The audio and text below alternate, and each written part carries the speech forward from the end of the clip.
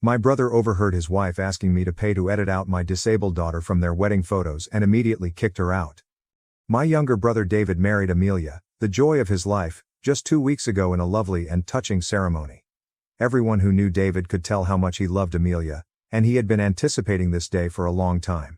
Their invitation cards made it apparent that their wedding was once intended to be a totally child-free affair. That being said, David called me a few weeks prior to the wedding. He surprised me by telling me that he wanted to make an exception for my daughter Katie, who is his niece. Startled, I asked him if he was certain. David told me how much he adores Katie and that without her as their flower girl, he couldn't have the wedding. Hearing him say it nearly brought me to tears. Uncle David has always had a special place in Katie's heart, and she adores him. David reassured me that he had discussed it with his bride, and she was also in agreement. His sincerity was evident in his voice. He realized how much it would mean to Katie and didn't want her to miss such a significant day in his life. To put things in perspective, my daughter Katie was partially paralyzed at birth. The fact that she is unable to move her body beneath her arms has undoubtedly changed our lives. My husband Roger and I were devastated as parents when we first learned. The ground seemed to have been yanked out from beneath us. We refused to accept the diagnosis and were in total astonishment. We visited several doctors in a frantic attempt to get a different viewpoint in the hopes that someone could know the answer. We hoped for positive results from every test we could think of. We wanted to think that there could be a procedure or therapy available that could help Katie and give her the life she was due. However, the response was always the same, regardless of our actions or where we went, nothing could be done. It was really difficult to accept that our daughter's situation was irreversible. We went through a difficult period that was full of tears, insomnia, and unanswered questions. We were totally powerless. Every time we considered Katie's future, our hearts ached while we gazed at our darling daughter. We gradually started to locate and establish connections with other families who were traveling the same path as us, which provided us with some comfort despite the overwhelming sense of powerlessness.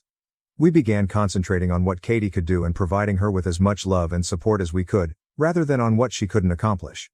Uncle David is among those who have consistently brought Katie happiness and light. Her illness never caused him to treat her differently.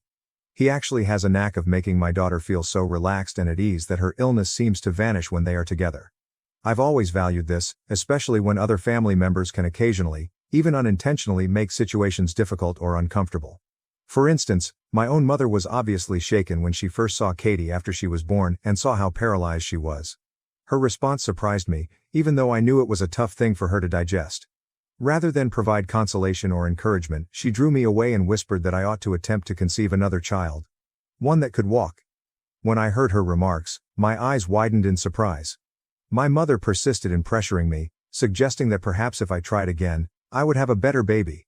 It seemed as though Katie's illness made her insufficient or unworthy. I was taken aback. What a callous thing it was to say. David, however, defended me right away and chastised our mother for being so callous and cruel. He assured her that Katie was ideal just the way she was and that she didn't require comparison or replacement. When he stood up for my child, I will always remember the ferocity in his voice. When I was still grieving and accepting the reality of Katie's condition, he chastised our mother for pressuring me to become pregnant. Since then, I have minimized my interaction with my mother and have forbidden her from spending any alone time with Katie. In the meantime, David would visit my daughter every weekend, rain or shine, simply to be with her. They would play games, watch ridiculous shows, or just joke around for hours. Katie would light up for a few hours on those weekends in a way that was so innocent and happy. She can simply be a child enjoying herself with her worldly favorite. Both she and we have benefited from their relationship. I was therefore really moved when he called to ask if I might make an exception so that my daughter may attend his wedding. In addition to being a lovely way for David to celebrate their relationship on his special day, I knew that letting Katie be there would mean the world to her. I was thrilled for Katie to be a flower girl, so I consented to bring her along. I don't believe his wife Amelia was as excited about the prospect of having Katie at the wedding as David was. Amelia contacted me directly a few days after David called to give me the invitation for Katie. She told me that in order for her to let Katie attend their wedding, she had some requirements. The conditions annoyed me because they were strangely detailed. Initially, Amelia demanded that Katie wear a beige dress, which she described as flowing and appropriate for the wedding atmosphere. She also stated that Katie's hair had to be styled so as not to detract from the beauty of the wedding. Her demands were so domineering that I was surprised. But I decided to keep my mouth shut. After all, we had to follow her wedding theme because it was her wedding. I nodded in agreement and promised to follow her instructions because I didn't want to cause any conflict or discomfort for David. Ultimately, my top priority was for Katie to be able to support her uncle. I went out right away and got Katie a gorgeous beige dress. Amelia urged me to purchase it since it was understated yet sophisticated. My daughter would feel unique, I knew. Since Amelia had requested that I give her a photograph of the outfit after I bought it, I snapped a picture of it and sent it to her. To my astonishment, she wasn't satisfied, even though I had anticipated she would be. Amelia soon responded that the garment appeared lifeless and was too bland. "I would like something a bit more colorful," she replied. I was perplexed and angry. Isn't this precisely what she requested? I didn't want to protest or argue, though. I was trying to maintain the peace as best I could. This time, I chose to send her a couple options before making a purchase rather than wasting my money on another dress that I bought on my own. I didn't want to spend money on something that she would undoubtedly turn down once more. When Amelia eventually selected one of the outfits I had received, I was astounded by what I saw. The dress she picked was almost the exact same shade of beige as the one I had previously purchased, which she had critiqued for being too beige. The slightest trace of a pinkish tone, which was almost perceptible, was the sole difference. I began to realize then that this had nothing to do with the dress or the color. Amelia was purposely complicating matters. She seemed to be putting me to the test or creating barriers to force me to do things that I didn't want to do. She hadn't told me outright, but there might be a reason why she didn't want my daughter to attend the wedding. I didn't want to cause her any unnecessary trouble. She needed to speak with my brother and work things out if she wanted to remove my daughter from the invitation. But she never did, and the wedding proceeded according to schedule. Katie looked magnificent as she walked down the aisle in her gorgeous beige dress, the one that Amelia had finally approved, on the day of my brother's wedding. As she wheeled forward, the dress flowed elegantly, and she paused to fling flower petals, her face beaming with joy. The whole room seems to stop. The visitors let out a loud gasp, and then there was a round of applause. As she continued down the aisle, distributing flowers and making her steady progress in her wheelchair, I could feel the excitement emanating from her as people couldn't stop gushing about how lovely she looked. At that moment, I was overcome with pride and love for my daughter. One of the memories I will always cherish is seeing her there, taking full part in such a momentous occasion. My eyes filled with tears of happiness, and I looked at David, whose face reflected mine. He grinned warmly and proudly as he gazed at Katie, obviously moved by her presence and her luminous personality. David approached her as she arrived at the front and knelt down to offer her a warm embrace.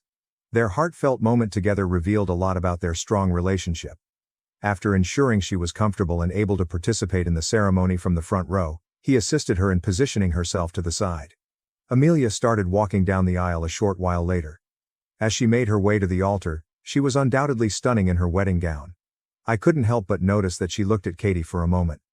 I briefly hoped that she might smile at my daughter, showing some appreciation for her presence and the part she played in this significant day. However, without even a faint grin, Amelia gazed past Katie and rolled her eyes visibly. It was impossible for me not to feel disappointed. Nevertheless, I decided to ignore the idea because I didn't want anything to ruin the day's happiness. I was ecstatic for my brother when David and Amelia exchanged vows and the officiant pronounced them husband and wife. Nothing else mattered at that time since he had at last found someone with whom to share his life. His happiness filled my heart with pride and happiness. We got together as a family for photos during the photo session following the ceremony. David made sure Katie was in every photo we took, and the love and solidarity we all had that day were captured in a ton of images. I couldn't help but notice that Amelia seemed a little strange during the photo shoot. I initially assumed that she was simply weary because she kept huffing and moaning heavily. Weddings are tiring, so perhaps she just needed a respite from shooting so many pictures. However, her behavior got more difficult to ignore as the session went on. Amelia's expression changed considerably as David took Katie up and held her in his arms for a photo. Her eyes were fixed on them, and she had a dissatisfied smile that wavered. Though subtle, it was obvious enough to unnerve me. Amelia approached me after we had taken a number of shots with Katie, asking if I could wheel her out so she could take some pictures with her family alone. Her tone was courteous but short. I was surprised by the request, but I granted it. Katie and I went to the reception to sit with my parents. I was fortunate to have a daughter like her, my mother said, acknowledging my daughter's beauty. Although it was a little gesture, I was pleased to see my mother overcoming her prejudices and coming to terms with my daughter's identity. What mattered most to me was that Katie appeared to have had a pleasant day overall, blissfully ignorant of any strain. From the photos and anecdotes David shared on social media, it appeared that Amelia and David were having a great time on their honeymoon after the wedding. He deserved to savor this unique moment with his new bride, therefore I was pleased for him. After they got back from their honeymoon, David asked Roger, our parents, and me to lunch at his new house. Since we hadn't actually spoken much since the wedding, I was excited to see him again at what was supposed to be a laid-back family get-together. My mom and I have reunited in a surprising way since the wedding. She had taken the time to fully apologize to me for her remarks about Katie and her encouragement to try for another child years prior. She was truly sorry, and even though I was still wary, I was glad that she had acknowledged the hurt her remarks had caused. When David saw Katie again during lunch, he was ecstatic. He enthusiastically produced a selection of presents he had brought back for her from their honeymoon as soon as we got to his house. He had obviously given each one much consideration, and when Katie opened them, her face glowed with delight. As usual, David was totally absorbed in her, asking her about her favorite aspect of the wedding and told her how much everyone had been praising her for her involvement. She was beaming from ear to ear. He often expressed his pride in her, telling her that friends and family had called him to tell him how well Katie had done after the wedding. Katie was so proud to hear all of these praises, and her eyes were sparkling with joy. But I couldn't help but observe Amelia as my brother showered Katie with love. I kept a tight eye on her, and it became clear to me that she was not feeling as excited as David. She didn't even recognize Katie, let alone smile. Rather, she appeared clearly irritated, as though David's conversation with Katie had somehow annoyed her. Her face was a mixture of frustration and anger, and she hardly spoke to anyone while David concentrated on Katie. She seemed to be eager for the moment to end so that he would stop focusing on my daughter. Naturally, David was totally unaware of his wife's behavior. As a family, we relaxed and chatted in the living room after lunch. Amelia approached me at that moment and subtly requested that we speak in private. I already knew what was about to happen, so I felt a knot form in my gut. Since the wedding day, I had been preparing for this discussion. I nodded in agreement, bracing myself for what I knew would be a challenging conversation. We sat down to chat after Amelia showed me to one of the bedrooms. She began by praising me for doing a fantastic job with Katie, meeting all of her requirements, and honoring my promise about how Katie would look at the wedding. I thanked her and nodded, explaining that it was her special day and I wanted to show her respect. After a moment, she said that although she valued my work, she had been bothered by something ever since the wedding. My heart fell. Amelia brought up the wedding pictures on her phone and browsed through the photographer's selection. I came across pictures of David, Amelia, Katie, myself, and the other family members all grinning and savoring the time spent together. Her tone became icy as she paused on a single image and gestured at it. She said, "Look at this," as she enlarged the picture. We were all grinning and looking content in one of the family pictures, with Katie in her wheelchair next to David. Katie gave me a disdainful look as Amelia's finger lingered over her. Her voice was piercing and poisonous as she asked, "Do you see how your stupid kid in a wheelchair is ruining the vibe of the entire picture?" I had trouble breathing for a while. I was stunned. How could she have spoken about my daughter in such a callous and nasty way? I was instantly filled with rage. It was intolerable that my darling daughter, who had done her best to join in the festivities, was now being held responsible for spoiling the mood. I retorted, reminding Amelia that she was aware from the beginning that Katie was in a wheelchair and that she had no right to talk about Katie in that manner. My daughter had no choice but to pose for pictures. How else could she have possibly participated? I responded. Despite my arguments, Amelia sneered and said, "That's not my problem," adding that seeing Katie's wheelchair in every photograph was an eyesore that had made it difficult for her to see the wedding photos. She went on to say that I ought to compensate her for allowing my daughter to ruin her wedding, as if that weren't enough. Her arrogance horrified me. I was so surprised that she would make such an absurd demand that I raised my voice and asked her what sort of compensation she was even referring to. Amelia hit me with her actual demand at that point. According to her, I would have to hire a photo editor to either remove Katie from the wedding shots or, at the absolute least, make her appear to be wheelchair-free. I let out an incredulous gasp. How could she possibly believe it was okay to remove my kid from the wedding pictures or change her identity for the sake of appearance? This was the tipping point. I was at my breaking point. "Are you serious?" I yelled, my voice full of incredulity. "You want me to pay someone to erase my daughter or pretend she isn't in a wheelchair? You're an a-hole, Amelia. I am proud of my daughter exactly the way she is, and I will not be paying for any kind of Photoshop. If you had such a problem with her being part of the wedding, then you should have never let her be the flower girl in the first place." Amelia countered by claiming that although she had done everything in her power to stop David from allowing Katie to be their flower girl, he could not agree because his love for her was so blind. She told me that she was aware that he would have called off the wedding if she had persisted on not inviting my daughter. When I discovered that this woman had been so bitter about Katie, I shook my head. I was shocked by the callousness and heartlessness of her logic. I sternly reprimanded her, telling her that my kid was a real person with feelings and didn't deserve to be hated in this manner. She had been truly thrilled to attend their wedding because she liked her uncle. Now that Amelia was my sister-in-law, she certainly didn't deserve to be treated this way. Amelia, however, seemed unconcerned. She countered by claiming that Katie and I were both attention seekers and that I should remember that Katie's disability was the sole reason people had taken such an interest in her during the wedding. Something inside of me exploded at the disgustingness of her comments. My long simmering anger suddenly erupted, and I slapped Amelia before I really realized what I was doing. The silence of the room reverberated with the sound of my palm touching her face. My hand was shaking as I stood there, and the weight of everything that had just transpired was heaving in my chest. Amelia's eyes widened incredulously, and her cheeks turned scarlet with horror. My brother, my husband, and my parents stormed into the room before she could react. Amelia was questioned by my brother about whether or not she meant what she had said about Katie. Amelia's eyes grew wide with insight. As it happens, David had been listening in on our entire talk and had probably heard all of her nasty and deceptive comments. Her face lit up with panic, and she made a desperate attempt to retract her statement, fumbling over her words. However, it was too late. David's voice filled the room as he screamed at her, accusing her of being arrogant and cunning for dragging me aside to discuss my daughter in such a manner. His voice was a mix of grief and rage as he said, "I can't believe you manipulated me into thinking you were a nice person when in reality you hate my family this much." He was clearly seeing Amelia for who she truly was, someone who had concealed her actual sentiments all along, and the displeasure in his tone was evident. Desperate to save face, Amelia attempted to counter the argument. As she spoke, her voice wavered. "I don't hate your family exactly. This is just about Katie," she added. Then, in an attempt to change the subject, she accused David of constantly giving preference to Katie over everyone else because he felt sorry for her due to her disability. She asserted that he should stop giving Katie so much attention and instead concentrate on their marriage because she was his wife and should receive more of his attention. Then, feeling embarrassed, Amelia started to gripe about how inviting Katie had caused some of her friends to subsequently make fun of her wedding photos. According to her, this is why she wanted to remove Katie from the pictures in Photoshop so she could always remember their lovely day free of such ugliness. David, fortunately, wasn't having it. He advised her to quit being so arrogant and to stop acting as though his niece might have ruined their photos. He claimed that her presence enhanced the beauty of the photos. "I love Katie like my own daughter," he stated.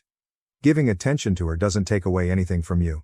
The fact that I even have to explain this goes to show how cheap your mentality is.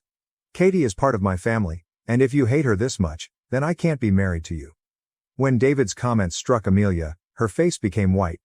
He gave her a clear look that made it clear he wasn't going to overlook this.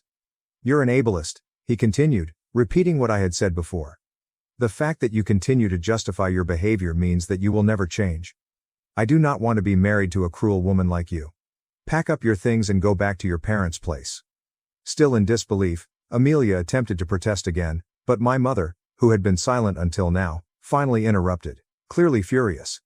She was upset at the circumstance, stating that although it was one thing to not enjoy the attention Katie got at the wedding, it was cruel to think of removing her from the photos. My mother informed Amelia that she should feel ashamed of herself for ever bringing up the subject, and she firmly expressed her support for David's choice. Amelia realized she had nothing left to stand on after hearing my mother's defense and witnessing David's uncompromising position. My husband appeared enraged, and I have no doubt that he would have physically assaulted Amelia for saying such awful things about our kid if she hadn't been my brother's wife at the time. Her actual nature had been exposed for everyone to see, and Amelia was outnumbered. She reluctantly left the house with only her phone and car keys because she had no other option. I was grateful that David stood up for Katie, but he later apologized to Roger and me for what his wife had said about our daughter.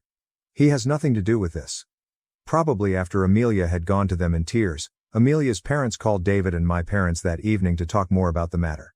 But David had asked for a break so he could calm himself and consider the situation. Amelia has been messaging me ever since the incident, essentially accusing me of causing friction between her and David. She believes that by agreeing to pay for a photo editor, I could have easily resolved their problems.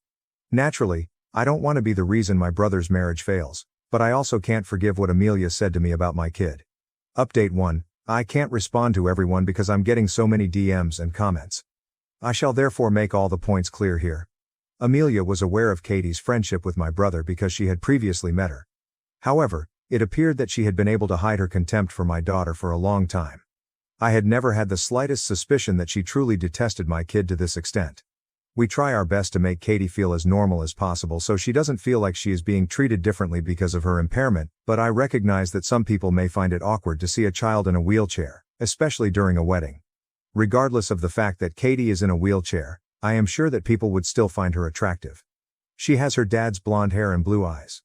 Amelia was obviously merely attempting to point out my daughter's flaws out of jealousy. Katie's godfather is my brother. This is because I know that my husband will support my daughter no matter what happens to us. He is extremely protective of Katie since he loves her like his own daughter. It must have felt like a total betrayal to him to hear Amelia's statements and realize her actual intentions toward my daughter. Since Katie was absorbed in her cartoons, I doubt she heard anything Amelia and I said. She would have undoubtedly questioned me later if she had. Update 2. In case you were wondering, my brother is having his wedding revoked. My brother and his attorney are adamant that Katie lied to him from the beginning and tricked him into believing she would get along with his family when she wouldn't. Amelia panicked and tried desperately to keep her marriage intact when she realized that David was truly serious about leaving her. She made a pathetic attempt to apologize to me, but it was obvious to me that her words were not sincere. She wasn't prepared to accept responsibility for her actions or show true regret. Knowing that her apologies was merely a ruse to deflect criticism from herself, I was unable to accept it. Her rage was only increased by this. She became angry with me right away and accused me of destroying my brother's life. It seemed as though I was the cause of all her issues instead of the results of her own decisions. She accused me of being the one who made my brother leave her when he could have been content with her. As if that weren't enough, Amelia's parents also contacted my parents in an effort to place the responsibility for their daughter's struggles on Katie and me. Fortunately, my parents have denied this unjust claim. In particular, my dad expressed his disappointment, telling them that he is glad she will no longer be a part of our family and that they should be embarrassed of the daughter they raised. The fact that my family has supported Katie and me over this entire ordeal makes me really proud. I did apologize to my brother for what he was going through with Amelia when we spoke. He convinced me that knowing the truth about her now was preferable to later, when she may have said or done something more hurtful in front of Katie. I absolutely concur, and I'm relieved that we are also successfully removing Amelia from our lives. Update 3. My previous update was 4 months ago. For those who are curious, my brother is no longer married to Amelia after formally annulling their union.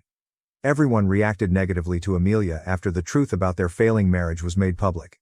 Eventually, she apologized to me, but I just blocked her without answering. We all had a vacation together not long ago. We had an amazing time together. I'm really happy that David and Katie still have such a wonderful connection.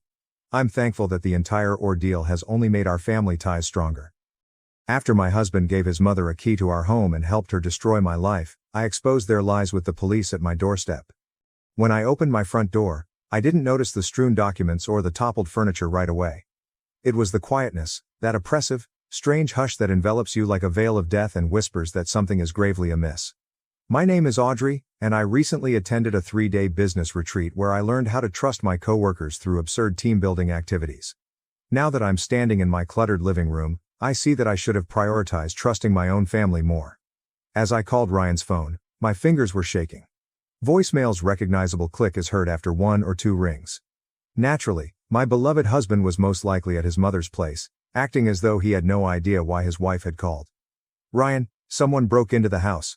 The safe is open, call me back immediately." I cataloged the damage as I wandered through the wreckage of my home.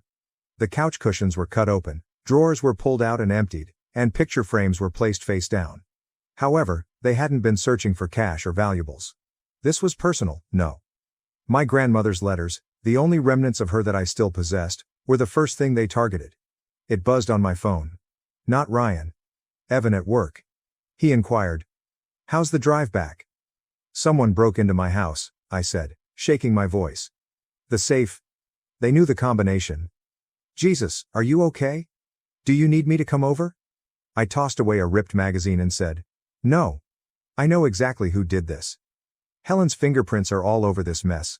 She's been trying to get those letters for months." "Your mother-in-law? Why would she?"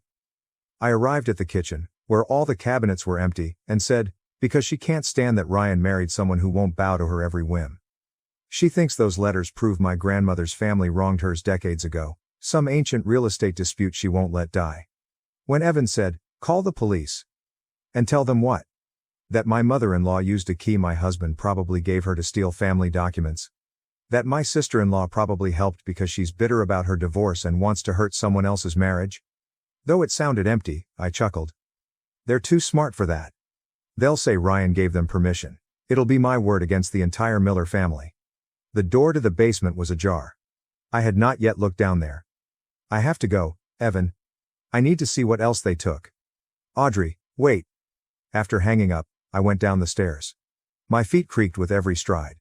More mayhem was shown when the basement light flicked on. However, I noticed a tiny piece of paper stuck behind a toppled box. I managed to liberate it. It was a 3-day-old receipt for a duplicate key from the hardware store. Once more, my phone buzzed. Ryan. Before I could say anything, he inquired, "Where are you?" "At Mom's," it was his words. "Listen, Audrey, I can explain." "Did you give her a key?" "Quiet." "Afterwards. She just wanted to look for some old family photos while you were away. I didn't think." "You never do think when it comes to her, do you?" I clenched my fist around the receipt. Those letters were all I had left of my grandmother, Ryan. The only things that were truly mine. "We can talk about this when I get home." "No." The word was piercing enough to pierce. "We'll talk about this in front of everyone. I'm coming over there right now. And Ryan, tell your mother to prepare for war." After hanging up, I stood in my basement, surrounded by the ruins of faith. Like everyone else in their lives, they believed they could break me and force me to submit to their authority. However, they were unaware of what they had just begun. Sometimes the opponent who knows how to hit back harder is more dangerous than the one who hits first. My skin crawled when I saw Helen's immaculate living room. While my house was in ruins across town, everything else was in its proper place, not even a cushion out of place. Helen's interpretation of reality was depicted through the carefully chosen family images on her walls, which conveyed the story of Ryan and Chloe's early years. There aren't any photos of my wedding day in them. Helen poured tea into exquisite cups, her voice dripping with honeyed, delicious poison. "I have no idea what you're talking about," she said. "Ryan gave me permission to look for old family albums while you were away, nothing more." With her arms folded and her wedding ring noticeably missing, Chloe sat next to her mother. "You're being hysterical, Audrey, as usual." I put the receipt from the hardware store on the coffee table. "Funny how you needed a new key made 3 days ago. Planning ahead?" Eyes flitting between his mother and myself, Ryan shifted in his seat and said, "Maybe we should all calm down." "Oh, we're very calm," I remarked as I observed Helen's immaculately manicured fingers encircling her teacup. "Just like we were calm last Christmas when you went through my phone while I was sleeping. Or last month, when you showed up unannounced at my office to check on me. When Helen said, 'I worry about my son. Someone needs to look out for his interests.'" "His interests?" I laughed till my throat ached from the broken glass. "Or yours. Mother was right about you from the start." Chloe's eyes shone as she leaned forward. "You never understood our family, always keeping secrets, hiding things in that safe of yours. Those letters belong to my grandmother. Letters that prove your family cheated ours 60 years ago." Helen's mask broke. "That property should have been ours. Your grandmother knew exactly what she was doing when she," Ryan warned, but it was too late. Slowly, the pieces clicked into place as I stood up. "So you admit you took them?" Helen's face suddenly became smoother. I admitted nothing. "And you have no proof?" With my hand hovering over the record button, I took out my phone and said, "You're right. But I will. Ryan, are you coming home or staying here?" He glanced at his mother, then at me, constantly conflicted, always taking the easy route. "I think maybe we all need space to cool off." I paused to glance back at Helen before making my way to the door, saying, "Wrong answer. You know what's funny? Those letters you stole? They're not even the originals. Just copies I kept as decoys. Grandmother taught me well. Always keep what matters most where manipulative people can't reach it." The clatter of Helen's teacup against its saucer was heard. "You're lying." I asked. "Am I? Guess you'll have to wonder about that, along with what else I might have hidden away." I looked into Ryan's eyes. "Don't bother coming home tonight, or maybe ever." He started to get up, but Chloe grabbed his arm and said, "Audrey, wait." She urged, "Let her go. She's just trying to manipulate you, like always." I left Helen's well-organized world behind and made my way to my car. I held the steering wheel with trembling hands, but not because of terror. As I had previously stated, The originals were secure because they had been kept in a safety deposit box ever since I married Ryan and seen Helen's hunger when Grandma's letters were brought up during the wedding. It buzzed on my phone. Evan once more. He inquired, "How bad was it?" They fell for the ruse. Helen essentially admitted it. "I started the engine, but I have another task for you. Remember that security system you installed at your lake house? The one with the hidden cameras?" "Yeah, why?" "Because I'm done playing defense. They want to go through my things. Let's make sure we catch them in the act next time." As I backed away, I noticed Helen's house become smaller in my rear-view mirror. "And Evan, thank you for being the one person in my life who actually listens. Always. But Audrey, just be careful. People like that, they're most dangerous when they're cornered." With plans already racing through my head, I hung up the phone.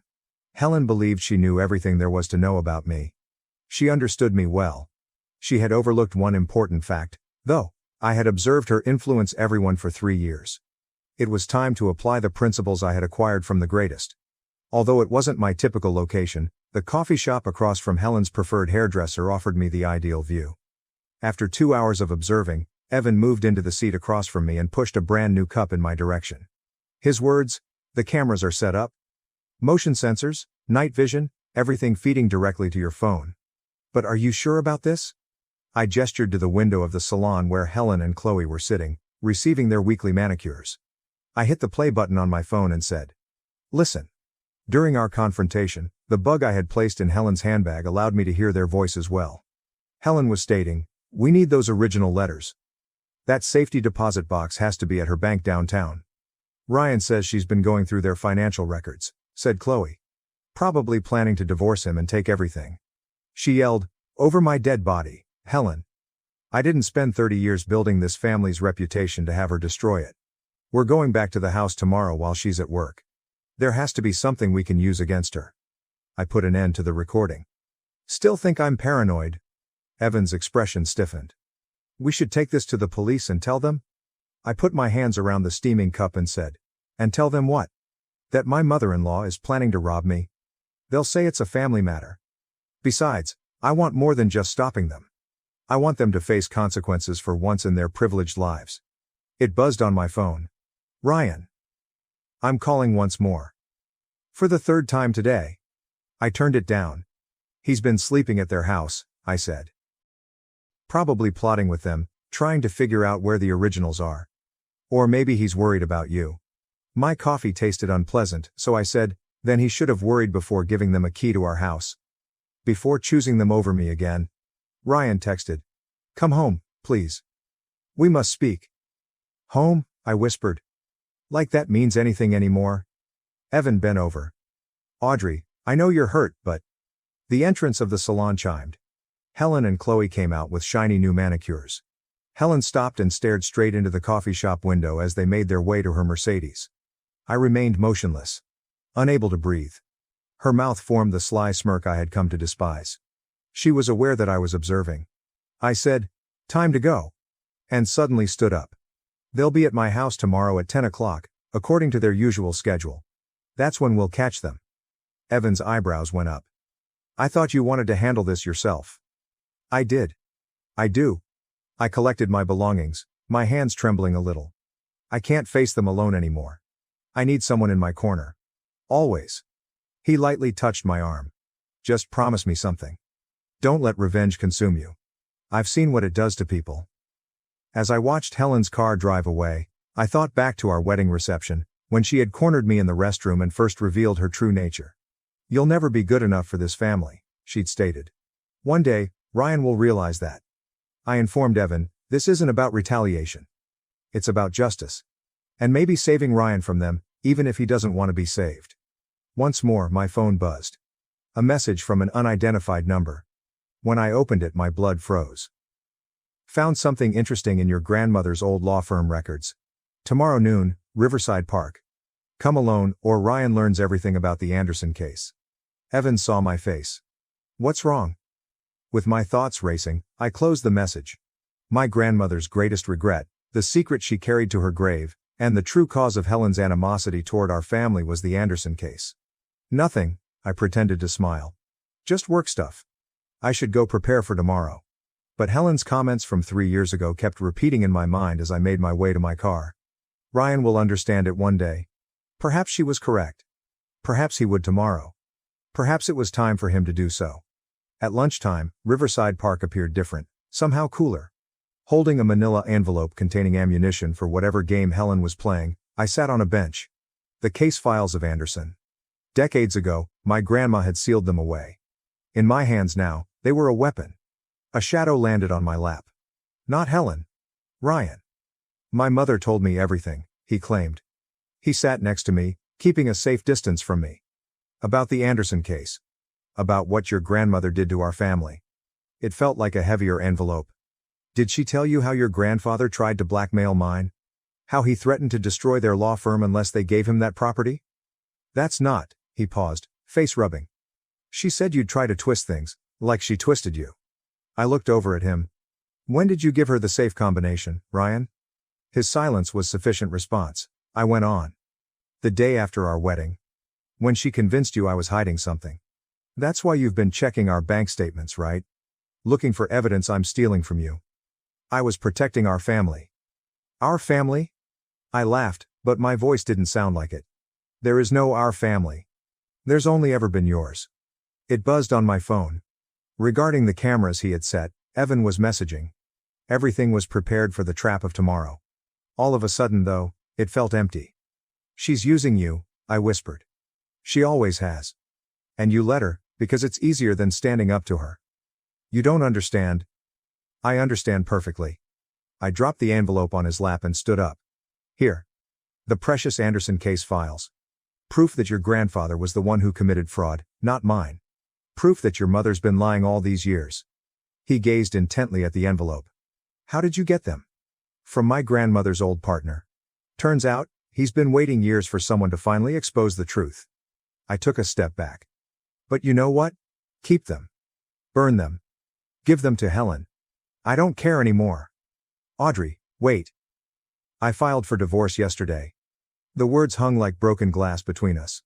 Ryan's face turned white. You what? Check your email. The papers should arrive today. Now my hands were steady. I'm done being the villain in Helen's story. Done watching you choose them over me. Done pretending we have a marriage worth saving. He approached me as he rose up and said, we can fix this. I'll talk to Mother. That's exactly the problem, I said, stepping back from his contact. Your first instinct is still to run to her. It always will be. Once more my phone buzzed. This time, Helen. Where are you? We had a deal. I returned the type. The deal has changed. Inquire about the files with Ryan. You can't just throw away 3 years of marriage, Ryan stated. I started to go, but stopped when I heard. You already did that when you gave them the key to our house. You know what the saddest part is? I actually thought I could save you from them. But you don't want to be saved. Audrey. Goodbye, Ryan. I passed the seat where we used to have Sunday lunches and the location where he had proposed as I strolled through the park. Helen, Ryan, and even Chloe were all buzzing on my phone. I made them all quiet. Only Evan's message was received. The cameras are in real time. Do you still intend to carry out tomorrow's plan? At the park's exit, I paused and took one final glance back. Ryan appeared disoriented as he stood where I had left him, holding the package tightly. My determination faltered for a second. Then I recalled the broken safe, the broken house, and the 3 years of gaslighting and deceptive tactics. Yes, I did reply to the text. However, plans changed. I no longer only wished to catch them in the act. What are you looking for? I observed as Ryan, who was constantly rushing back to Mother, took out his phone and most likely called Helen. I typed, I want to destroy them, each and every one. Because sometimes destroying everything and starting anew is the only way to save yourself. I was sitting in my car across the street when the security camera feed flashed on my laptop screen. Helen's typical Thursday morning interruption is 10 minutes away. Every aspect of my property, including the front and back doors as well as the garden walk Helen loved to criticize, was caught by Evan's intricate setup. From the passenger seat, Evan said, you don't have to watch this. We can just let the cameras record. My coffee cup made my fingers whiten. I need to see it. Need to know exactly how they do it. Helen's Mercedes smoothly came to a stop in front of my house on time. Chloe followed her out, as always immaculately styled. Then a third door opened, and Ryan appeared. In my hands, the coffee cup crumbled. He is assisting them. They went to the main door. Ryan looked over his shoulder anxiously. Helen gestured angrily as she spoke. He produced his original key, not the duplicate. Jesus, whispered Evan. Audrey, maybe we should wait. As a fourth figure stepped out of Helen's car, I took hold of his arm. Who is that? With a briefcase in hand, the man in the pricey suit walked with authority. Somehow, he looked familiar. That's James Morton, Evan announced. Helen's lawyer. I've seen him at charity events. The group vanished within my home. I flipped between camera angles, seeing them navigate places with unsettling resemblance. Helen led them as a general would lead soldiers. She said, "The study," clearly audible over the covert microphones. "Those Anderson files have to be here somewhere." "Mother," added her. "She said she gave them to me." Ryan made a feeble protest. "Copies, obviously." Helen yelled, "You think your wife would give up her only leverage? Search everything." Once more I saw them tearing up my house. However, things were different this time. This time, I noticed that Ryan was opening drawers with trembling hands. As Chloe knocked books from the shelves, I noticed her smug smile. I witnessed Helen's disguise come off when she believed no one was looking, exposing her true desperation. Morton said, "Behind the safe," without warning. "Did you check behind it?" I gasped. The safe on the wall had been a ruse. There was nothing back there, but everyone was aware of it. "Too soon," Ryan answered. "No, there's nothing back there." Helen squinted her eyes. "Move it, mother, move it." My fingers hovered above 911 as I reached for my phone. The prior owner had installed a secret compartment behind that safe. There were documents within that showed Helen's own financial misdeeds, which were considerably more devastating than the Anderson case. Compiled with care over 3 years of observation and anticipation. Ryan took a step forward, then halted. "No," he replied. Helen turned against him asking, "What did you say?" "I said no," he said more firmly. "This ends now. We're leaving." Helen's composure broke when she asked, "After everything I've done for you?" "That woman has poisoned you against your own family," Ryan remarked. "That woman is my wife." "Not anymore," Morton cut in with ease.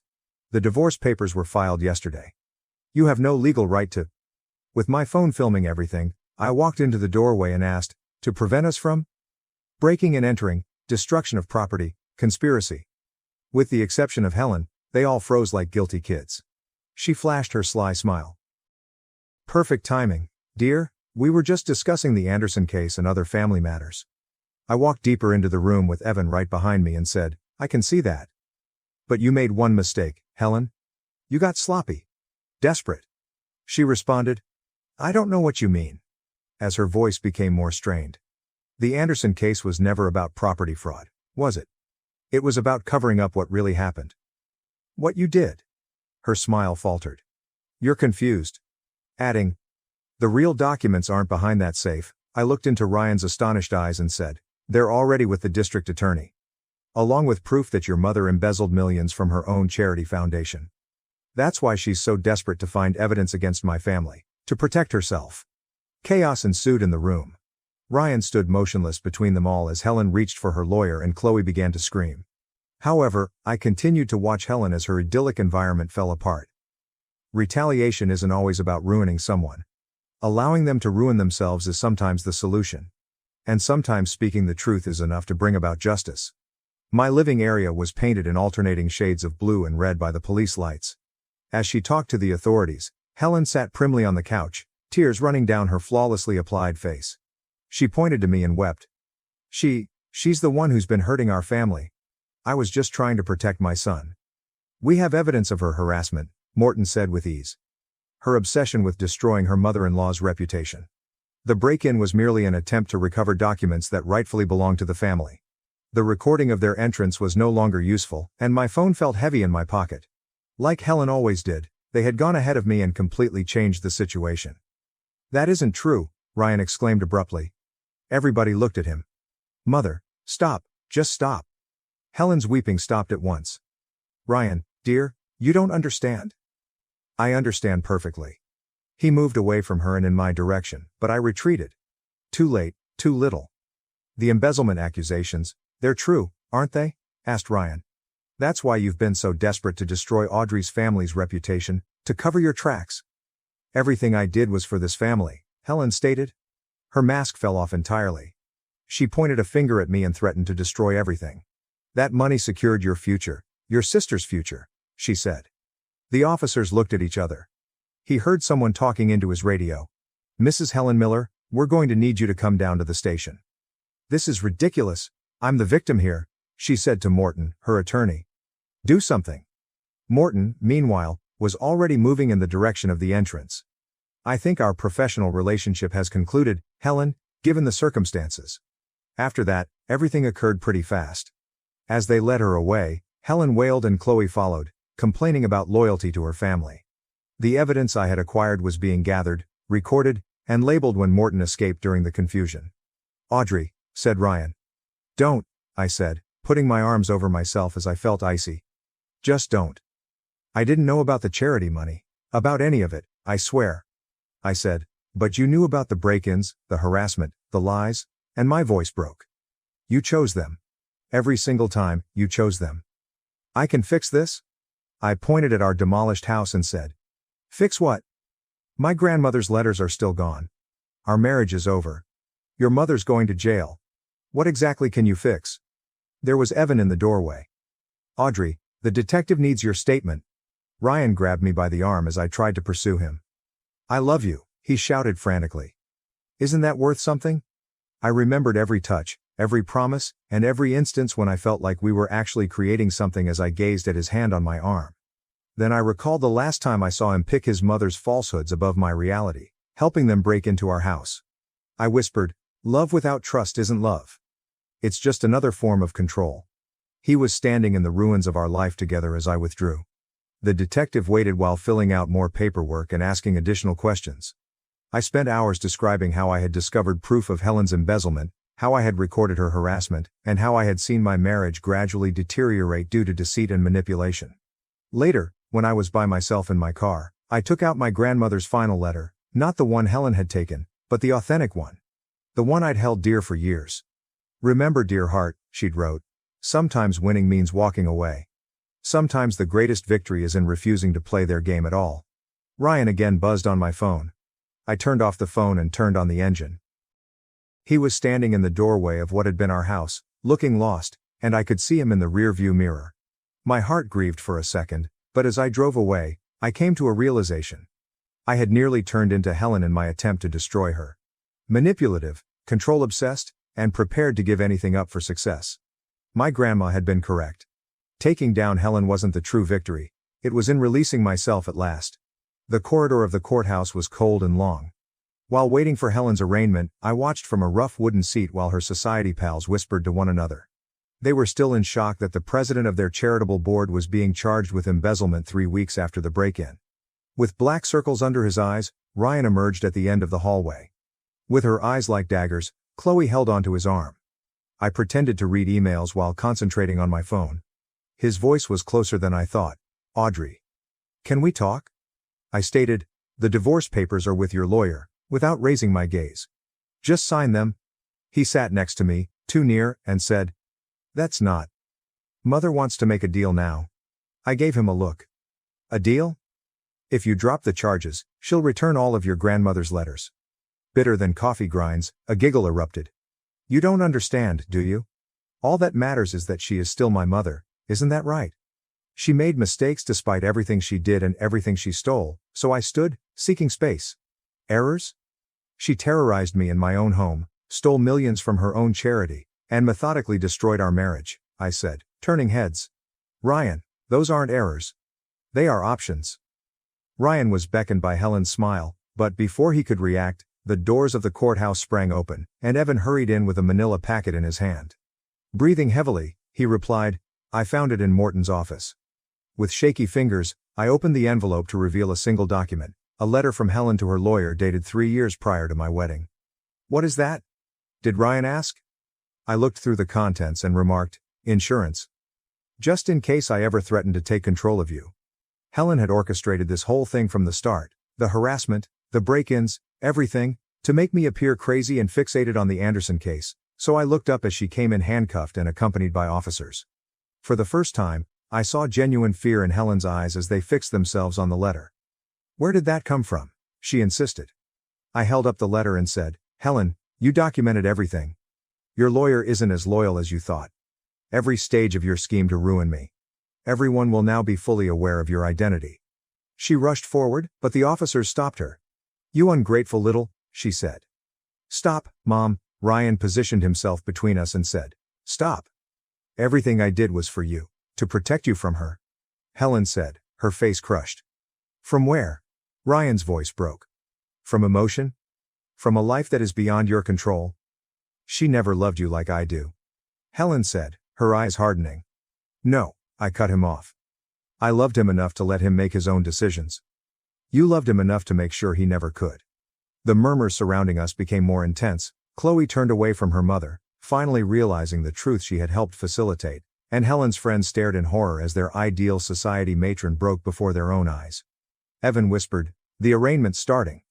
The district attorney had been quietly waiting nearby, so I gave him the letter before turning to Ryan one more time. "I did love you," I replied. "But love shouldn't hurt like this. Audrey, please.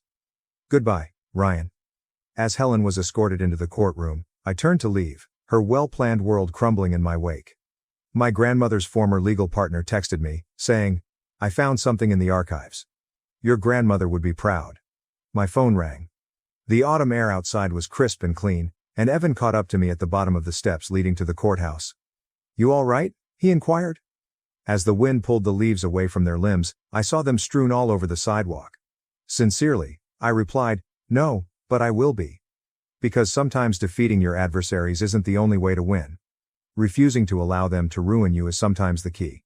And sometimes the best form of retaliation is just to walk away with your head held high, and let them deal with the fallout from their own decisions. In contrast to the suburban gloom I had left behind, the lights of downtown glittered through the window as the final box from my previous life stood unopened on the floor of my new apartment. Helen's carefully constructed reputation was shattered like a dropped teacup, and the society pages were already humming with scandal when Evan texted me about her sentencing, 5 years for embezzlement.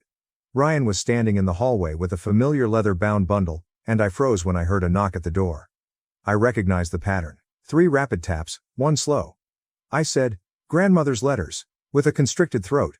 He held them out as a peace gift and explained, "I found them in Mother's study while cleaning out the house. They were always yours."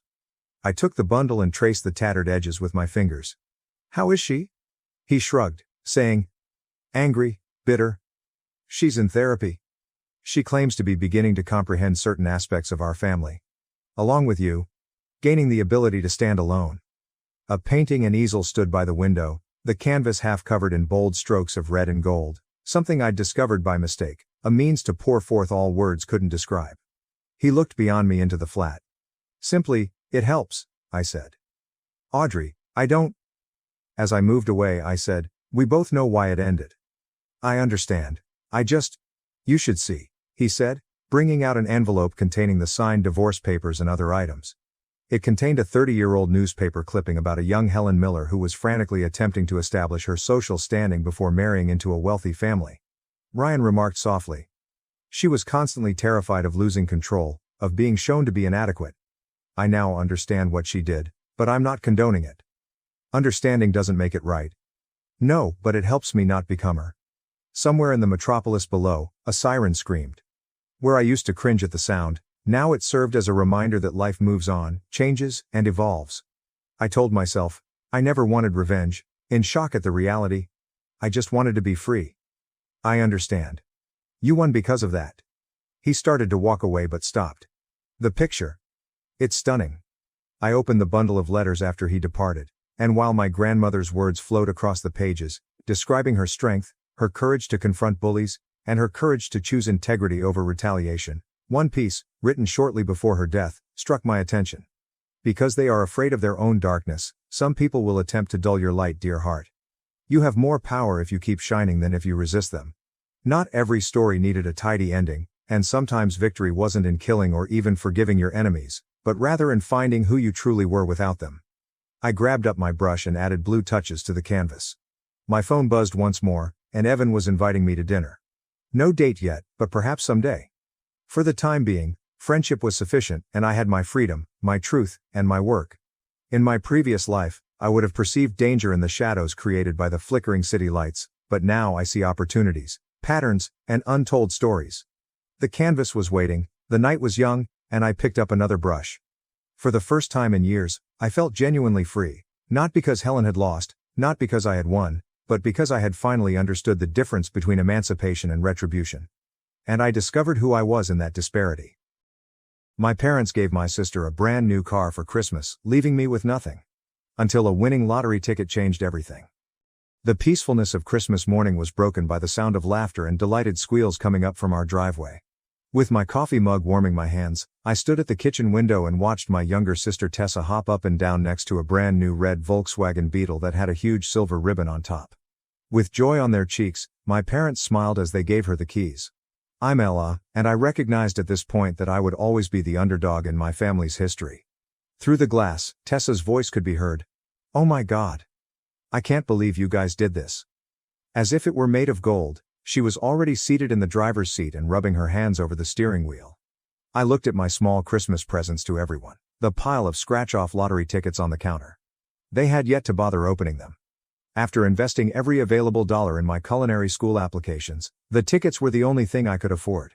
However, it would have been useless to try to explain that to my family. They had been rather explicit about what they thought of my pastime.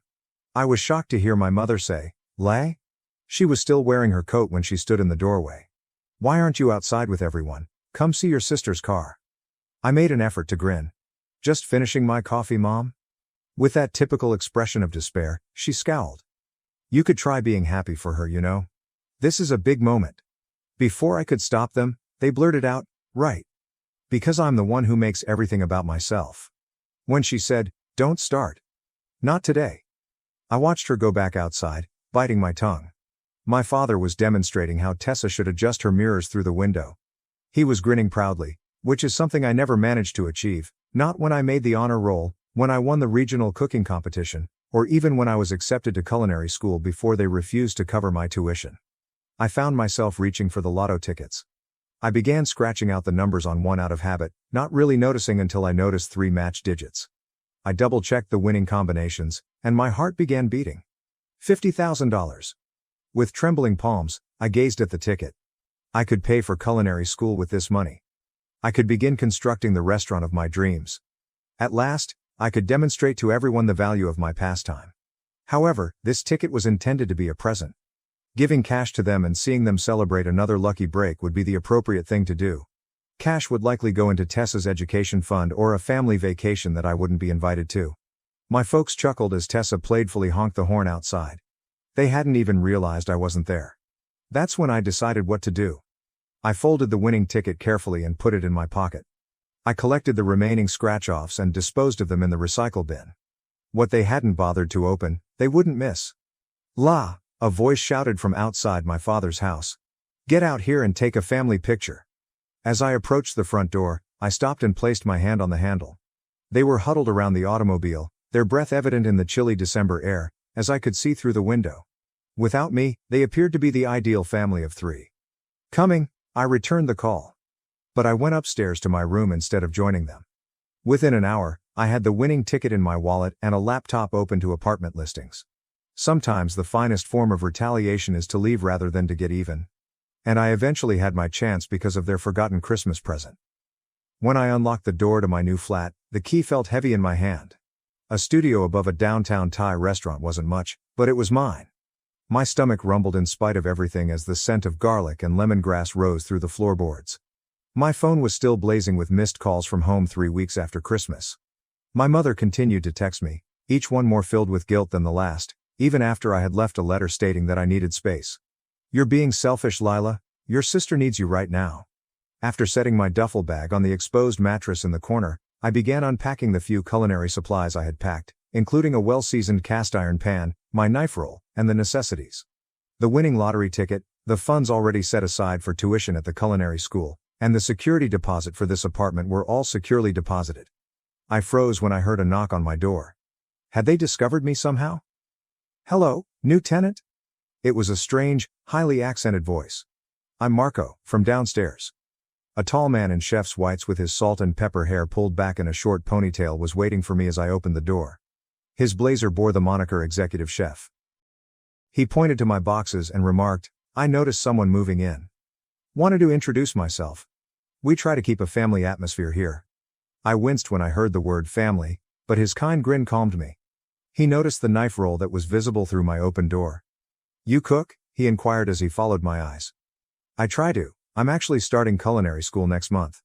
His eyes glowed. No kidding. We're short-staffed downstairs. Could use someone who knows their way around a kitchen, even part-time. My phone buzzed once more before I could reply. The name of my father appeared on the screen. Marco noticed my face and said, "Complicated situation?" You could say that. He gave a contemplative nod. Listen, come down tomorrow morning if you're interested. Sometimes the best therapy is keeping your hands busy and your knives sharp. I eventually listened to my father's voicemail after he departed. He spoke in a rough, irate tone. Your mother's upset, and Tessa's grades are slipping. Whatever point you're trying to make, you've made it. Time to grow up and come home. After deleting the message, I launched my laptop and navigated to the website of the cooking school. Tuition for the first term was due the following week. I had my finger hovering over the submit payment button when Tessa sent me another text. Mom and Dad are freaking out. Where are you? I'm worried. Compared to the others, this one hurt more. Even if Tessa and I didn't get along, she wasn't to blame for our parents' actions. But she had never been able to hide anything from our parents, so I couldn't risk giving her the truth. I'm safe, I replied by typing. Just need some time. I was in Marco's kitchen the following morning, slicing vegetables with more attention to detail than was necessary. The motion felt familiar and calming. Marco worked next to me, sometimes giving me technique advice. He remarked, "You have good instincts," as he observed me adjusting the heat beneath a boiling sauce. But you're angry? It shows in your cooking. Is that a bad thing? He gave a shrug. Depends what you do with it. Anger can fuel passion or destroy it. The difference is in the control. My mother texted me again, and my phone buzzed in my pocket. I choose to disregard it. Marco went on, trying the sauce with a spoon. The people who hurt us don't suffer when we let them consume our thoughts. They have no idea.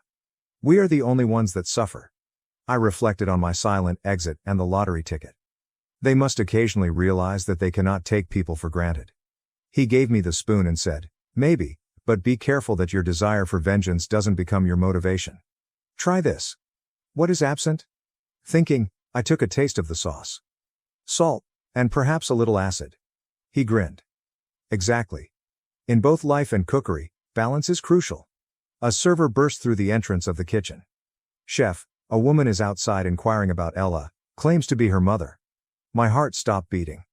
I could see her looking around the dining room through the kitchen window, Tessa following her like a shadow. Marco gave me a curious glance. Silently, he said, "Back door through the alley. But keep in mind that you can't run indefinitely. You must eventually take a firm stance and serve the food you have cooked." I tied my apron as I nodded. The true test was deciding when to stay and fight, not when to flee. After 3 months of culinary school, I felt like I was finally settling in. I seldom had time to think about my family because of my early classes, afternoon jobs at Marco's restaurant, and late evenings designing my own future kitchen. That should have been my first clue that things were going to blow up in my face. As I was getting ready for dinner service, Amelia entered Marco's kitchen. Now a rising star chef at one of the city's best restaurants, my old friend from high school culinary club looked just like I remembered her. Pristine chef's whites, neatly combed hair, and that grin that never quite reached her eyes. She leaned on the prep table and muttered, "Lila Hawkins? I couldn't believe it, but I had heard reports that you were employed here. By now, shouldn't you be managing your own business?" "I'm still learning," I said, continuing to cut vegetables in the steady pattern Marco had shown me. Not all of us were supported by our parents while attending Le Cordon Bleu. "Talking about parents," she added, taking out her phone and browsing through some content. "Last week, I met your mother at the charity dinner.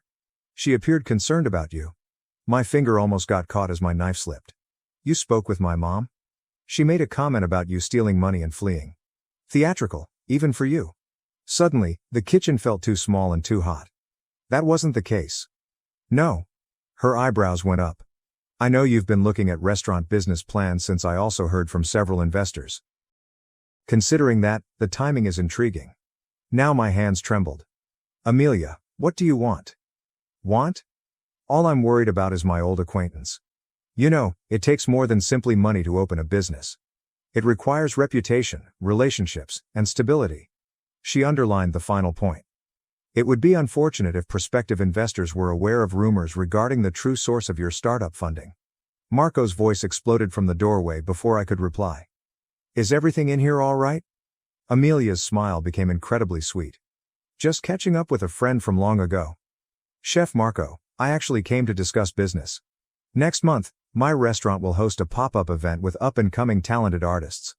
Lay's participation would be greatly appreciated. Marco glanced at me, but I was unable to look him in the eye. Decisively, I'll let her think about it, he stated.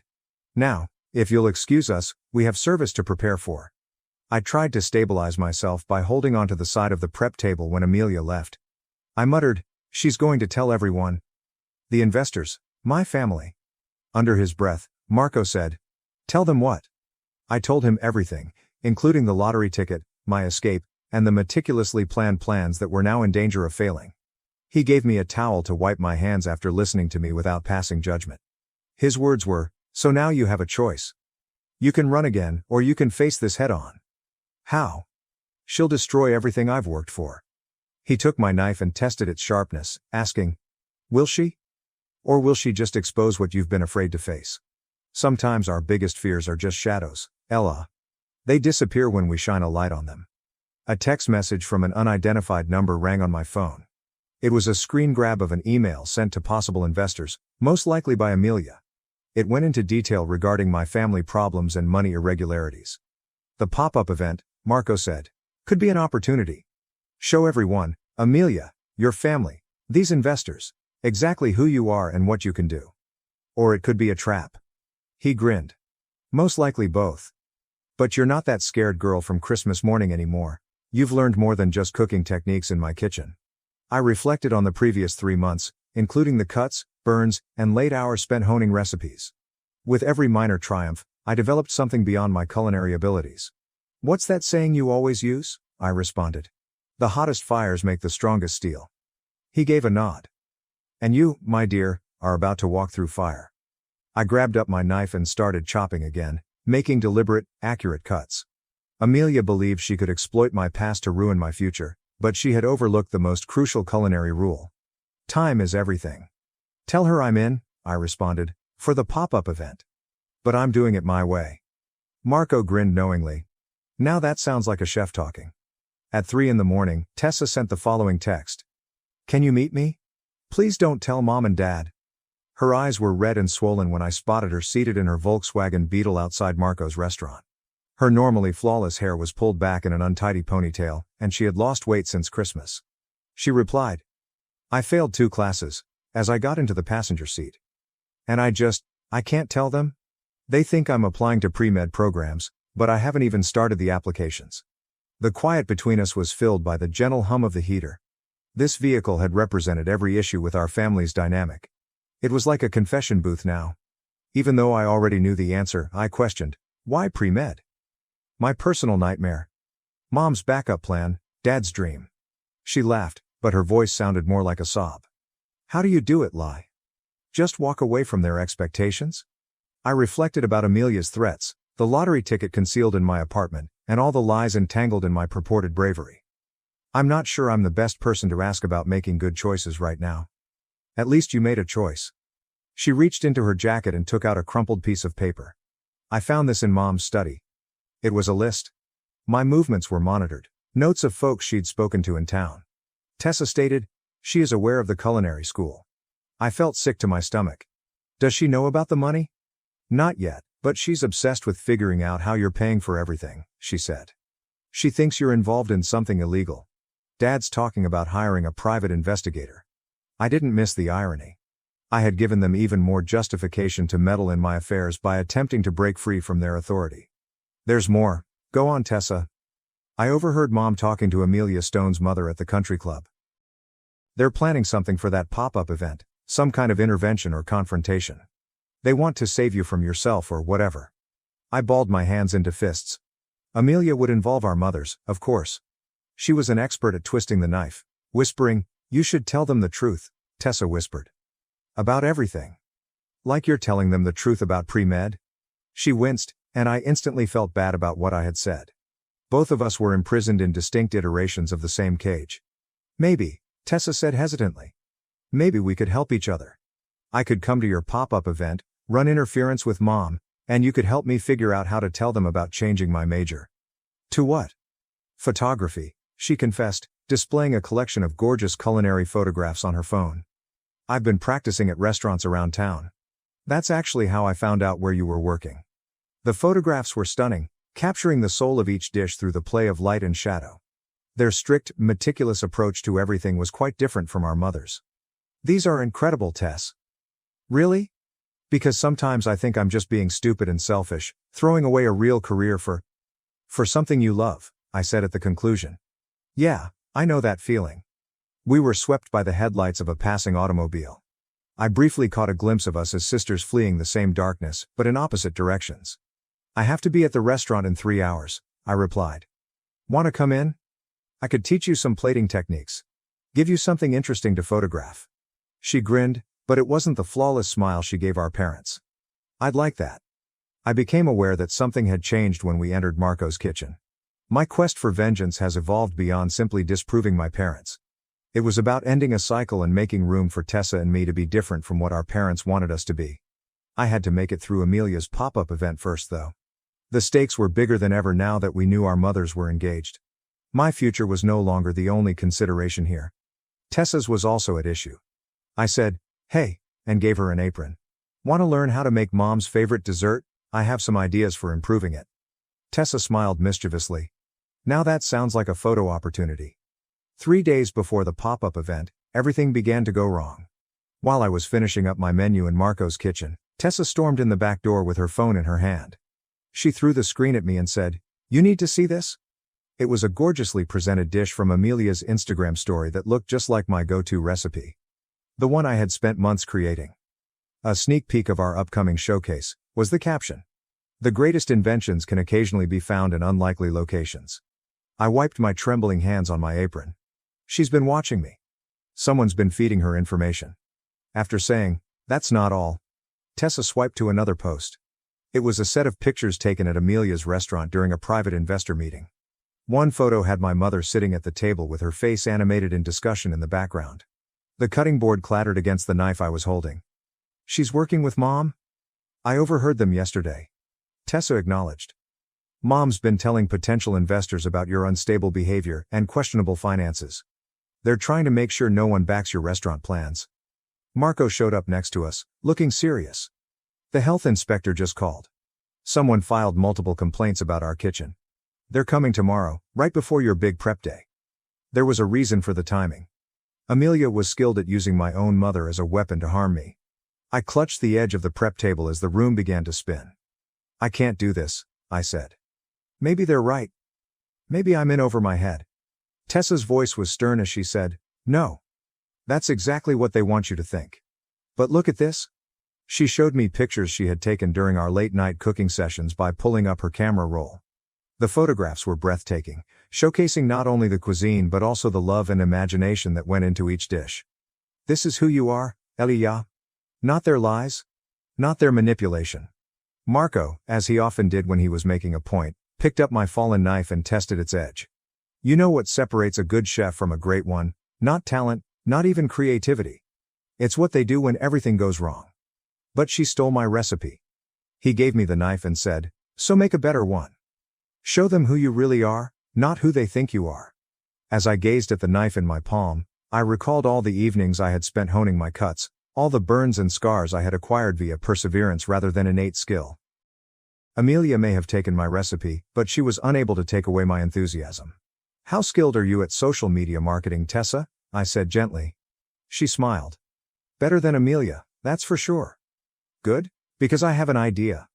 I looked across at Marco. "Remember that fusion dish we talked about?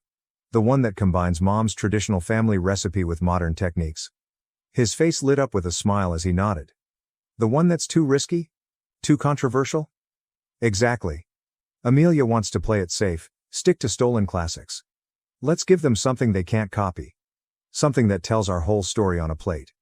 I recreated my mother's signature dish over the course of the following few hours, changing every component. My childhood comfort food was transformed into something fresh that evoked both tradition and defiance. Every step was recorded by Tessa, who used her camera to record the transition from the old to the new. Even Marco appeared impressed when the last meal was prepared. His words, "This isn't just food. This is your declaration of independence." Tessa captioned the pictures simply when she uploaded them. Some recipes are passed down. Others are transformed. Coming soon to at Amelia Stone Showcase event. The post went viral in the local food community within a few hours. Amelia texted after making 2 calls. "You're making a mistake. Back down now or everything comes out, about the money, about your family, everything." For the first time that day, my hand was steady as I handed Tessa and Marco the text. When I said, "Let it come out, I'm done hiding," Marco gave a nod of approval. "Now you're cooking with fire." Tessa responded, "Just promise me one thing." As she lowered her camera. "When you face them, all of them, let me be there." Someone needs to document what happens when the golden child and the black sheep finally stand together. Retaliation and self-promotion were no longer the exclusive goals of the pop-up event. It was about finally writing my own life recipe and escaping all the ones that others had created. With the subtlety of a cooking fire, the pop-up event's night arrived. Other young cooks were vying for the interest of possible investors as I stood in Amelia's prep kitchen. My burners were inexplicably becoming cold, and my station had been accidentally positioned near to a drafty service door. "Equipment issues?" Amelia asked as she went past, her voice brimming with fictitious worry. Such a shame. But then, working with subpar tools builds character, doesn't it? I tried not to notice that she had placed my mother at a prominent table right in front of me, so I focused on my preparations. Evelyn Hawkins wore her critical face like a crown as she sat there like a queen at court. Someone shouted, 10 minutes to first service?" I grabbed for my sauce with trembling hands, only to discover that the container was empty. Only a few minutes ago, I had filled it and had turned my back. "Looking for something?" Amelia produced a well-known container. "Oh, this? Found it by the sink. Looks spoiled, so I tossed it. Health and safety, you know?" In a flash, 3 months of labor were gone. Recalling Marco's remarks about maintaining control under duress, I held my knife so tightly that my knuckles turned white. However, this was deliberate devastation rather than merely pressure. L.A. With her camera in hand, Tessa showed up at my station. "Mom's talking to the investors. She's showing them something on her phone." I felt sick to my stomach. I could see my mother making impassioned gestures through the service window, and the investors' expressions were getting serious as they turned to face me. With a shake of his head, one of them got up and left. Tessa muttered, "It's the lottery ticket. They know." The room began to swirl. Every cautious step I had taken toward freedom, everything I had created, was falling apart. No financiers. No sauce. There is no hope. Through my panic, a voice said, "Chef Hawkins? Health Department. We need to discuss some concerning allegations about your food handling practices." Naturally. The icing on the cake. I glanced around the kitchen, taking in my mother's contented grin, Amelia's victorious smile, and the other chef's adamant avoidance of eye contact. This was the feeling of complete defeat. "I'm done," I muttered as I tied my apron. "They win." Tessa grabbed my arm and said, "No. Remember what you told me about Mom's recipe, about making it your own? So your sauce is gone. Make something better. Something they can't steal or destroy." "With what?" "I have nothing left." She took out her phone and showed me the pictures she had shot of our late-night cooking sessions, saying, "You have me?" At the final picture, she paused. Marco and I were in the kitchen, giggling as I tried a failed dish that had unintentionally become something fantastic and completely different. Marco had remarked that evening that sometimes the best dishes come from disasters. I glanced at the essential elements that were still there, at my almost empty station, at my sister's resolute countenance, and then at my mother, who was now approaching us with that well-known look of disappointment. She began. "This has gone far enough, it's time to—" "You're right," I interrupted, grabbing my knife. "It has gone far enough. Tessa, start filming." Amelia shouted, "What are you doing?" As I started slicing the few items I had left quickly. "I'm cooking," I declared, my knife moving deliberately. "But not your way, or Mom's way, or anyone else's way. My way." The service was 20 minutes away. No sauce, no financiers, no assistants, just my trembling hands and my sister's camera. Maybe it was the intention, but all I had planned was in ruins. Perhaps in order to discover what I truly needed, I had to let go of everything I believed I desired. "Last call for plating," was said by someone. I gazed at my creation, Honest, straightforward, the product of defiance and despair. It wasn't flawless. I hadn't even planned for it. However, it was truly mine. With her camera trained on my hands, Tessa questioned, "Ready?" I took the first plate and nodded. I could see my mother and the other investors waiting through the service window. This was my final opportunity to demonstrate that the greatest works can occasionally emerge from the darkest situations. After saying, "Time to serve," I pushed through the door. And I hope they're hungry for the truth. It was so quiet in the dining room when I served my homemade dish. I observed the investors leaning forward through Tessa's camera, their faces changing from doubt to interest. My mother's hands showed her anxiety by twisting her napkin under the table, but her face stayed purposefully expressionless. One investor examined the plate and remarked, "This isn't what was advertised." "No," I concurred. "It's better." This is what happens when someone tries to sabotage your carefully planned menu. You either give up, or you create something new. Amelia came out of the kitchen and I met her gaze. I turned to Amelia and asked, "Would you like to explain why my original sauce disappeared? Or should we ask my mother about the convenient timing of the health inspector's visit?" My mother said sharply, "Li," as a warning. However, I wasn't done yet. "It's funny, Mom. I tried to replicate your recipes for years in an attempt to win your approval, but tonight, when everything was taken away, I finally got it.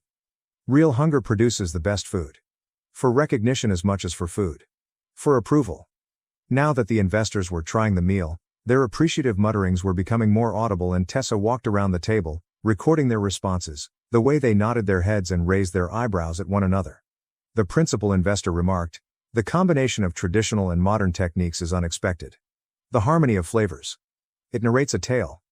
"That's because it's my narrative," I responded, "the genuine one, not the one they wanted to share. About creating something out of nothing. About converting rejection into motivation." With her poise crumbling, Amelia went forward and said, "You think you're so special?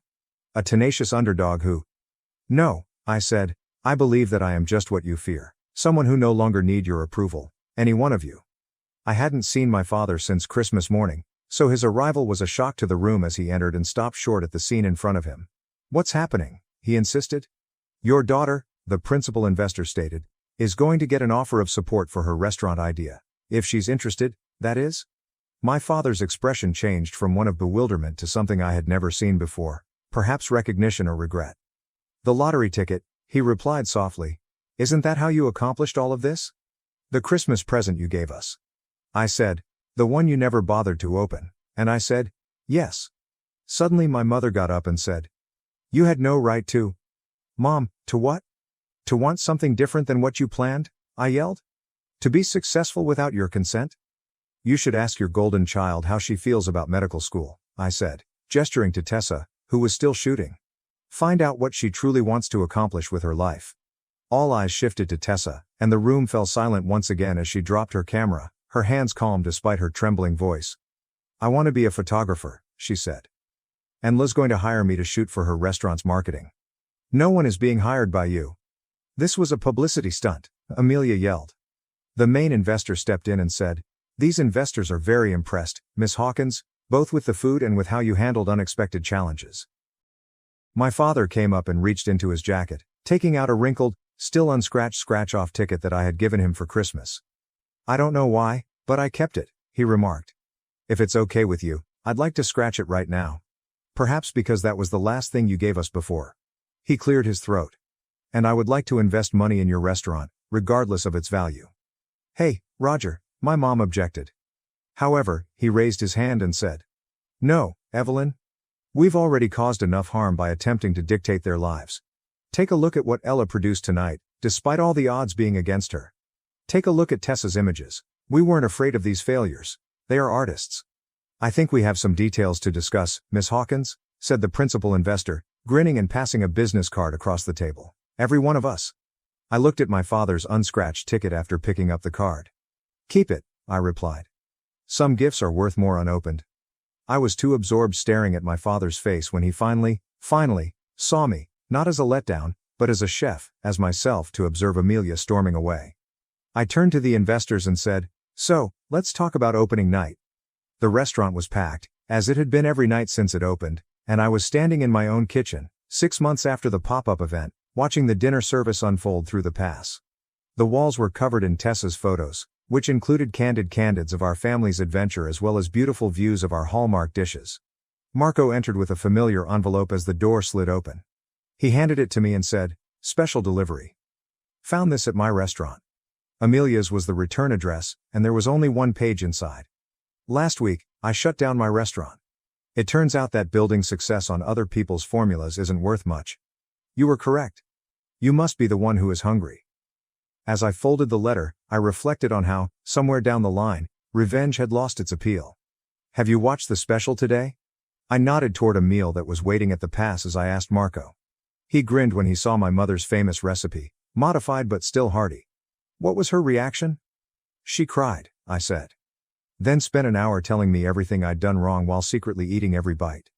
I could see my family at their usual table through the kitchen window. My mother sat straight-backed as usual, but her eyes kept wandering to the kitchen with what appeared to be pride, and my father was showing Tessa something on her camera, presumably talking about her upcoming gallery show. My line cook said, "Chef, we have a situation." At the kitchen entrance, I turned to see a familiar face, Amelia, who appeared smaller and less assured.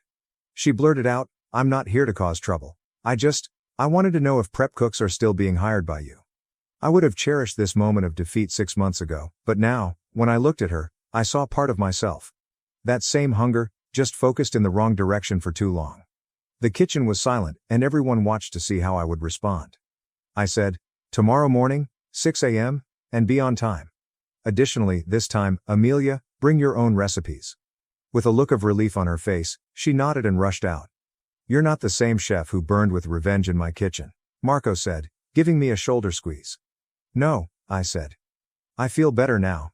Speaking of which, I took out the lottery ticket that my father had returned to me last week, stating that certain presents needed to be completed. He had kept it unscratched for months. "Do you want to take the lead?" I extended an offer to Marco. "Some things are worth more unscratched," he said, shaking his head.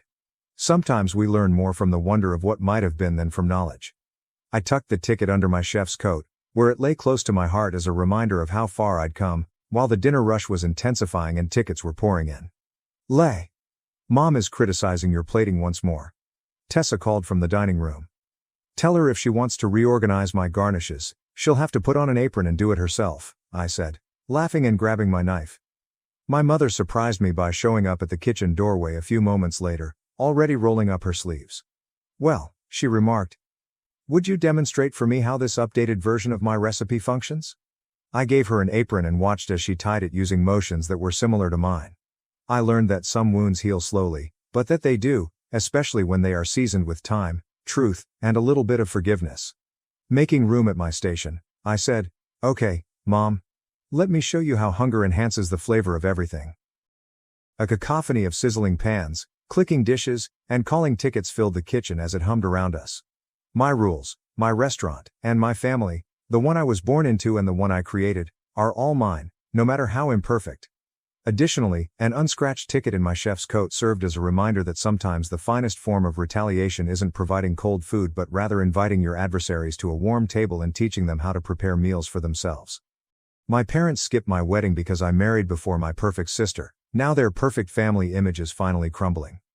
After being together for 4 years, I, 32F, got married 8 months ago. Except for my sister Malene, 30F, and my parents, everyone went to the wedding. My parents' decision to skip the event was startling, but I wasn't overly shocked by my sister's absence because we've never really gotten along. However, considering our past, I should have anticipated it. I'll give you some background on our family's dynamics. I can't completely blame my parents for constantly favoring my sister over me.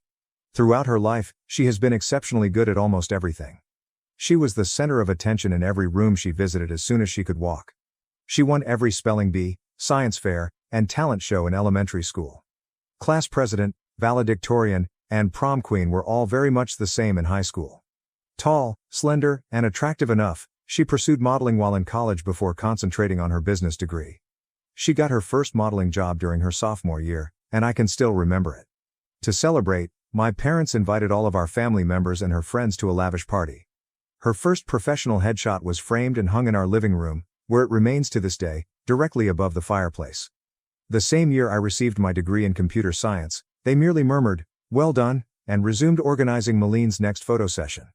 She immediately climbed the corporate ladder after graduating and landing a job at a prominent company. She already has a corner office and a corporate car at the age of 30, making her a senior executive. In the meantime, I work for a respectable computer company as a mid-level software developer. Although I'm pleased with my work and it's a decent profession, it's not the type of employment that makes parents boast in front of the family. In addition, I'm bigger and shorter than my sister. My mother made crude remarks about my appearance, signed me up for workout classes I didn't want to attend, and put me on diets all the time when I was growing up. She would say, "Malene never struggles with her weight." Or, "You could look as nice as your sister if you just put in a little more effort." Even though I had learned to ignore these remarks by high school, they had an impact. Over the years, I've accepted these distinctions. I ultimately came to terms with the fact that my parents never took as much delight in my accomplishments as they did in Malene's. What was my option? I tried to get their approval for years by attending classes they recommended, joining clubs they encouraged, and even attempted modeling for a short time, a failure my sister never lets me forget. However, nothing was ever sufficient. I was merely the second daughter, and they were completely enamored with my sister's achievements. I gave up attempting to impress them sometime in my mid-20s. I concentrated on creating my own life, growing professionally on my own terms, and forming bonds with individuals that respected me for who I am. To be honest, following that, things have improved. Knowing that my parents were constantly concerned about maintaining appearances, I kept my interactions with them superficial in order to prevent conflict. During our mandatory Christmas meals and sporadic family get-togethers, I would nod and grin while they raved about Malene's most recent job, lover, or vacation spot. Since they had Malene to swoon over, they didn't seem to notice my emotional distance. Then, at a computer conference, I ran upon my spouse through a mutual friend. He noticed me, actually saw me, unlike my family. He liked my dry sense of humor, my ability to code, and yes, even my body type, right from the beginning. He never once said I should change or make comparisons to other people. He proposed to me after 4 years of dating when we were alone at home, enjoying takeaway and our favorite TV in the background. It was flawless. Naturally, I told my folks that I was engaged last year. My first clue should have been their response. There was no congratulation, only stillness. My mother then questioned whether I was certain I wanted to jump right in and recommended that I might want to improve my physical condition before the wedding. My father didn't say much at all. During the engagement party, my husband noted their odd reaction, which I was too anxious to fully comprehend at the time. They crouched over my mother's phone in a corner for the majority of the evening. My husband then informed me that he had heard them talking to Malene on the phone, who was clearly crying. They were talking about how this wasn't the plan, and how they never expected Rebecca to get married first, according to what he vaguely heard. There were some minor setbacks during the wedding planning process. Despite not even being engaged at the time, my mother had already made many wedding Pinterest boards for Malene and was not interested in assisting me in selecting a dress or location. My mother merely remarked that it was practical and suitable for my figure when I selected my dress, a straightforward yet exquisite A-line gown that made me feel lovely. My future mother-in-law, who treated me like the daughter she never had, and I ended up working together on the majority of the preparations. I carefully reviewed and double-checked the guest list with my spouse to be sure no one was overlooked before sending out both electronic and paper wedding invitations. I am certain that my parents received theirs because the electronic invitations included red receipts. I called, texted, and emailed them several times after realizing they hadn't RSVP'd. My mails were either ignored or met with evasive responses stating that they were very busy and needed to check their schedules. I couldn't waste too much energy worrying about it because I was too busy getting ready for the wedding. My in-laws were incredibly helpful, offering assistance with everything from seating maps to floral arrangements. Even at the lovely bridal shower hosted by my husband's sister, the painfully obvious absence of my own family was never brought up. Even though my parents weren't there, the wedding day itself was beautiful. We held a laid-back afternoon celebration after the morning wedding in a garden setting. Everyone was right when they said we looked so content and in love. But there were times when their absence felt like a physical anguish, such as when I saw the front row seats empty or at the father-daughter dance that I was not able to attend. I sought answers after the honeymoon and wedding. They said they were deeply hurt, that they had never gotten a formal invitation when I eventually reached them on the phone. My mother launched into a lengthy tirade about how careless I was, how she had always wanted to assist in organizing her daughter's weddings, and how she couldn't comprehend why I would leave them out of such a significant occasion. I was perplexed by this since I was positive we had given them both kinds of invitations. During the call, I verified that we had indeed sent them by looking through our records. Even the physical invitation's delivery was confirmed. I didn't confront them about their attempts to gaslight me. I just said I was sorry for the error and hung up. Later, my husband brought up a number of incidents that demonstrated their true intentions, such as the way they appeared surprised rather than delighted when we told them we were engaged, or the way they continued coming up with reasons not to assist with the wedding planning. Because he didn't want to add to my anxiety during the wedding planning process, he hadn't brought up these findings earlier, but in retrospect, the pattern was clear. The idea that I, the less successful daughter, was getting married before their beloved Malene was too much for them to bear. Their demeanor simply served to validate what I had always suspected but had resisted, that I would never be able to compete with my sister in their eyes.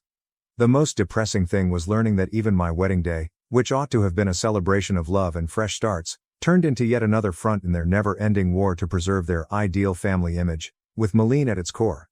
Malene recently got engaged to someone she's been dating for a year, according to family members I spoke with.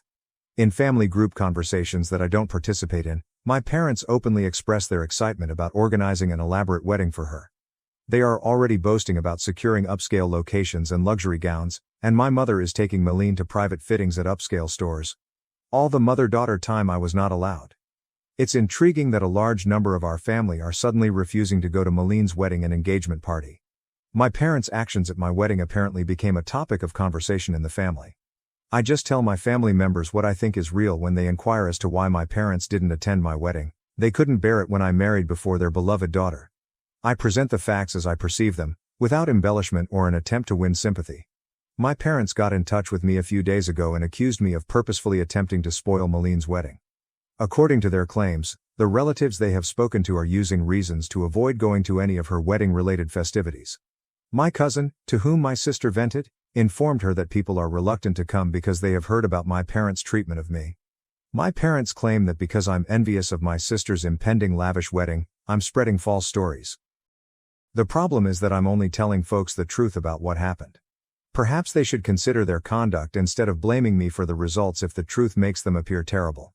As things continue to change, I'm finding it harder and harder to keep up the appearance of a relationship with my parents.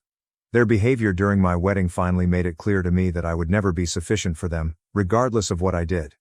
Their absence at my wedding is no longer the most difficult aspect. It's coming to terms with the fact that I never had the kind, encouraging parents I always desired. I'm concentrating on creating a life with someone who genuinely appreciates me for who I am right now, but I'll keep you updated if anything important changes. First update: since my last post, which was 2 weeks ago, a lot has transpired. I ultimately made the decision to speak with my parents face-to-face over their actions at my wedding and their current charges that I ruined my sister's special day after reading your encouraging remarks. I felt it was time to put everything on the table when they began texting me about their tarnished family history. My parents quickly started making accusations during our phone call, saying that I was jealous of Malene and had planned the entire thing. I did something I had never done before. I agreed with them, but not in the way they had anticipated, in place of defending myself as I usually would. I said to them, "You're correct. I'm envious. Not Malene's career, not her accomplishments, not her appearance. I'm envious of the unwavering love and support you've shown her, which you never even made an effort to show me." There was a pause in the line. My mother then began claiming that I was exaggerating and that they had always treated us equally. Something broke inside of me at that moment. Feelings that had been repressed for years came flooding out. I informed them of each birthday when Malene's most recent success eclipsed my own accomplishments. When Malene had a modeling callback, my mother canceled my high school graduation dinner. About how her prom outfit cost more than the total cost of my college textbooks for a year. I continued despite my father's attempts to cut me off by accusing me of exaggerating. I talked about how it was to watch them spend years organizing my sister's fictitious wedding while showing no interest in my own. I told them how painful it was to see my parents' seats vacant and how my mother-in-law had to help me with everything, from wedding preparation to clothing buying. Their reaction was instructive. They flipped it on me rather than accepting any of my arguments. "Why did you never speak up if you felt this way?" As if I hadn't tried to speak with them for years, my mother insisted. My father went on to say that by discussing these emotions with our family members, I was being unjust and spiteful. My mother said something at that point that ultimately clarified everything. "We never imagined you'd go to such lengths as to try to ruin Malene's wedding out of spite, but we always knew you were insecure about her success," she stated. "This is not how we brought you up." I became aware that they couldn't even hear me. They believed that their behavior and my emotions had nothing to do with the entire circumstance. It has to do with Malene's reaction. They were more worried about her impending nuptials than the hurt they had caused me, even during this discussion about their absence from my wedding. I didn't attempt to make things better for the first time in my life. I didn't retract or apologize. Rather, I expressed my thoughts to them directly. You're correct on one point. I was raised by you. You instilled in me the belief that I would never measure up. That Maline's accomplishments would always be more significant than mine. That upholding your ideal family image was more essential than my feelings. However, you also taught me that I deserve better than this, which was something you didn't mean to teach me. Before my father spoke, there was a long pause. He spoke in a cool, collected tone. Maybe it's time for us to stop acting like we're bad parents, since you've already determined that we are and you obviously take pleasure in seeing us suffer. Since you are family, we assumed you would assist in resolving this issue, but it is clear that you have made your own decisions. The last blow was delivered by my mother. Perhaps you simply couldn't cope with not being the center of attention, even though we always tried to treat you both fairly. Rebecca, that's not our fault. You made the decision to play the victim. I refrained from arguing. Why would it matter? Everything I had been saying had just been validated by them. They were unable to admit their involvement in any of anything, even at this last discussion. I just hung up and said goodbye. I was surprised to feel relieved after the call. Tears were shed, to be sure, but they weren't the frantic, heartbreaking ones I remember from my early years. They were liberating tears. For the first time, I had expressed everything I needed to say without holding back or feeling guilty about how I felt. Later, my husband saw me gazing at the sunset from our back porch. He sat next to me and grasped my hand without saying anything. They're never going to change, are they? I asked him after a time. No, but you have, he said, squeezing my hand. And that is what counts. He is correct. I've changed. The young child who frantically tried to win her parents' approval is no longer there. They no longer need to validate the woman who came out of that last conversation. Although acknowledging that my parents will never be the people I need them to be is painful, it is not as painful as holding out hope that they would change. For the first time, I don't really care what happens with my sister's wedding or the family drama. I've had my say, and they now have to deal with whatever comes up. The most peculiar aspect? I feel as though a burden I've carried my entire life has finally been lifted. Although it's not the happy ending I had hoped for with my parents, perhaps it was the one I needed, the ability to quit striving for love that ought to have come naturally. Second update. 3 days have passed since my run-in with our parents, and things have taken a surprising turn. Maline made the decision to become involved in the drama, but her strategy failed horribly. My sister sent me a thoughtfully composed message yesterday morning. She had developed a condescending tone over the years, and it was evident in her text. What you said to your parents was totally inappropriate. They have helped us through every stage of our lives and given us everything. You cannot simply blame them for being poor parents because you are insecure about the decisions you have made in life.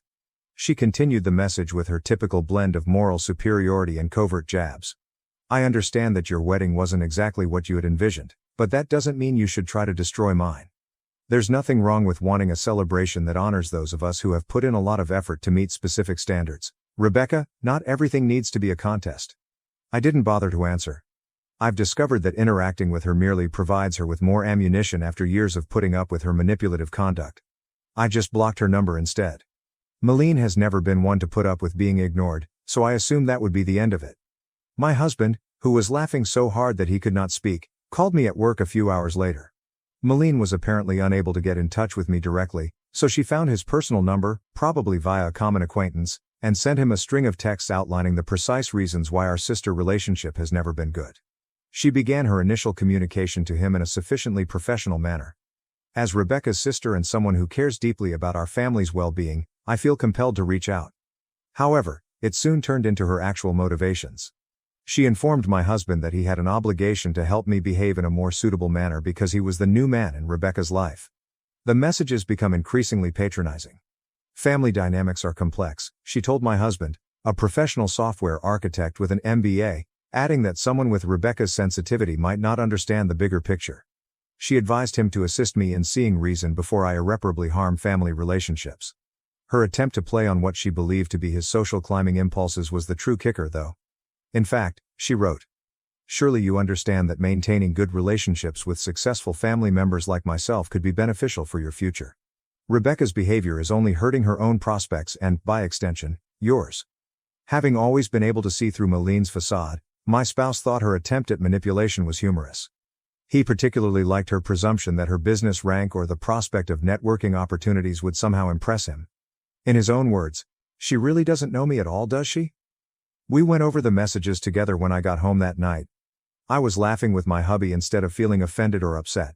Seeing Maline's deceptive methods exposed, particularly when they were aimed at someone who was totally impervious to them, was liberating. I learned something significant about my sister as a result of this encounter. She is still that insecure adolescent who needs to tear others down in order to feel superior, despite all of her achievements and success. It's clear how little she knows about good relationships that she believed she could control me by manipulating my husband.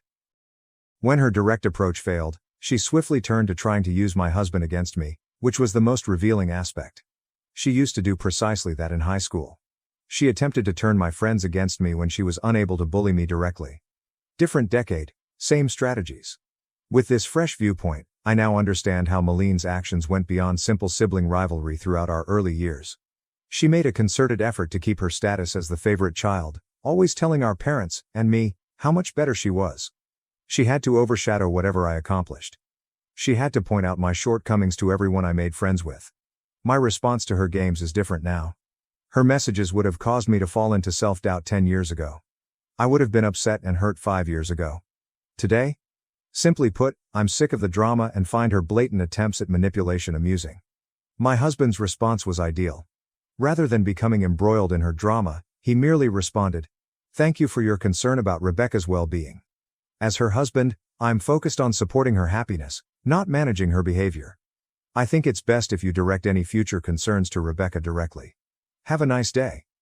Maline sent one last message after not receiving the desired response. "I see she's poisoned you against the family too. Don't say I didn't try to help when this all blows up in your faces." Ironically, Maline's attempt to assist has further strengthened my resolve to keep my distance from the destructive dynamics of my family. Nothing has changed, as evidenced by her messages to my spouse. She is still the same cunning individual who feels the need to dictate every story and who perceives any departure from her ideal family script as a danger. Knowing that her attempts at persuasion were so totally unsuccessful is perhaps the most pleasant aspect of the entire incident. She succeeded in bringing my spouse and I closer together rather than causing us to drift apart. Totally unconcerned by her fears of social repercussions, we joked about her texts and planned a weekend trip during the evening. I've come to understand that true family isn't about upholding facades or dictating stories. It's about standing together, laughing together, and supporting one another when someone tries to manipulate you, even your own sister. I'm more certain than ever that I'd be better off keeping a safe distance from Maline's wedding drama. Instead of getting sucked into my family's never-ending power struggles, my husband and I have made the decision to concentrate on creating our own happiness. Success is said to be the best form of retaliation, but I'm coming to realize that real success isn't about impressing people. It's about accepting your decisions and surrounding yourself with individuals that encourage rather than impede your own development. I feel more successful than ever by that metric. Third update. After my sister's unsuccessful attempt to control my husband 2 weeks ago, things have taken unanticipated turns. The situation is becoming worse despite my parents' desperate attempts to repair their reputation. I found out through family ties that my parents have been on a mad quest to correct the narrative. They have been phoning each relative separately and accusing me of spreading vile tales because I'm envious of Maline's ideal wedding. They claim that I'm just resentful since her wedding will be far more sophisticated and gorgeous than mine was. According to their most recent tale, I purposefully left them out of my wedding so I could act like the victim. It's funny that they still reside in the same home they've owned for 30 years and have the same email addresses since the invention of email, but they're saying I sent their invitation to an old email address and an old physical address. The good news is that their attempts to limit the harm are failing miserably. Our family members don't believe it. Actually, a number of family members have shared their personal accounts of my parents' history of partiality. According to one aunt, my mother had previously engaged in similar antics at family weddings in an effort to guarantee that Maline was the life of the party. The way my extended family has reacted to my parents' manipulation is the most fulfilling development. Important family members, some of whom were expected to have significant parts in the event, have stopped supporting Maline's wedding. They may no longer have access to the exclusive location they were able to get through family ties. Even a family friend's luxury garment business has unexpectedly experienced scheduling conflicts. At a family get-together last weekend, things reached a breaking point. It seems that when someone naively inquired about my wedding pictures, my mother became upset.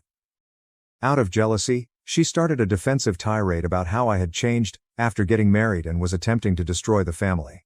Her tantrum backfired, stunning a number of relatives who were unaware of the circumstances and further harming their well-maintained reputation. It's especially ironic that my parents' frantic efforts to maintain their ideal family facade are the reason it's falling apart.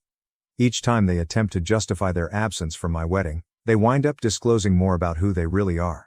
People are becoming more aware of their deception the more they attempt to portray me as the bad guy. Family members are now picking sides after previously remaining impartial. Recently, even my father's brother, who had always kept silent to maintain harmony, apologized for not speaking up sooner about how they treated me. He has made the decision not to go to any of Mylene's wedding-related festivities with his family. I don't have to answer any of this explicitly, so I haven't. The truth is taking care of everything for me. Mylene and my parents always wind up revealing more of their destructive conduct when they attempt to twist the tale. It comes out that all those years of remaining silent and putting up with their treatment in an effort to keep the peace was really just a way of allowing their actions. My husband said it in the best possible words. They constructed a facade of the ideal family over many years, but it was based on emotional manipulation and partiality. Eventually, it was going to fall apart. I'm doing better than ever, personally. I no longer have to worry about attempting to win my parents' approval. The stress of controlling Mylene's emotions has subsided. I'm not concerned about upholding their ideal family image for the first time in my life. Sometimes the best retaliation is just letting the truth speak for itself rather than taking action. I'm grateful to Reddit for giving me the courage to advocate for myself.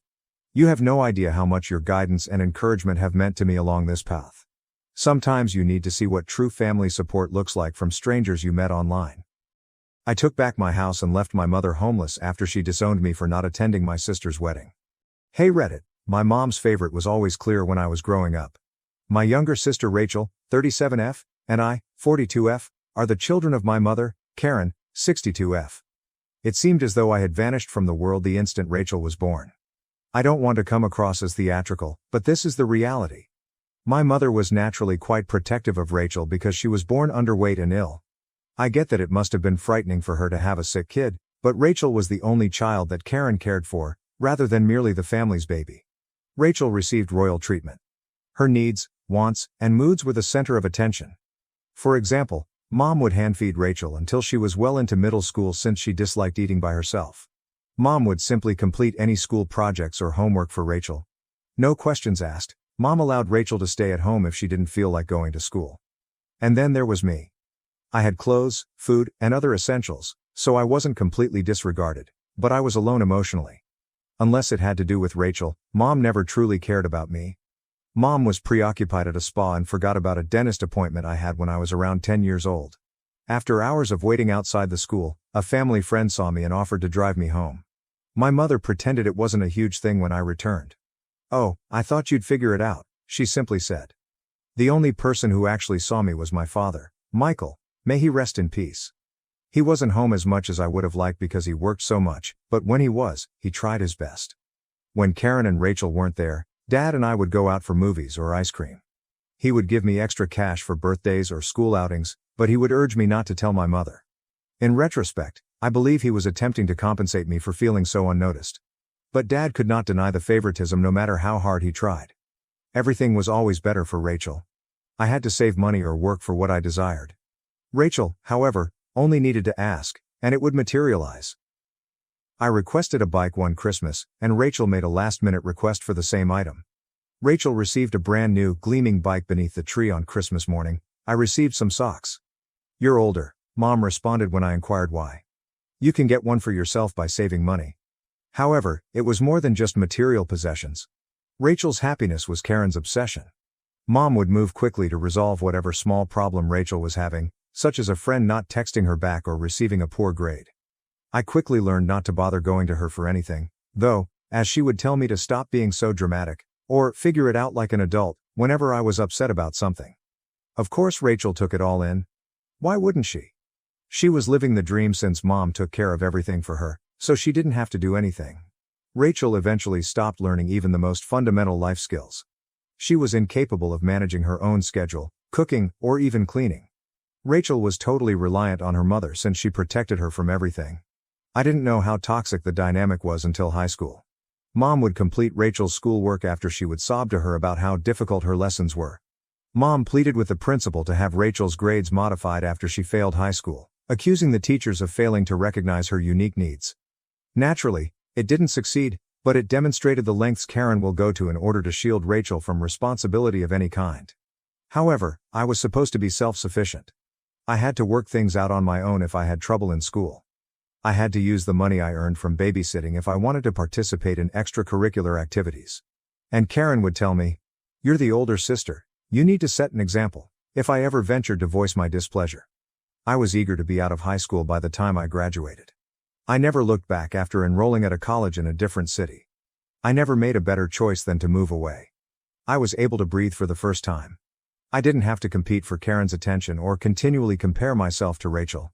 I might simply be myself. Rachel, meanwhile, remained at home and didn't leave until she was 26 years old and married. Karen continued to be involved in her life even at that point, phoning her 5 times a day to inquire about topics like, "What did you eat?" or "How is your hubby doing?" She even unexpectedly came up to bring Rachel groceries or clean her house, even though Rachel and her husband were more than capable of handling those tasks on their own. For my part, I was going about my life. I obtained a job after graduating from college and began constructing my future. Dad kept in touch with me by giving me frequent phone calls and coming to see me when he could. Not so much Karen. She would occasionally comment on my Facebook posts or send me a birthday text, but that was about it. I honestly didn't give a damn. Her unrelenting criticism and partiality no longer burdened me, and I was joyful. In hindsight, I believe Karen's fixation on Rachel stemmed from a desire for control. She never allowed Rachel to grow up because she wanted her to always be in need of her. I had to fend for myself after being thrown out of the nest early. Although it was painful at the time, I now consider it a blessing. While Rachel became totally dependent on Karen, I learned to stand on my own 2 feet. The dynamic remained the same even after I left. Karen was Rachel's facilitator, I was the forgotten child, and Rachel was the golden child. Some things never change, which is humorous. Not funny haha, but funny in a depressing manner. But everything did 11 years ago. At first, Dad's frequent coughing didn't seem like a huge concern. He blamed it on a recalcitrant cold or allergies. However, he didn't get better as the weeks stretched into months. He actually grew worse. He was usually exhausted, breathless, and simply not himself. Nevertheless, he continued to labor because he was a selfless, industrious man who always put the needs of others before his own. Karen didn't appear to notice at all. She was too preoccupied with her daily schedule of yoga sessions, spa visits, and whatever else occupied her time. After her first marriage ended, Rachel was back at home by that point. She didn't appear to be really worried about Dad's health, and she wasn't working either. They seemed unwilling to face the inconvenience of admitting that something was amiss. I was trying to keep some distance from all the family dysfunction while establishing my career in a distant place. During our frequent phone conversations, I could sense that something wasn't right. He sounded more worn out and weaker. He dismissed my question about whether he had seen a doctor, claiming to be all right. I knew he wasn't though. When he eventually went to the hospital following an especially severe coughing spell, things reached a breaking point. A serious lung infection was the diagnosis. When I learned, I immediately dropped everything and ran home. I was appalled when I arrived. Dad was laying in bed by himself, looking so weak and ill. Rachel and Karen? They were out getting manicures. Karen pretended to be shocked to see me when they returned. She even attempted to give me a hug, but I refused. When I questioned her why she wasn't with Dad, she said that she had errands to run. Both had recently had their nails done and were carrying shopping bags, so it was clear they had just left the spa. I spent as much time as I could with Dad when he was admitted to the hospital. Every now and then, Karen would stop by, but only for a few minutes. Rachel? She said it was too hard for her to see him in that state, and she hardly turned there at all.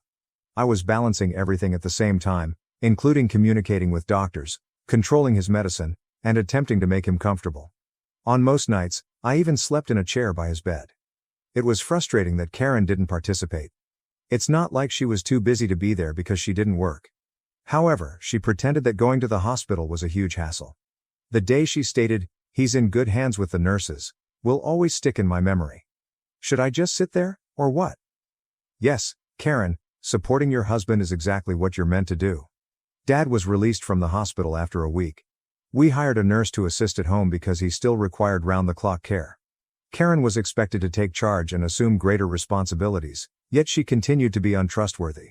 She would leave for hours to run errands, only to return with shopping bags, or she would fail to give him his medications on time. On one occasion, she chose to stop at the salon before picking up an oxygen tank for him. I had already made arrangements for someone else to deliver it by the time she arrived home. Rachel wasn't any better. She said she avoided Dad completely because she couldn't bear to see him in such a vulnerable state. She spent much of her time in her room watching TV or browsing on her phone. She even went on vacation with her friends during one of Dad's worst bouts, leaving me to manage everything by myself. In the end, I resigned my job to care for Dad full-time. To be honest, I didn't want to leave him alone with Karen or Rachel, and I didn't trust them to do it. He was worthy of better. In order to keep him from feeling lonely, I prepared his meals, assisted him with his physical therapy, and made sure he had company. I loved him, so even though it was exhausting, I would do it all over again if I had to. As Dad's health deteriorated, Karen did make an attempt to work harder, but it was too late. She would sit next to him, but she would be glued to her phone, either talking to Rachel or posting on social media. It seemed as though she was unable to fully focus on him. Rachel only arrived after being coerced by Karen, and even then, she would excuse herself and depart after a short while. A few months later, Dad died. The nurse, I, and a few of his friends who had come to bid him farewell were all around him. Rachel and Karen. They weren't present. Rachel was out with friends, and Karen had gone to some sort of wellness retreat. When it became apparent that Dad was running low on time, I contacted both of them, but they did not answer. The funeral went by quickly. I was tired and heartbroken, but I still had to put up with the bullshit from Rachel and Karen. As though she hadn't been ignoring all the warning signals for months, Karen talked to her friends about how unexpected Dad's death was for the majority of the funeral. Rachel made a huge show of crying, but it felt so forced. She hadn't given a damn when it counted. Dad's attorney called me a few weeks after the funeral to discuss his will. I was hoping for a tiny inheritance or a memento, but nothing more. However, I was taken aback when I met with the attorney. Dad had bequeathed the house, his savings, and his assets to me. Rachel and Karen received nothing. Given how little his wife and youngest daughter cared for him, I could only imagine how much anguish Dad must have been going through in his last months. He expressed his appreciation for everything I'd done for him by leaving everything to me. It caused a firestorm, though. When Karen and Rachel learned, they were furious. In fact, Rachel yelled at the attorney, stating that she could never be subjected to this treatment by her father. Karen called and insisted that I give them a piece of the inheritance. I declined.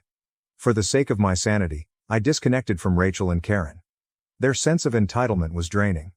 I eventually met my husband after relocating to the city where I was employed and concentrating on starting again. We relocated abroad for his work, got married, and had a baby. To be honest, I didn't feel the need to tell Karen or Rachel about it because it was a new beginning. After a few years, I became a mother to my daughter. Karen appeared at my place out of the blue. It was unexpected to see her at my door as I hadn't spoken to her in years.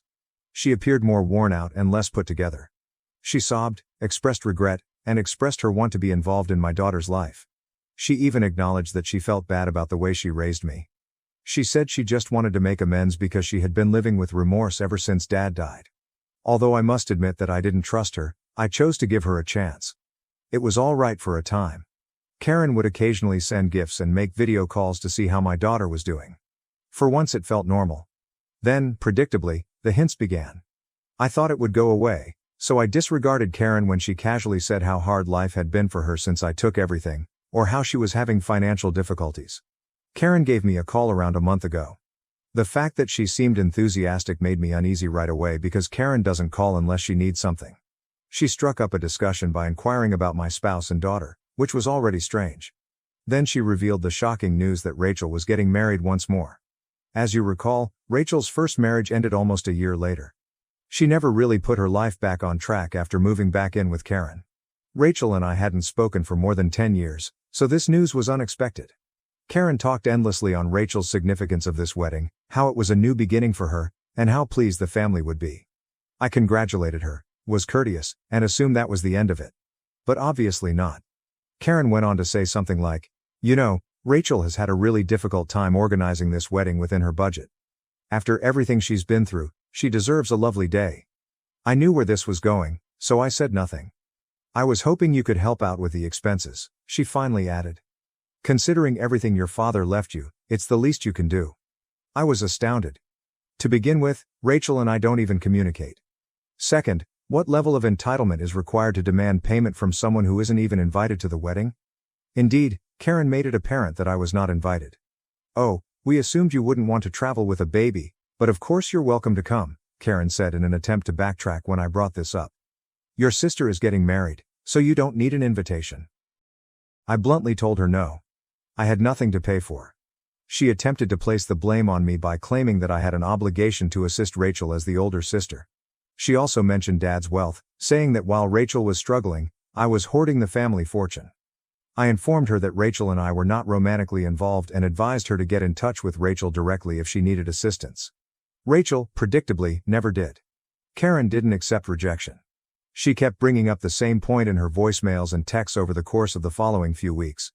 I was disappointing Rachel, I was self-centered, and I didn't care about my family. "If you don't help, it will ruin Rachel's big day and everyone will know it's your fault," she even stated. The problem is that Rachel and Karen were behaving as though I owed them money. But when I needed assistance, where were they? I was the one who put everything on hold to take care of Dad while he was ill. While everybody continued living their lives, I was the one who remained by his side. And now they wanted me to come through and save the day after years of silence? Not at all. Karen made matters worse by asserting that Rachel had already reserved the space and paid deposits for musicians, caterers, and decorations. Since the invitations had already been sent, she claimed that canceling everything would make the family look foolish. If they couldn't afford it, how did they plan all of this? I asked her. What did she say?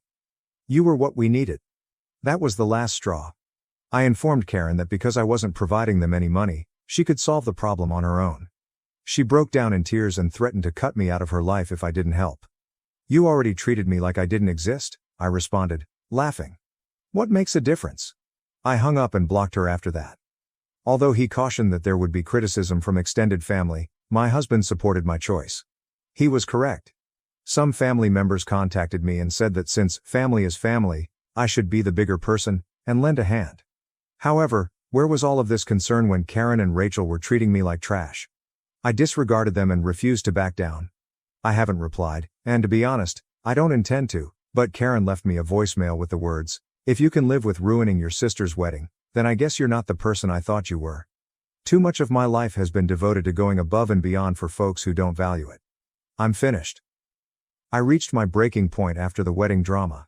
In the house Dad left me, Karen and Rachel had been living rent-free for more than a decade. A part of me believed that especially after Dad's passing, it would be simpler to avoid the drama of evicting them.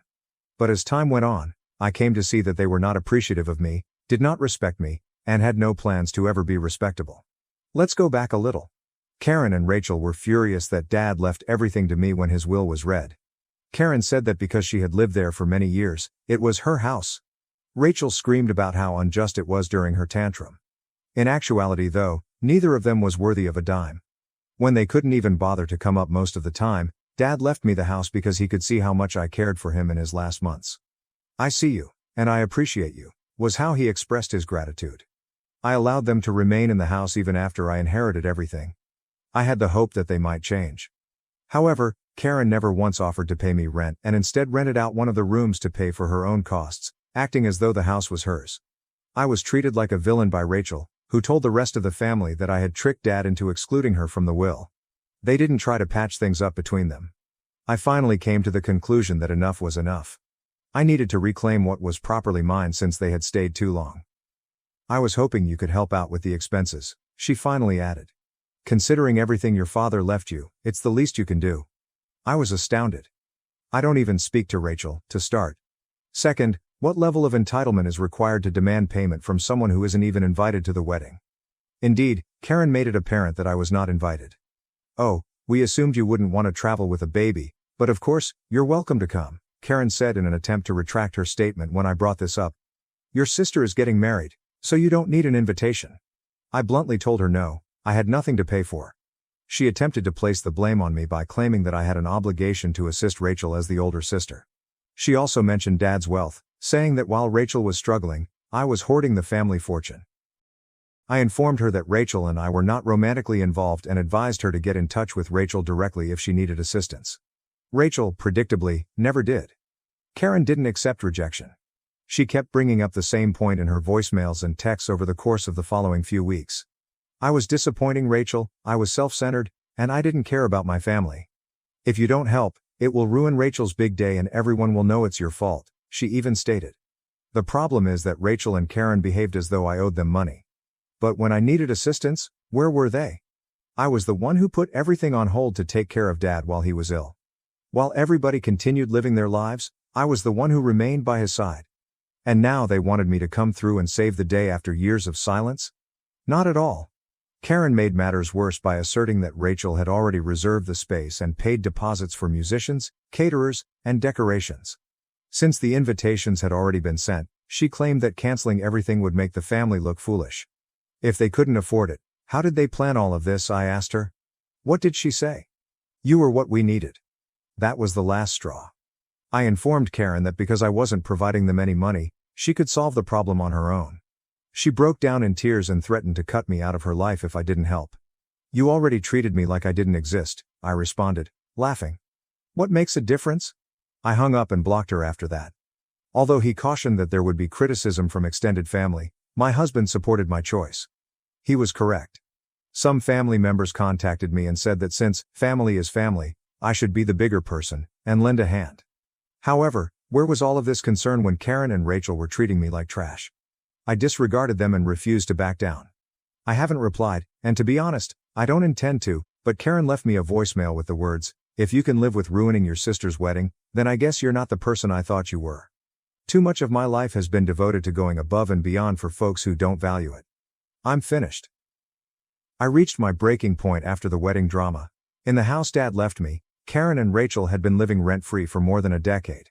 A part of me believed that especially after Dad's passing, it would be simpler to avoid the drama of evicting them. But as time went on, I came to see that they were not appreciative of me, did not respect me, and had no plans to ever be respectable. Let's go back a little. Karen and Rachel were furious that Dad left everything to me when his will was read. Karen said that because she had lived there for many years, it was her house. Rachel screamed about how unjust it was during her tantrum. In actuality, though, neither of them was worthy of a dime. When they couldn't even bother to come up most of the time, Dad left me the house because he could see how much I cared for him in his last months. "I see you, and I appreciate you," was how he expressed his gratitude. I allowed them to remain in the house even after I inherited everything. I had the hope that they might change. However, Karen never once offered to pay me rent and instead rented out one of the rooms to pay for her own costs, acting as though the house was hers. I was treated like a villain by Rachel, who told the rest of the family that I had tricked Dad into excluding her from the will. They certainly enjoyed living in a house they didn't pay for, but they didn't try to patch things up. After Karen's absurd request that I cover Rachel's wedding costs and the constant attempts at manipulation, I finally had enough. I had an eviction notice prepared after I called my attorney. Karen went insane when she got it. "You can't evict me," she yelled when she called me. "I call this place home. I've spent 45 years here." I politely told her that she had 30 days to leave the house and that it was legally mine. Naturally, Rachel threw herself into the conflict. She accused me of being greedy and callous, calling me every possible insult in the book. "I just cared about Dad to get the inheritance," she said. It was absurd. I'm the terrible guy, even though she was the one who hardly ever saw Dad while he was dying. Karen did everything she could to get me to reconsider. She pretended to be tough at first, adding, "I dare you to kick me out." She then softened, saying that the house was all she had left and that she was too old to start again. "I'm not going anywhere." As if it wasn't the place I should have been collecting rent on for years, she even sobbed about how she had been renting out a room to make ends meet. It didn't work. Her attempt to guilt-trip me by asking, "What would your dad think if he saw you throwing your mother out on the street?" was the last straw. "Dad left me the house for a reason," I explained to her. "Perhaps he would still be alive if you had given him even half the attention you gave to spa sessions." I realized that was harsh, but I had had enough of sugarcoating things. Karen had to deal with the repercussions of her decisions. The eviction wasn't warmly received by Rachel either. She made a huge deal out of telling Karen to temporarily move in with her. She boasted to every one of her relatives over the phone that she was supporting Karen and that she didn't require anything from me. She seemed to want a round of applause for performing the absolute minimum, and it was all very performative. On the 26th day of the 30-day notice period, Karen left. I didn't even make an effort to appear. To oversee the transition, I engaged a property manager. I had the house refurbished and cleaned after it was vacant. I made the trusting decision to rent it to the brother of a family friend. Knowing that the house would eventually be occupied by individuals who valued it was a pleasant feeling. In the meantime, because I wouldn't pay, Rachel's elaborate wedding plans fell through. She was forced to move from an elegant lakefront location to a municipal hall. It seems that this embarrassed a number of people in their social circle, and Rachel's fiancé wasn't pleased either. He didn't even want a large wedding, it turns out. Shortly after Karen moved in with Rachel, I began to hear rumors of trouble in paradise because Rachel had assured him she would find a way to pay for it, which was obviously code for my sister will pay. Having his mother-in-law as a frequent visitor to the residence did not sit well with Rachel's husband. As usual, Karen felt compelled to interfere in their lives. She would make fun of Rachel's cooking, or remark on how Rachel's husband managed the house, and overall be a pain in the neck. Some family members have attempted to use guilt-tripping to get me to forgive Rachel and Karen. They insist that I should have allowed Karen to remain in the house and that I have gone too far. But to be honest, I don't give a damn. I don't care about these people's thoughts anymore because they remained silent when I was being tormented. Let's go on to the final update now. I believed that I would finally be at peace after Karen moved in with Rachel.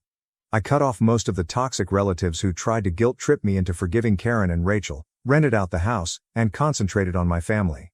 I must admit that I was relieved when I didn't hear from them for a time. Naturally, though, that didn't last. I received a contact from a mutual relative inquiring whether I had heard anything about Karen and Rachel's situation around 2 months after the eviction. I hadn't, and I wasn't sure I cared, to be honest. But I had to ask since I was so curious. They told me things that were both frustrating and, dare I say it, gratifying. Chris, Rachel's husband, apparently had enough of Karen's interference and issued Rachel a final ultimatum: either she leaves or I leave. Due to the wedding fiasco, Rachel was already at odds with him. Do you recall that she had promised him a lavish wedding, which I was supposed to pay for? Rachel felt ashamed in front of her friends and his family when they were forced to settle for a modest town hall ceremony when things didn't work out. There was a lot of friction in their relationship as a result of her disregarding Chris's warnings not to overextend financially. Things only got worse when Karen moved into their house. Chris's cuisine, his parenting skills, they have a toddler, and even his communication with Rachel were all criticized by Karen. Ironically, given her own financial mess, she would advise them on how to handle their money. For a while, Chris tried to put up with it, but after one very heated argument in which Karen accused him of not being man enough to care for his family, he told Rachel that it was either him or Karen. Rachel pleaded with him to change his mind, but he refused. The worst part is that Karen didn't go out in silence. She lost it when Rachel informed her of Chris's ultimatum. She also threatened to remove Rachel from her will, which was a pointless threat given that Karen had nothing to leave behind, and accused Rachel of abandoning her like everyone else. After they got into a heated dispute, Rachel, who was probably embarrassed and upset, advised Karen to work it out on her own. Where has Karen disappeared to? Not surprisingly, she made an attempt to get in touch with me. She asked me if I would think about allowing her to return to the house via email. Yes, an email, as I had blocked her on all other platforms. She wrote on how harsh life had been to her and how, as a mother, she had always tried her hardest. She even attempted to present it as a chance for us to mend and re-establish our bond. I didn't even think to answer. Her deceptive strategies were now just depressing. Karen attempted to use guilt-tripping to persuade some extended family members to take her in after I failed to respond. The majority of them flatly refused, most likely due to their observation of her methods. A distant cousin consented to let Karen stay for a short while, but she was asked to leave after just 3 weeks. Evidently, the cousin had had enough of her persistent complaints and demanding demeanor. Rachel is currently coping with the consequences of her choices. Although Chris stayed with her, their relationship is apparently in very bad shape. Chris has been withdrawing both financially and emotionally as a result of the wedding costs, Karen's turmoil, and Rachel's inability to accept responsibility for anything. Rachel has been telling everyone that he, not her, is the issue, even though he even recommended couples counseling. According to what I've heard, Rachel has been complaining to her family about how unfair it is that Dad gave me everything. She said that none of this would have occurred if I had simply divided the inheritance. She intentionally omits the part where she and Karen treated me like a monster for caring about Dad and disregarded him in his last months. With them, it's always someone else's fault. I've been doing okay in spite of their turmoil. The best choice I've ever made was to lease out the house. The space is truly loved and respected by the renters, a lovely family. I now have financial stability and can invest in my daughter's future thanks to the rental income. My spouse and I are doing well in our jobs, and we have begun preparing for a long overdue family getaway. Regarding Karen and Rachel, they have already made their decisions and are now dealing with the fallout. Rachel is trapped in a marriage that is about to end, while Karen continues to move between relatives. I simply don't care about them anymore. I don't mean any harm. The most liberating thing of all has been realizing that their turmoil is no longer my problem. I appreciate you reading and all of your help along the process, Reddit. Thank you for everything, and be careful. My parents threw me out for my pregnant sister on my 18th birthday, but karma struck back spectacularly at her wedding. Allow me to illustrate the dynamics of my family for you. My name is Deborah, and I was born into a family who publicly called me their midlife mistake. My dad, Michael, 65 million, is a middle management who never challenges my mom, Karen, 63, who is a career-obsessed corporate juggernaut. Then there is my sister, Jennifer, 32F, who has never given a damn about me and is 14 years older than me. I was an unwanted surprise when I entered this world. When mom found out she was pregnant at age 45, she initially assumed it was menopause. She desired an alternative answer, but by the time she met a doctor, it was too late. My arrival wasn't the consequence of a loving parental decision, based on what I've pieced together from overheard discussions and family whispers. I spent more time in the hospital than at home because I was born prematurely and had multiple health problems. Mom never paid much attention, constantly saying she had meetings that were too important to miss. Dad and my Aunt Rachel alternated in keeping an eye on me. Aunt Rachel has become the family's saint. Rachel was there, speaking encouragement through the incubator while my mother was probably closing deals. You're going to be just fine, little one. You're stronger than you know. I still think about those words when things get hard. Upon my eventual release from the hospital, my grandfather George took over once more. After determining that our home was insufficient for 2 children, he purchased a brand new 5-bedroom mansion with an enormous backyard in one of Boston's greatest neighborhoods. However, the emotional gap in that home could not be filled by any amount of wealth. The immaculate white carpeting, high-end furnishings, and carefully chosen artwork made growing up there feel like living in a museum. I knew right away that I wasn't a part of the display and was an unwanted artifact. When I was 5 years old, I have one of my best memories. On this Take Your Child to Work Day, my classmates were all thrilled to go to their parents' places of employment. Mom gave me a look that made me feel foolish when I asked if I could go with her. "Don't be ridiculous, Deborah," she yelled. I chose to spend the day with Aunt Rachel at her comfortable painting studio instead, saying, "I have important meetings all day. You'd just be in the way. Besides, the office isn't a place for children." She gave me permission to paint, displayed my creations on her walls, and gave me a sense of importance. My haven was school. In an effort to avoid returning home, I threw myself into my studies and joined as many clubs as I could. Such a quiet, well-behaved child, my teachers would say, praising me. They had no idea that I was afraid of being a burden at home, which is why I behaved well. Even during her brief holiday visits, Jennifer's lack of interest was evident, even though she was already enrolled in college when I entered elementary school. During the holidays, she would come in and tell me about her wonderful college experience, without mentioning me other than to gripe about how her old room had turned into my messy kid space. Grandpa George did his best to make up for my parents' lack of interest. Every few months, Dad would travel from Canada to visit, always bringing thoughtful presents like art supplies, books he knew I would enjoy, and other items that demonstrated his genuine interest in me. However, his presence was insufficient to address the underlying dysfunction in our family dynamic. In essence, Mom's approach to parenting was to spend money on issues and hope they would go away. Lessons in dance? Yes. Tutoring in private? In any case, attending my performance or parent-teacher conferences in person? Sorry, important meeting, can't reschedule. I received the same apathetic reaction for every accomplishment I made. That's nice, dear. Dad wasn't much better. Now please be quiet, I'm on a call. It turned out that his promise to Mom that he would assist her with me if she chose to have me was a hoax. He was never too tired, or too busy, to hang out with me. I once tallied how many times he used his favorite phrase, "Not now, Deborah," in a single weekend, 17 times. I can still recall my 10th birthday. Naturally, Mom and Dad forgot. Without even asking what I would desire, they hurriedly ordered a pricey cake and threw money at me when Aunt Rachel reminded them. Jennifer never gave a call. The only actual celebration took place the next day at Rachel's house, when she set up a small gathering with homemade cake and decorations that she knew I would adore. I became increasingly aware of the truth of my circumstances as I grew older. I pieced together the facts from bits and pieces of drunken confessions and whispered disputes that I shouldn't have overheard. When I was 12, I overheard my parents arguing about me one evening. Mom, who was likely drinking her 3rd glass of wine, said, "She's just so demanding. Needing something, Always wanting attention. I did not sign up for this. How do you want me to handle this? Dad retorted. We can't really give her back. I began spending much more time at Aunt Rachel's after that. Her modest yet comfortable home became my actual residence. She would listen to my issues, help me with my homework, and teach me how to cook. All of the duties that parents are expected to perform. On the weekends, we would work on creative projects, bake cookies, or simply chat about life. She would inquire about my aspirations, anxieties, and future goals, things that my own parents never bothered to find out about. As the years passed, the gap between my life at home and my time with Rachel grew more pronounced. I was Debbie at Rachel's, loved, respected, and heard. I was Deborah at my parents' house, the misfit, the trouble, the unwelcome one. I discovered how to exist in these parallel universes, flipping between them like a television channel. Naturally, Grandpa George noticed. In order to guarantee that I would have assets of my own when I turned 18, Dad began making direct deposits into a private account on my behalf. With a knowing expression, he would say, just in case.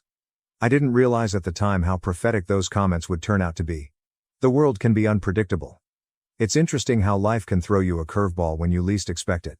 When my parents dropped a bombshell on me, I was 18, counting down the days until I could leave for college, and struggling to get by each day in the emotional wasteland that was my home. Deborah, Mom continued in a very upbeat tone, we have amazing news. Jennifer, your sister, is pregnant and getting married. We're going to be grandparents, Dad added with a foolish smile. Wondering why they were telling me this as though I should be ecstatic, I forced a smile. That's fantastic, I said. Mom went on. We're going to be very busy preparing for the wedding, oblivious to my lack of excitement. Their eyes flitted to my bedroom door, and then all of a sudden everything fell into place. Jennifer and her husband will need space for the baby when they move in with us after the wedding.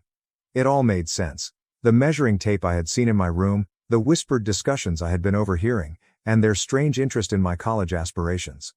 They were preparing for my departure as well as Jennifer's return. I realized that the upcoming weeks would be a game changer as I stood there and saw their faces light up at the thought of their real family getting together. I had no idea how drastically those changes would occur or how karma would soon make a big appearance in our family's drama. Update 1: How my parents officially erased me on my 18th birthday.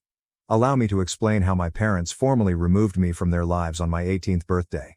Aunt Rachel prepared her customary birthday pancakes and gave me the most considerate presents, including books, art tools, and a lovely handcrafted photo album of our times together. I spent the morning with her.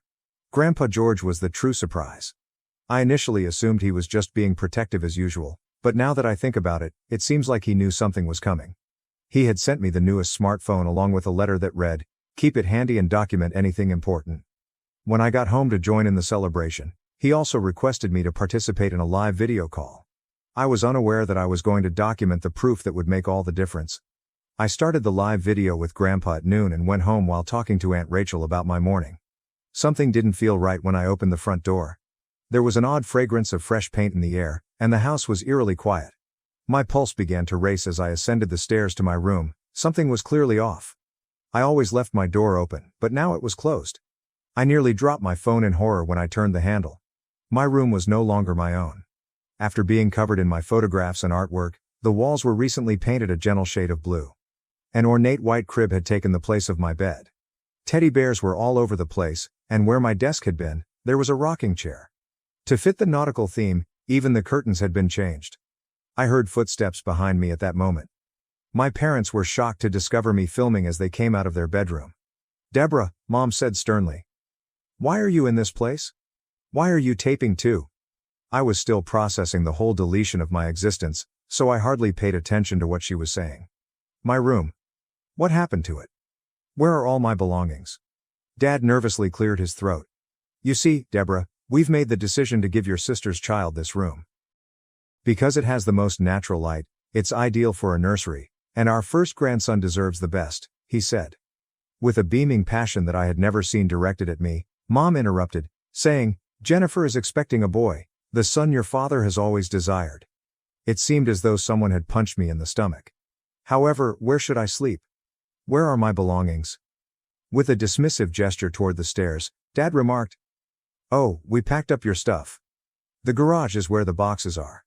When you depart, you ought to bring them along." "Go," my voice broke. "Leave, what do you mean? I call this place home. Mom's phony grin wavered. Deborah, you must comprehend, dear. There just isn't room for you here anymore, especially with Jennifer and her husband moving in and the baby on the way. Furthermore, you should learn how to support yourself now that you are 18. What I was hearing was unbelievable. No, I murmured, my voice wavering. No, I won't go. I also call this place home. You can't just ignore me like I don't exist. Mom finally lost her temper and said, for heaven's sake, Deborah. Avoid being tough. This is about family, not about you. I am a member of your family. Tears were flowing down my face as I yelled. I am your daughter. My birthday is today, and you're throwing me out. Did you not even realize it was my birthday? Dad rolled his eyes. Is it your birthday?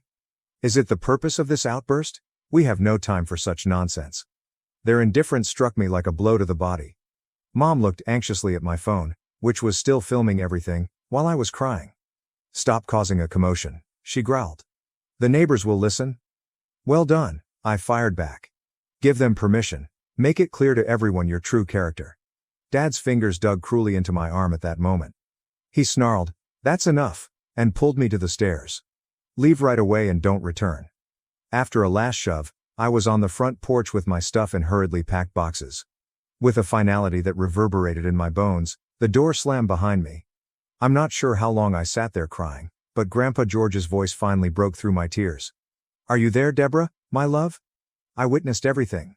Don't worry, we'll resolve this. For now, go to Rachel's, shall we? And be careful with the video. Having witnessed the entire event via Grandpa's shared live broadcast, Aunt Rachel was already waiting at her door when I got there.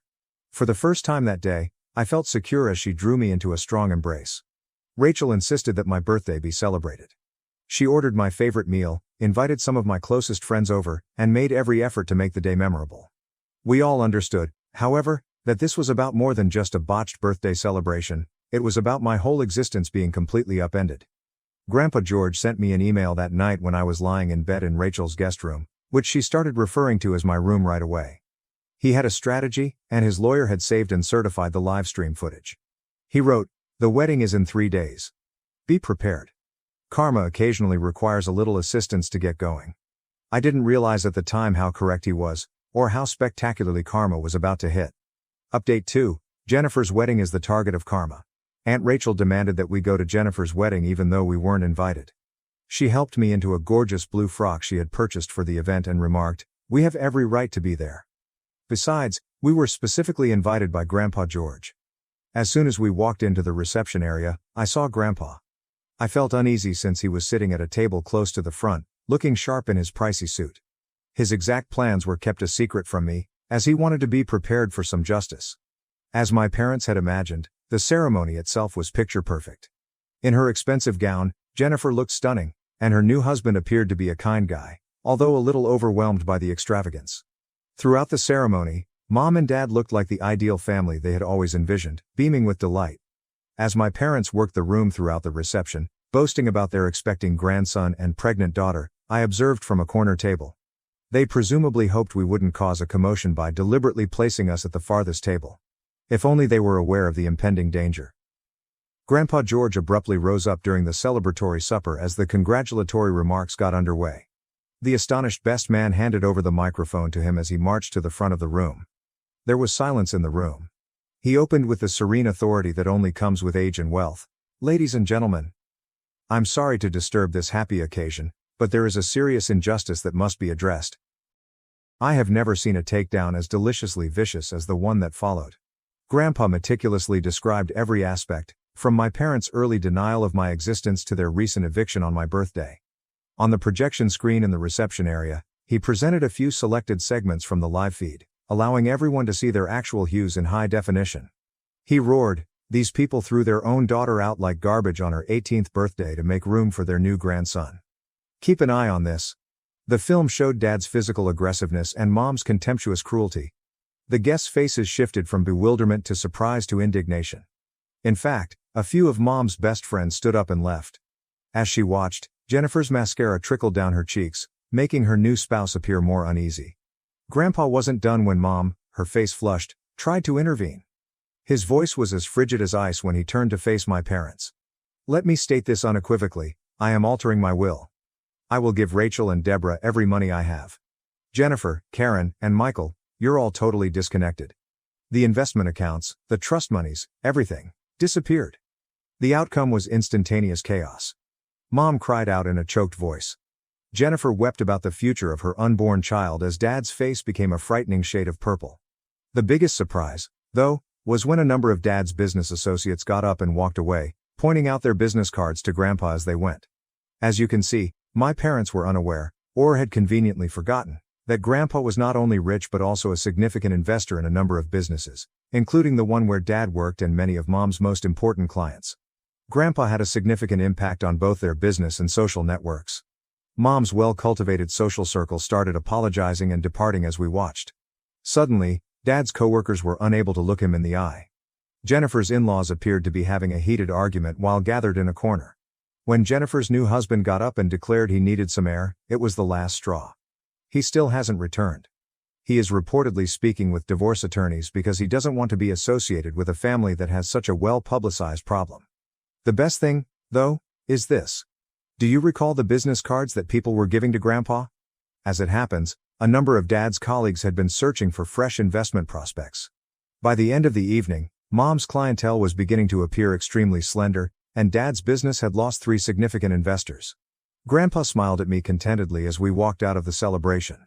Letting people ruin themselves is sometimes the best kind of retaliation, my love. All I did was make sure their audience was appropriate. Since then, my parents have been bombarding my phone with frantic messages about understanding, forgiveness, and family. They even attempted to break into Rachel's house yesterday when they arrived. I made the decision that enough was enough at that point. After glancing at Rachel, I made the choice that would alter everything. I want you to be my legal guardian, I replied. Our lawyer claimed it was almost a slam dunk with the video proof we had, and the paperwork was already underway. The reputation of Mom and Dad was in ruins. Their financial future appeared bleak, and they had been abandoned by their social group. At the time, Jennifer was residing with our parents. Her idyllic life was falling apart around her, and she was being shut out by her husband's family. As they say, karma is a wonderful thing. Tomorrow, I'm going to file for a restraining order. It should be an easy win because of the video proof of Dad's physical assault and their emotional abuse. If we wish to pursue a civil complaint, our attorney thinks we have sufficient funds for one as well. Grandpa George wasn't joking when he said that karma needed a little assistance occasionally, but it was worth every tear I ever shed because of my parents to see their meticulously maintained facade fall apart. Third update. I'm finally prepared to discuss how the wedding went, even though the effect has been utterly devastating. Karma did more than simply strike back. It composed a symphony of justice that would make any fan of vengeance cry with delight. Let's begin with the court case. Only 2 weeks after the disastrous wedding, the court hearing for Rachel's guardianship and my restraining order was set. My parents appeared in their most favored role, that of loving, worried parents who only wanted their daughter back. They had even engaged a public relations consultant to assist them develop their image, giving them advice on how to come out as contrite. The sight in the courtroom was unreal. In contrast to her typical power suits, Mom dressed her best concerned mother attire, complete with natural makeup and modest jewelry. In fact, Dad had a new haircut and, of all things, a Bible with him. They had even brought in character witnesses, mainly well-off friends, who were prepared to attest to their commitment as parents. They weren't ready for what we had though. In addition to the birthday video, our lawyer provided years' worth of financial documents that demonstrated how they had misappropriated the assistance funds that Grandpa had been sending for my upbringing. As it turned out, they had been transferring the majority of it, more than $200,000, to their personal investment accounts and Jennifer's trust fund. I will never forget the judge's expression as the footage was being played again. She even halted the proceedings to inquire if I wanted to file criminal charges when it reached the point when Dad physically pulled me out. I refused. It was enough torture to watch their world fall apart. She was adamant, nonetheless, about sending the case to the district attorney's office for examination. For my parents, the judge's decision was terrible. In addition to being given full guardianship, they were mandated to reimburse Rachel for all of the money that had been embezzled from her support, plus interest. They must keep at least 500 feet away from Rachel and myself, according to the restraining order that was granted. However, that was only the start of their demise. Do you recall the wedding's business contacts? They were rushing, not simply walking away. After a number of investors left, Dad's company carried out an internal audit, which revealed several dubious choices he had made. He was relegated to a role with little actual authority or client contact, but he wasn't dismissed outright. Interns now share a cubicle with the man who once held the corner office. Even more spectacularly, Mom's career collapsed. Her once advantageous reputation as a brutal businesswoman was now viewed differently. Clients canceled contracts citing ethical concerns when the video of her ruthlessly evicting her own daughter went viral in local business circles. She now reports to someone who was once her junior associate after her corner office was moved to a cubicle 3 floors down. The social repercussions were just as disastrous. Following a particularly contentious board meeting where the video was aired, their membership in the country club was canceled. To get away from them, old friends crossed the street. Their names inexplicably disappeared off the donor wall when their church requested that they take a break from committee work. In little than a month, the meticulously crafted social standing they had spent decades cultivating fell apart. Things haven't gotten much better for Jennifer. 2 weeks after the wedding, her husband filed for divorce, citing fraudulent misrepresentation of family character. She continues to live with our parents, using department store maternity clothes in place of her fashionable pregnancy outfit. My former room, the nursery they so brutally evicted me for, is now empty and underused, while her ideal suburban dream has degraded into sharing her old adolescent bedroom with her expectant child. The impact on finances has been enormous. Grandpa George wasn't threatening the will in a meaningless way. He essentially moved the majority of his assets out of my parents' grasp by having his attorneys create an irrevocable trust for Rachel and me. They have now received eviction papers from the house they reside in, which is officially held by one of Grandpa's businesses. While the investigation into the stolen support monies is ongoing, their investment portfolio has been placed on hold. They made every effort to turn things around, including offering treatment, making heartfelt apologies, and even trying to buy Rachel's neighbors to spy on us. They sent their lawyer to negotiate last week, seemingly ready to forgive me if I could persuade Grandpa to restore their inheritance. It was almost impressive how bold they were. For my part, things has taken a surprisingly positive turn. In what is now officially my permanent residence, Rachel and I share a home. We've painted my room in my favorite colors, hung my artwork, and made it genuinely so it's no longer just a guest room. Rachel even assisted me in creating a fairy light-equipped reading nook near the window. I feel like I have a true home for the first time in my life. Grandpa George established a substantial college fund, and I've received acceptance offers for the next autumn semester from multiple universities. I'm going to study psychology with a focus on family trauma therapy because, well, I might as well apply my life experience. I've already begun assisting other teenagers from toxic homes deal with their circumstances by working at a nearby youth shelter. The amount of support I've received has been tremendous. It seems that many people in similar circumstances found resonance in my narrative. I've started a blog to chronicle my healing process, join support groups, and gain new friends that can relate to what I've been through. The texts I get every day from people going through similar things give me hope that all of this suffering can lead to something positive. Yesterday, my parents' most recent attempt to get in touch was a formal letter from their lawyer threatening to sue me for defamation if I don't take back my false accusations. Our lawyer actually chuckled when he read it, but he also reminded them that we have everything on video and that the truth is an absolute defense against defamation. As I reflect on the last 3 months, I've come to the essential realization that sometimes the family you were born into isn't the one you were intended to be with. I learned what unconditional, encouraging, and respectful family love looks like from Rachel and Grandpa George. They have only ever asked for my pleasure and well-being in exchange. To everyone who helped me along the way, you have no idea how much your messages, counsel, and experiences have aided me. The Reddit community turned out to be a surprising wellspring of knowledge and courage. You showed me that standing up for myself wasn't selfish and that I wasn't wrong to ask my parents to have basic human decency. There is hope for people who are still stuck in unhealthy familial environments. Create a support system, keep track of everything, and never forget that you deserve better. Being related by blood does not give someone the right to mistreat you. Those who don't love you well don't define your value.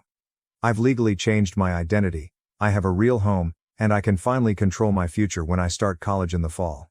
Karma rolls hard, but occasionally it needs a little prodding. I'm sure my folks are reading this, so I hope it was worthwhile. You lost the daughter you never cared to adore as well as everything else because of your ideal family image. Reddit, I appreciate you sharing in my path to liberation. Am I the asshole for refusing to give my $75,000 restaurant savings to my sister's Ivy League dreams and getting kicked out? To open my own tiny restaurant, I, a 25-year-old, had been saving for years. My dream has always been to start my own restaurant and work as a chef. I worked toward this objective with every cent I made from both full-time and part-time jobs after graduation. I saved $75,000 after working hard and living frugally for 7 years. Although they were aware of my dream, my parents dismissed it as a passing fad. In order to save money on rent, I moved in with them, which accelerated my goal-achieving process. I should have moved out sooner, looking back. The golden child is my younger sister, who is 19F. She is my parents' clear favorite and is excellent at everything.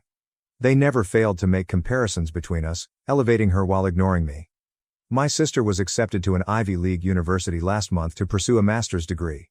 Although my parents were overjoyed, the living expenses and tuition significantly outstripped their expectations. They convened a family meeting one evening. I assumed it was to talk about my sister's acceptance, but instead they wanted me to donate all of the money I made from my business to her schooling. I was taken aback. As though anticipating this, my sister sat there smugly. My parents were waiting for me to agree as they gave me an eager gaze. When I was hesitant, my mother started stressing the value of education and the fact that this was a once-in-a-lifetime chance. Family comes first, according to my dad, and I should encourage her to pursue her goals. It was unbelievable to me. What about the years I'd spent working hard and my dreams? I explained how much the money meant to me and how close I was to reaching my goal when I informed them I couldn't. Their attitude changed instantly. My mother broke down in tears and accused me of being self-centered. When my dad raged that I was betraying the family and that he had always been envious of my sister's success, his face flushed crimson with rage. My sister didn't state that she didn't want my money or even defend me. She obviously felt entitled to it. The dispute swiftly got out of hand. I was guilt-tripped by my parents, who said that allowing me to live rent-free was a great favor because they had given up everything for us. Conveniently, they disregarded the housework and upkeep I had performed while I was residing there.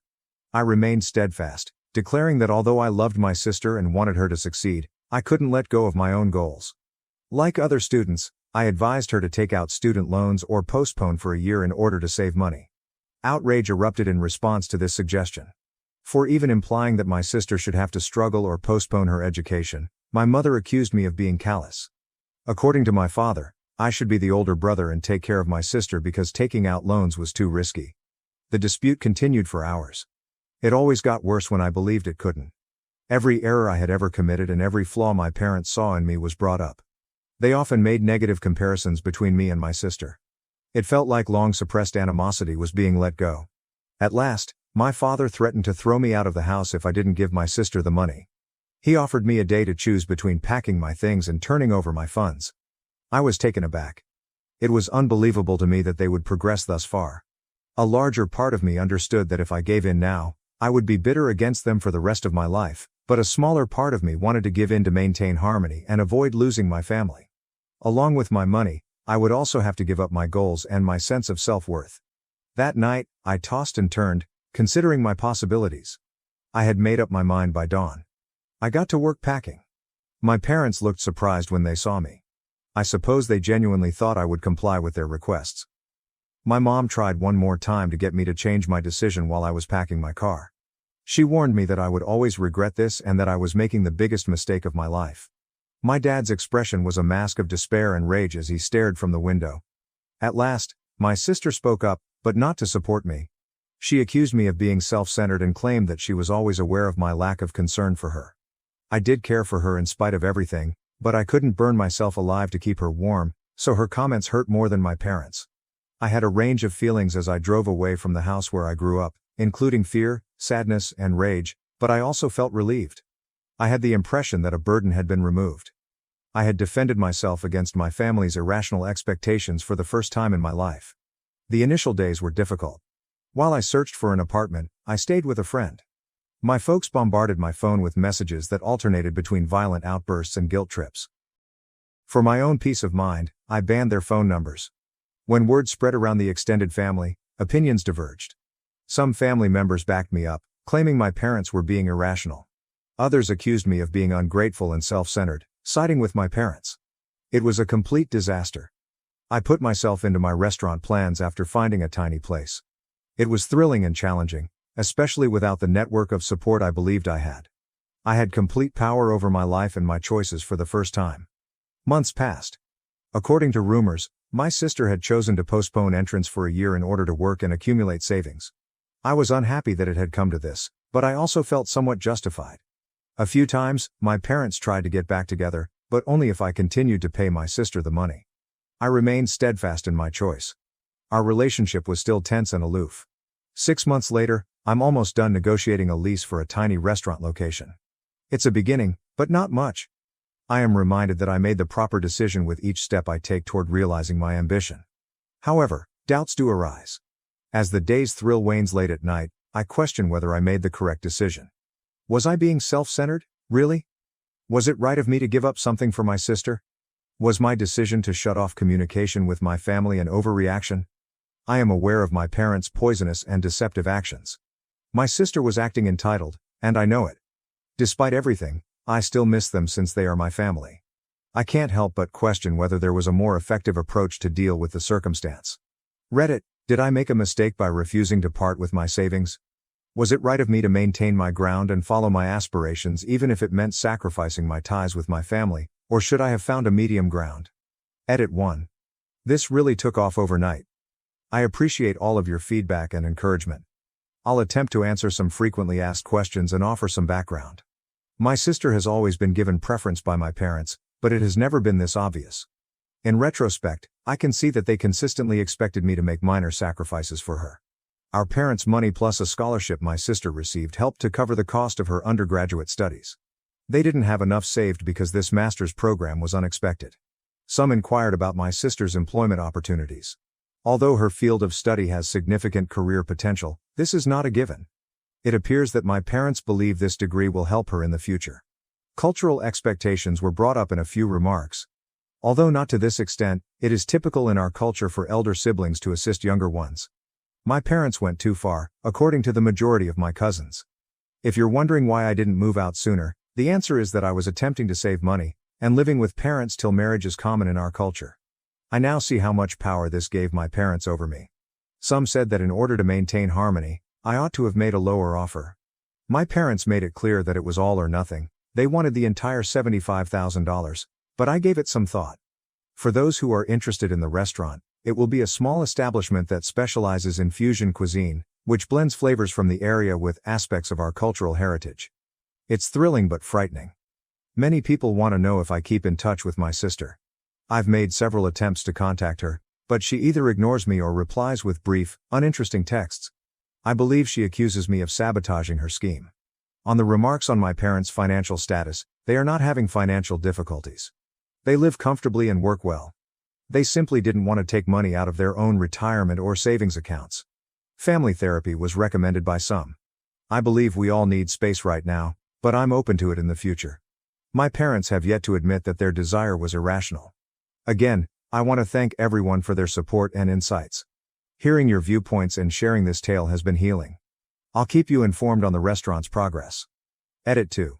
Since there is still interest in this post, here is another update. I've given the remarks that I should attempt to patch things up with my sister apart from my parents a lot of thought. Yes, she is young and may yet be influenced by them. I made the decision to get in touch with her once more, this time sending a longer email outlining my position. I was surprised when she answered. She wrote a confused and angry email. She acknowledged that she was conflicted about how our parents were handling it and wanted the chance I was denying her. She did, however, agree to meet next week to discuss the matter face to face. Regarding the restaurant, everything are moving along nicely. I completed the lease and got the improvements underway. Although it requires a lot of work, my confidence in my choice grows every day. A number of my friends have volunteered, and I am so grateful for their support. Since my last update, my parents have not gotten in touch. According to a cousin, they are informing relatives that I have left them. Even though it hurts, I'm making an effort to concentrate on the good things in my life at the moment. Some of you recommended that I write my parents a thorough letter outlining my thoughts and feelings. After the restaurant opens, I believe I'll do that. I need to put all of my attention into realizing this dream right now. Again, I want to thank you all for your help and guidance. It has been immensely beneficial throughout this challenging period. Update. I wanted to discuss what has transpired since my last post, which was nearly a year ago. Everything has changed, and I'm still getting used to it. The first piece of good news is that my restaurant is now open. It has now been open for around 4 months. It's tiny, like I always intended, and has a welcoming ambiance with a cuisine that blends regional flavors with traditional foods from our culture. Although the initial weeks were quite hectic, things have begun to settle down. Although we haven't made a lot of money yet, We are breaking even and gaining a devoted clientele. I've even been able to hire a dishwasher, a part-time server, and 2 line cooks. Every minute feels worthwhile, even though I've been working non-stop, often 14-hour days. I'm living out my dream right now. My friends and my few remaining family members' support has been crucial. Now for the unexpected turn of events. I heard the bell over the door ring yesterday while I was getting ready for the dinner service. After I announced that we weren't yet open, I heard a voice I recognized say, "I'm not here as a customer." My sister was the one. She appeared more worn out and less put together than I had recalled.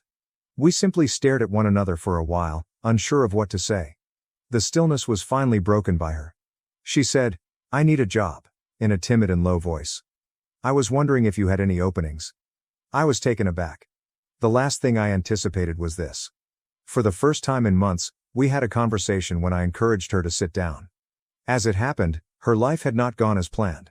Finding a job in her profession proved more difficult than she had expected, especially without the master's degree she had been banking on.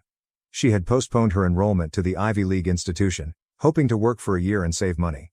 She informed me that our parents were still upset with me. They accused me of sabotaging her opportunity to receive a prestigious degree. To pay for her education, they had been pressuring her to acquire a well-paying job, but she was starting to feel the effects of the strain. Unable to cope with their continual disappointment, she had left their home a month ago. I could see how much she had changed as she spoke. The haughtiness had vanished, and in its place came a humility I had never witnessed in her.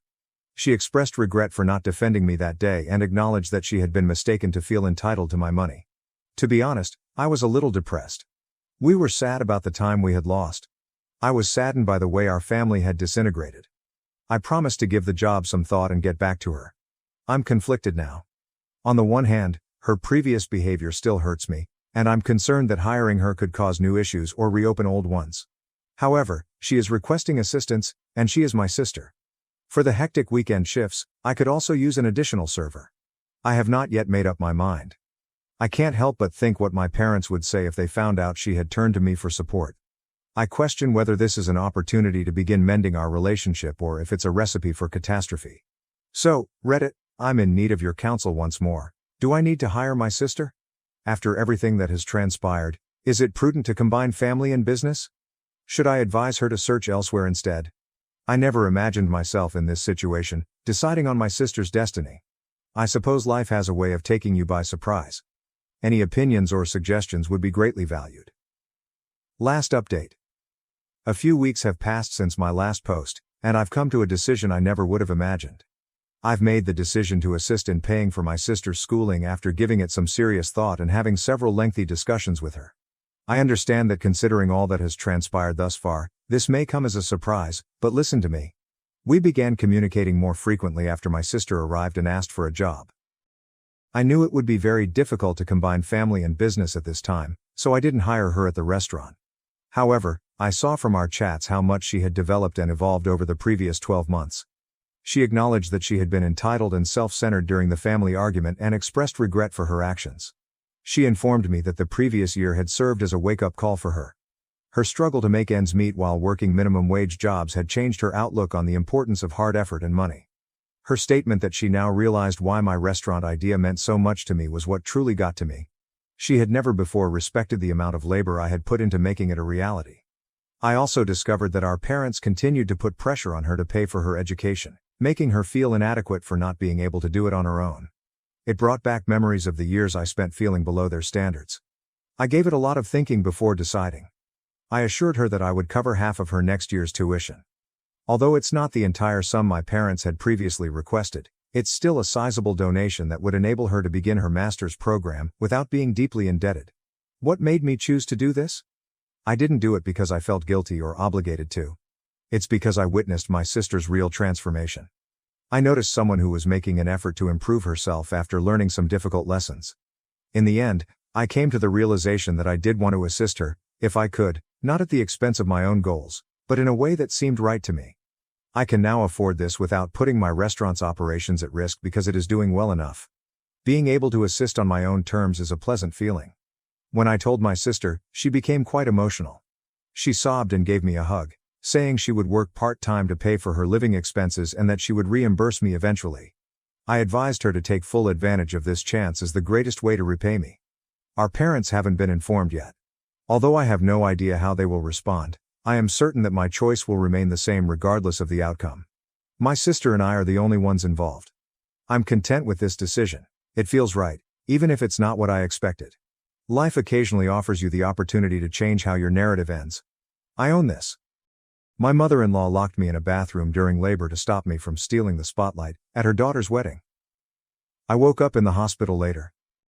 2 weeks ago, my husband Richard, Rick M30, and I, F29, welcomed a daughter into the world. We are certainly thrilled to have our first child. Our lives have been extremely hectic as we get used to being parents. We're doing our best, but it's a difficult shift for us both. Due to the events surrounding the birth of our daughter May, we are not really able to get much assistance. I don't think I'll ever be able to forget it because it was one of the most horrific events in my life. I can't get over the crippling fear I experienced that day, not even the joy of May's birth. Without my husband's prompt assistance, I believe I would have passed away. Since May is the family's eldest child, I believe that we should be a little kinder to them despite the terrible incident. But I'm not sure, and all these hormones and infant responsibilities are impairing my judgment. I've gone to Reddit for assistance because of this. Please be patient with me since this narrative may be lengthy and feature many characters. Rick's sisters are Emma and Anna. At 28 and 24, respectively, they are both younger than him. I think there is no hostility between us, and I get along well with both of them. Due to our hectic work schedules and infrequent meetings, we are not particularly close. Emma doesn't even reside in the same city as us, but we still make an effort to stay in touch by calling or texting her occasionally. My mother-in-law, Rachel, F53, is another significant figure in Rick's family and in this narrative. I get along well with Anna and Emma, but Rachel is a very different matter. I don't precisely agree with Rachel. I genuinely believe that she has an issue with everyone, not just myself. She simply never stops being the biggest control freak you can think of. Rachel wants everything to happen the way she wants it to. Since she was the one who reared her children after their father abandoned them, all three of them generally respect her desires. They make an effort to simplify their own lives. She does, however, react if someone tries to desire something different from what she desires. From dissatisfaction and moping to a full-blown meltdown with tears and tantrums, the response might vary widely. I try to avoid her as much as I can since it gets hard to cope with her. Rick is aware of this. He allows me to keep my distance and handle his mother however I see fit because he knows she is problematic.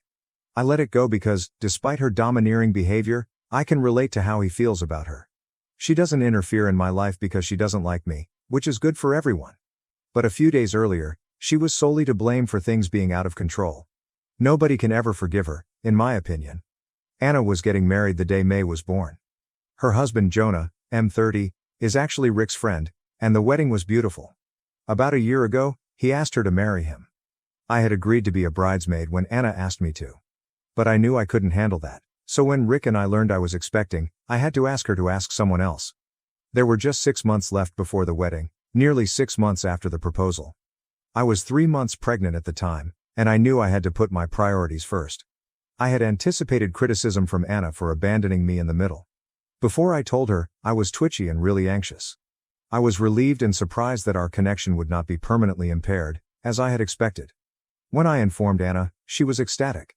When I told her that I wouldn't be available for tasks, she actually forgot about her wedding for a bit. Her answer was to concentrate on looking after me. In order to avoid me missing the wedding, which I would have if May had been born at that time, she even thought about moving it. For a variety of circumstances, that ultimately didn't occur, and to be honest, she shouldn't have done it in the first place. Even though it ended up being a near call, she remained there for me the entire time. I didn't bother the two sisters much during my pregnancy, which was terrifying for me, because Emma was the maid of honor and I knew they were busy getting ready for the wedding. They both came over, helped me a lot, and kept in touch as much as they could. Although Anna stood by me the entire time, I feel a little bad for not being there for her on the most significant day of her life. My mother-in-law was the only one who seemed a little angry about the whole situation. The wedding preparations were somewhat disrupted, and I believe she was irritated that I could no longer serve as the maid of honor. I could see where she was coming from, and that looked like the only sensible explanation. But even after Anna was comfortable with the pregnancy and my not being the maid of honor, the animosity, for want of a better term, persisted. Even though the bride wasn't angry at all, Rachel somehow began to irritate me after that. It was strange, but I reasoned that perhaps she was nervous due to the wedding, and I was tense due to hormones. I persuaded myself that this was merely fabricating stories in my mind. I did my best to ignore her, and everything was good. During the wedding, everything literally and figuratively went out of control. When it happened 2 weeks ago, I was insanely pregnant. My belly was enormous, my feet were bloated, and I thought I may faint. Nevertheless, Anna wanted me to be at the wedding, so I wanted to go. I wanted it to be her day, so I had asked her whether she wanted me to be there in advance. I informed her that I didn't want the attention to be diverted from her by the appearance of a hugely pregnant woman. The bride and groom should enjoy their wedding days, and I would hate to be the one to ruin that. Anna was genuinely insulted and saddened when I told her this. She stated she couldn't believe I wouldn't go to her wedding and instead fill my mind with this pointless concept. She claimed that all she wanted was for her family to be present to support her on her wedding day and that she didn't care about fame or attention. She urged me not to worry about drama and that I had to come. She meant it, and I knew it. She doesn't hold back when speaking. She would have told me straight out if she didn't want me there. However, she did, and with great vigor. I felt that I had a responsibility to support her. Therefore, I knew I had to be there for her on her wedding day despite my physical discomfort. I'll be honest. I tried my best to ignore the many mumbling voices because I knew Anna was glad I was there. For me, that was all that mattered at the time. Rachel glared at me the entire time and didn't say much to me.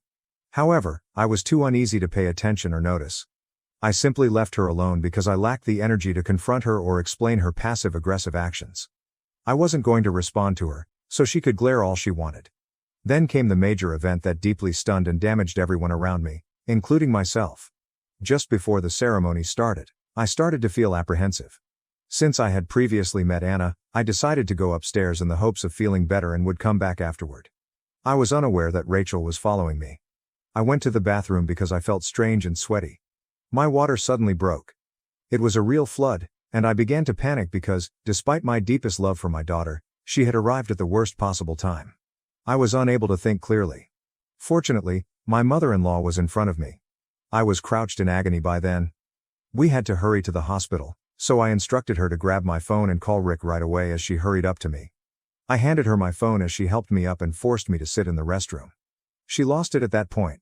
Because she didn't want me to take Anna's attention away from her, she promised to make sure Rick arrived an hour after the ceremony ended. I told her that I couldn't possibly tolerate this for an hour and asked if she was crazy. I attempted to grab my phone from her, but she took it with her and locked me inside. There I was, sitting on a toilet in a restroom, practically on the verge of giving birth, without a spouse or a phone. I'm not sure how I avoided having a full-blown panic attack, but I'm glad I didn't because I'm not sure what might have occurred if I had. I stood up, walked slowly over to the door, and began hammering on it. I kept screaming, but nobody could hear me because the restrooms were on the first floor and everyone was already seated for the wedding. I yelled until I could no longer be heard, but nobody arrived. I honestly thought I was going to die at that point and take my child with me. I had lost my voice, was soaked, sweating profusely, and was fatigued. I don't recall anything else after that. I'm not sure what transpired after I fainted from tiredness. I know I went to the hospital, but I can't even recall how I got there. A few hours later, I woke up in the hospital, sobbing with Rick at my side. It took me a few moments to figure out where I was and what was going on. I thought the worst when I noticed Rick crying. I assumed May didn't make it, and everything came rushing back, including Rachel shutting me in the bathroom and my tears. Rick let out a sigh of relief and began sobbing in my arms as soon as he realized I was awake. I felt sick to my stomach and was unsure of how to interpret it. Then, with a breath of relief, I saw the nurse enter carrying a baby girl. Since Rick was playing me like that, I really wanted to slap him, but he insisted he wasn't. I was unconscious when he found me in the bathroom, so he was just glad I was all right. When I held my kid for the first time, I think I will always remember that moment. There isn't a better feeling in life, in my opinion. There is nothing that can ever compare to how I felt at those times. Since I didn't have the energy to cope with it at that point, I'm glad Rick didn't give me any details. I asked him what was going on because I could hear some noise outside. Rachel wanted to come in and see her granddaughter, he added. I explained everything that had transpired to him. I explained to him what she had done and how she had needlessly put our daughter in risk. I also informed him that I would never again permit her to be close to my daughter. She was dead to me. Rick claimed to be an expert. Rachel sobbed and told him everything when he found me in that way. I informed him that I would not forgive her simply because she had a breakdown. He chuckled and declared that he would file charges for life endangerment and that his mother was dead to him from now on. He promised to take legal action to ensure she was held accountable for her actions. His words made me feel as though a burden had been removed from my shoulders. All three of them adore their mother, and I know he does, but I wasn't in the mood to forgive her after the stunt she pulled that might have killed me and my daughter. Our marriage would have ended if Rick had picked her over me. After that, there would have been no turning back. I secretly hoped that he would pick his mother, who had done a great deal to raise children in spite of everything. I'm not complaining at all, even though I may not have expected him to defend me in that manner. In fact, if it's possible, it has increased my affection for him. He told me the wedding went well when I asked how it went. In order to come see us, Emma and Anna were waiting for him to call. He laughed when I inquired if Anna was upset, telling me that I didn't need to be concerned about her at all. She has been beaming with happiness and pride, saying that May's birth was the greatest gift she could have had and that her entire family attended the wedding. When he told me that, I was crying and begged him to call them right away. Jonah, Emma, and Anna joined me at the hospital in a matter of minutes. The greatest part was that Jonah and Anna were still dressed for their wedding, and Anna declared that she couldn't resist the opportunity to snap a wedding photo with her niece. It was such a touching moment that I burst into tears. I apologized to Anna for spoiling her day after the photo. She gave me a hug and told me that I was seeing things incorrectly because I had brightened her day. The only thing I did wrong, according to Anna, was not alerting them sooner. I informed her about my mother-in-law's actions ever since we announced the pregnancy. They could have stopped her drama, she thought. When I told Anna that I didn't want to start any problems, Emma added that as long as I was safe, any mischief was okay. When I realized they loved me like family, I started crying even as I typed this. To them, I was more than simply Rick's wife, I was family. One of the greatest women I've ever met is Anna. It's no surprise that she is where she is now because she is so content and safe. How Rachel is so different from her kids is beyond me. They seem to have recognized that she wasn't what they wanted to be after seeing her. Anna had told Rachel on her way in that she would see to it that Rick and I filed charges, but apparently Rachel was still outside. I didn't want Emil close to me, but she wanted to come in and meet May. We must protect ourselves from her, Anna remarked. She felt she hadn't addressed her mother's overprotective tendencies or made it apparent that she didn't mind my pregnancy, so she apologized to me. Perhaps the situation could have been prevented if she had, she claimed. I assured her that she was not at fault because she had given me a sense of security. Rick was outside conversing with Mil the entire time. 2 to 3 days after my discharge, Rick informed me what he and Mil had discussed when I returned home with May. He said that nothing would alter his decision to bring charges, which he had already told her he would do. He also informed her that she would never be permitted to be in May's life. In every way, she was not her grandma. Rick clarified that she had decided to endanger both our unborn child's and my lives over a perceived offense that didn't even bother her. Additionally, he informed her that the entire amount of money she had been relying on from Rick and Emma would be drastically cut. She broke down in tears and claimed she didn't deserve this as she had dedicated her entire life to raising her children. Rick informed her that although he was grateful for everything she had done for them, it did not provide her authority over their life. He said that she was at fault and that he had been putting up with or overlooking everything she did for years, but that he was done.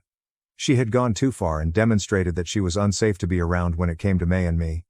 Her reasoning didn't hold water, especially since Anna and I never had an issue together. As a mother, Rachel acknowledged that Anna hadn't intended for me to take center stage. When Anna heard this, she attacked her. We are definitely moving on with the case, but Rick will take care of it because I can't handle this turmoil and I have a newborn to look after. I'll take care of it, Rick responded. The siblings no longer want to speak with her. Rick and I clearly don't communicate with her, Emma only speaks to her when it's absolutely necessary, and Anna has shut her off completely. Mil probably didn't expect this. Despite how twisted that seems, it's possible that she truly believed she was protecting Anna. Even though I have no intention of defending her, I still feel sorry for her because everything went so wrong. It feels wrong and bad to me now, and I'm wondering if they should speak it out with her. Maybe I'm not thinking clearly, but I'm not sure. I'm certain that Rick will lose it if I bring this up to him. He can't even look at her at the moment since he is so mad with her.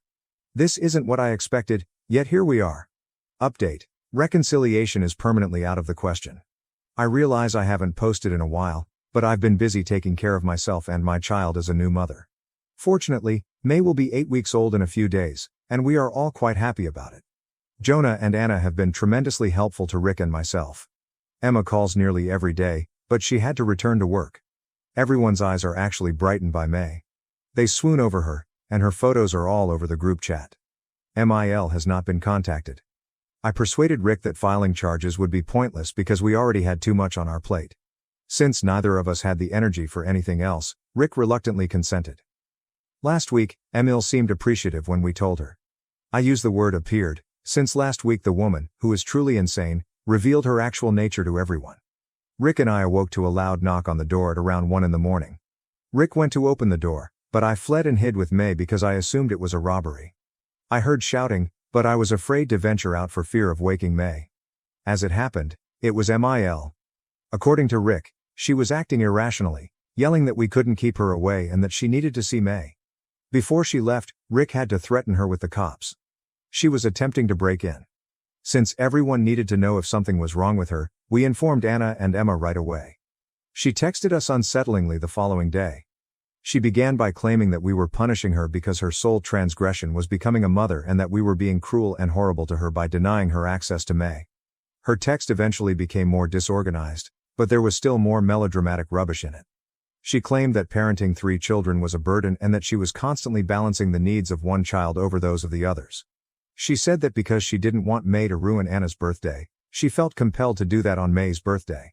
Conveniently, she failed to remember that May was actually a fetus, and Anna had repeatedly stated that she had no problem with the pregnancy and wedding taking place simultaneously. This part made sense to me, but what she said next startled me. She acknowledged that she was concerned she wouldn't be as significant to her children now that May was in our life. She assumed Anna would be upset when I told her I was pregnant since that's how a normal woman would feel. She didn't like it though, when she realized that we were all thrilled about the wedding and the pregnancy. In essence, she expressed her disapproval of the fact that we were all content with one another and with each other. She wanted us to be competitive and envious. She admitted that she hoped Anna would be upset with us when she realized the due date would be close to the wedding, so that May wouldn't steal the show. However, that did not occur. May was the only topic of conversation. She claimed that the fact that an unborn child had replaced her as the siblings' unifying element made her feel degraded. She kept sending texts like this, and when I requested Rick to block her, she was still typing. I informed him that she was dangerous for May and us all since she was insane. Since seeing those messages, I've been suffering from a persistent headache. It's unbelievable that a woman in her 50s is competing against a 7-week-old child. I'm done with her, therefore it doesn't make sense to me and doesn't have to. I'm done defending her actions and attempting to figure out why she did them. I don't care if she ends up in hell. Anna and Emma were also distressed when we forwarded the messages to them. They believe she may be experiencing a manic episode. Emma promised to fly down and get Mil examined in a facility. Although I think it's an excellent idea, I will not be getting involved. I no longer want to interact with her because of her insane behavior. Second update. A restraining order has been issued against Mil. We're exercising caution, but she hasn't tried anything else. Emma consulted with a doctor and a psychologist and had her tested. Physically, everything is good with Mil. Her diagnosis was limited to generalized anxiety disorder. The doctors advised Emma to take her to treatment, stating that there was no underlying medical cause for her behavior. Since then, Emma has not gotten in touch. She stated that she was ready to assist if something went wrong, but she can no longer put up with Mil's hatred. I completely understand and agree with that. If she had a mental illness, I might have sympathized with her and supported her, but now that it has been ruled out, we can be certain that this is who she is. With such, there is no reconciliation. We received the restraining order for this reason.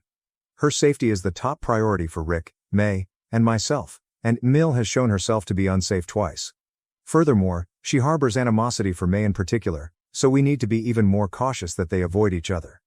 I hope I never have anything else to say about this entire experience, and I believe this will be my final update.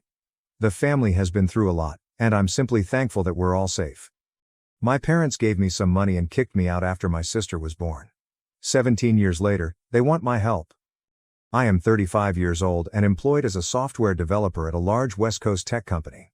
I've finally established a secure existence for myself after working in the field for almost 10 years, complete with a respectable salary, a cozy apartment, and even some future investments. I undoubtedly appear to be living the American dream from the outside. However, something that happened recently has been making me face my history, and I'm finding it difficult to deal with.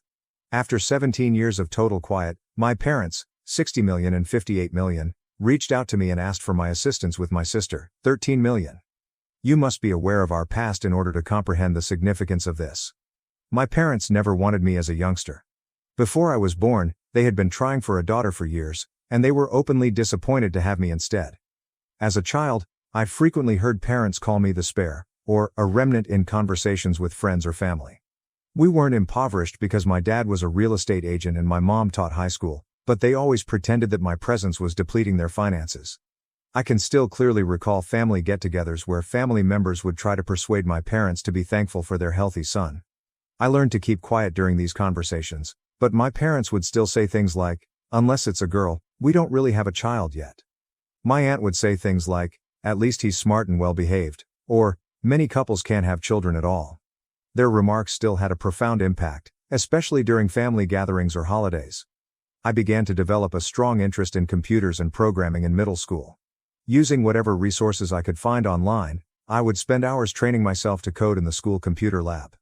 After noticing my enthusiasm, my computer science teacher began to mentor me and even allowed me to stay after school to work on projects.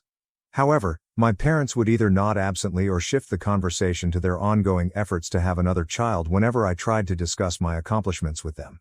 When I was 15, everything changed. My sister was my parents' miracle child, finally born after years of trying. It was like a switch flipping in our home when she was born. There was love, excitement, and celebration all at once, but none of it was aimed at me. They gave her everything, including their time, money, love, and attention. Although I recognized that she was their top priority, the disparity in their treatment of us was unpleasant and striking. I can still clearly recall my junior year victory in a state-level programming competition. A minor college scholarship was part of the award. My parents were so enamored with my sister's block stacking that they hardly looked up when I brought the trophy and certificate home. However, her accomplishment of stacking 3 blocks on top of one another was worthy of a cake and photo celebration with the family. I pushed myself into my academics and coding at school because I knew that education was the key to my freedom. I began working as a freelance web developer on the side, keeping the money I made hidden because I thought I might need it in the future. That intuition was correct. In retrospect, I believe my parents had been preparing this for some time since, rather than throwing a party for my 18th birthday, they sat me down for what they called an important discussion. They clarified that my sister's playroom and learning area required my room. They had already made the decision that I would go right away. They completely shut me down when I attempted to explain that I needed time to find a place and save money. They said I'd had time to get ready and should be able to handle things myself. My father gave me a $500 envelope containing what he referred to as startup money, and gave me until the weekend to depart. It happened on a Tuesday. I stuffed my laptop, some clothes, and the about $3,000 I had surreptitiously collected from my freelancing business into my old high school backpack and a few trash bags. As I packed, my sister, who was only 3 years old at the time, watched from the doorway, unable to comprehend what was going on. The initial years were harsh. While being cautious not to overstay my welcome anywhere, I couch-surfed between friends' homes. I worked a variety of jobs, including day labor at construction sites, nighttime shifts at 7-Eleven, and freelance coding whenever I could find customers. In between employment, I would spend the day sleeping at public libraries, utilizing their computers to learn new programming languages and search for better prospects. I survived on whatever was on offer at the dollar store and ramen noodles. I sometimes went to bed hungry because I wasn't sure if I would have enough money for my next meal. The worst time of year was in the winter, when I occasionally had to decide between having enough food to eat and paying for a warm place to sleep. I made an effort to stay in touch with my parents during those formative years in spite of everything. I would periodically give them a call in the hopes of seeing even the slightest indication that they were concerned about my welfare. However, they were obviously waiting for the conversation to end, and each exchange was brief and awkward. They never inquired about my needs or how I was doing. They just remarked, "That's nice," and shifted the conversation to my sister's preschool accomplishments when I told that I was enrolled in community college courses while working. I quit trying after being the only one who reached out for 2 years. Even after I taught myself full-stack coding, they never gave me a call to see how I was doing or left a message on my birthday or on holidays. I recall being so desperate to let them know that I had arrived, but their phone had already been cut off. I learned so much about survival and independence in those first several years after being expelled. I continued to code while working several jobs. I would use my phone to study programming documentation during my breaks at the convenience shop. I would work on minor freelance assignments at the public library in between building site shifts. With free Wi-Fi, air conditioning, and, most importantly, computers where I could practice coding, the library turned into my haven. When a small firm decided to hire me as a junior developer, I finally got my break. My freelance work portfolio and my contributions to open source projects impressed them. Although the pay wasn't high by IT standards, it changed my life. I was able to buy a little studio apartment for the first time and was no longer concerned about where I would sleep every night. I pushed myself into the task, working 70-hour weeks and learning as much as I could about cloud computing, database administration, and system architecture. Like a sponge, I took it all in. After my coworkers saw how committed I was, I quickly took charge of modest initiatives. I kept working on open source projects and creating my own apps on the weekends and at night. I had discovered something I genuinely liked doing, so it wasn't just about the money anymore. When one of the big IT corporations saw my contributions to their open source platform, it was the true turning point. They extended an invitation for an interview, and following 6 rounds of technical interviews, I was offered a job that fundamentally altered my life. After 7 years, I am now in charge of a large project team as a senior software engineer. I have enough cash to feel secure about the future, a modern apartment in a safe building, and a solid investment portfolio. Before my father's number showed up on my phone 3 days ago, after 17 years of total silence, I believed I had finally put an end to my past. It was startling to hear his voice. His voice seemed older, almost frantic. It couldn't wait, he added. They had to discuss my sister. I was left reeling by the discourse that ensued. It looks like my 13-year-old sister is having a lot of problems. She frequently skips school, has been caught shoplifting several times, and hangs out with a group of older teens whom my parents disapprove of. More concerningly, she has had multiple encounters with local police authorities and drugs have been discovered in her room twice. 3 different rehabilitation programs have already been tried on her, but none of them appear to have been successful. When my father mentioned their financial predicament, it became evident why they had called. More than $200,000 has been spent on counseling sessions, various treatment programs, and legal bills. They had sold the majority of their valuables, maxed out many credit cards, and remortgaged their home. They are in dire need of assistance and are now considering a $75,000 specialist long-term treatment center. With tears in her eyes, my mother called and said they had nowhere else to go. The phrase, "family needs to stick together," and the fact that I am their only chance to save my sister were repeated by her. I was struck by the irony of hearing these remarks from the same folks who expelled me when I was 18 and never looked back. When I was sleeping in my car in between couch surfing arrangements, where was this sense of family unity? On all those evenings when I went to bed hungry, where was it? In addition to aid with their credit card debt and mortgage payments, they are requesting support with the costs of the treatment program. They require over $100,000 in total. If I couldn't give the entire money right away, my father even recommended that we arrange a payment schedule. To be honest, if I wanted to, I could assist them. I have a secure financial situation thanks to years of frugal living and wise investing. However, I feel physically uncomfortable at the idea of granting them access to my finances. I acquired this money by working hard and making sacrifices for years, frequently going without food and housing while learning to code. I can't sleep at night because of how complicated this scenario is. Since my sister is only a child, I feel bad for even considering helping. She never requested to be born into this mess, and perhaps things would have turned out differently if someone had supported me when I was a teenager. However, I then recall how my parents handled me, how they dismissed me without question and never once inquired about my whereabouts for 17 years. They contacted again yesterday, requesting a face-to-face meeting. They claimed to want to make amends and provide an explanation for everything. They offered to drive the 4 hours to visit me and proposed that we meet at a fancy restaurant in my neighborhood. Their zeal unnerves me in some way, as if they're making an excessive effort to sway events to their advantage. According to my partner, 34F, I should set clear limits. She has personally witnessed the amount of effort I have put into rebuilding my life and getting over my childhood trauma. She fears that allowing my parents to return could reverse years of emotional growth. Although he thinks I owe my parents nothing, my best buddy, who let me sleep on his sofa during those difficult early years, advises me to think about assisting my sister directly if I so choose. I'm totally conflicted right now. My rational side tells me to keep the distance that has helped me succeed. My parents still view me as a resource to be utilized rather than a beloved son, thus they haven't changed. Their true motivations are evident from the way they are handling this matter, concentrating on the money rather than trying to make atonement for the past.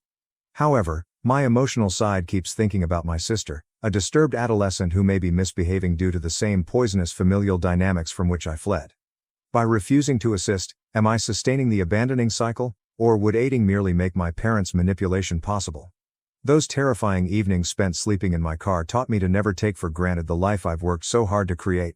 I feel like I'm being pulled back into the craziness that I've been trying to avoid for years. Should I assist them and run the danger of being manipulated again? Do I make an effort to assist my sister directly? Or should I continue to set the boundaries that have helped me recover and grow? I'm sure I'll question any decision I choose. I might be angry with them for dragging me back in if I assist.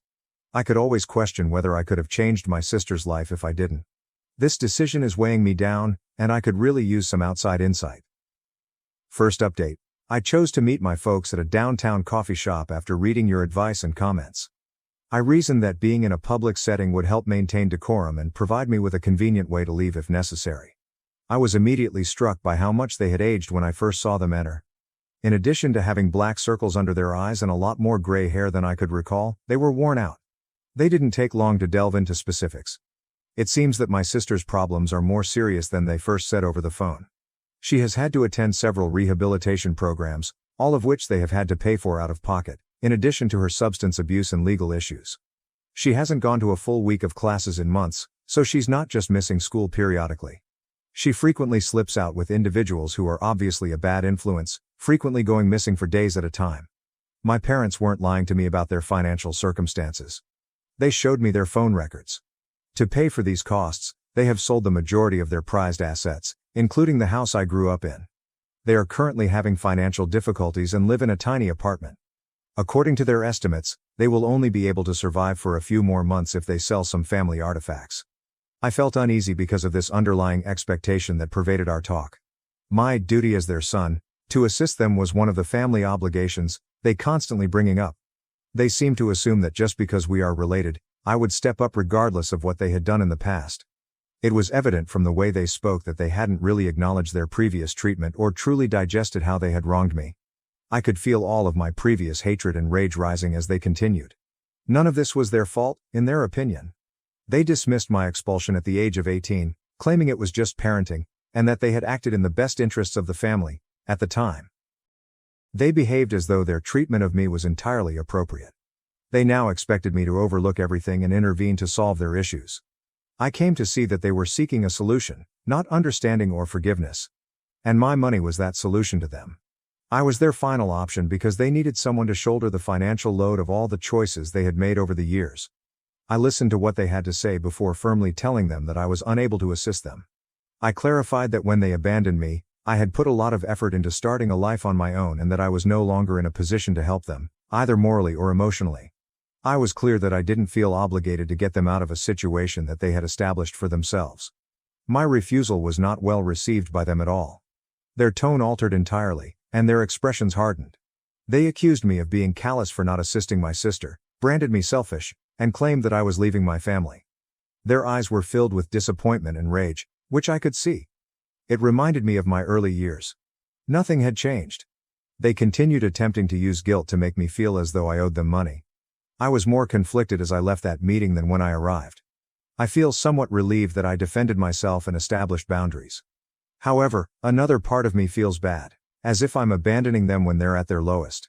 It's difficult to describe, but it seems weird to leave them in this way even if I know they profoundly wounded me. I can't stop thinking about my sister, whom I don't even know, and their predicament. Although I'm sorry for her, I don't think I can help her. It hurts to know that even after all these years, my parents still only regard me as a tool to solve their problems rather than as a unique person with a life and challenges of my own. It's difficult for me to let go of the guilt. Is it wrong of me to persist with my choice? Should I have looked for a compromise? I can't stop reliving the encounter in my head, questioning whether I made the proper decision. Second update. Since my last post, which was only a week ago, things have gotten even more bizarre. Only a few hours earlier, I got a call from an unfamiliar number. I heard my sister's voice for the first time when I responded. I was completely unprepared for this. I only have hazy memories of her from when she was a newborn, just before I moved out.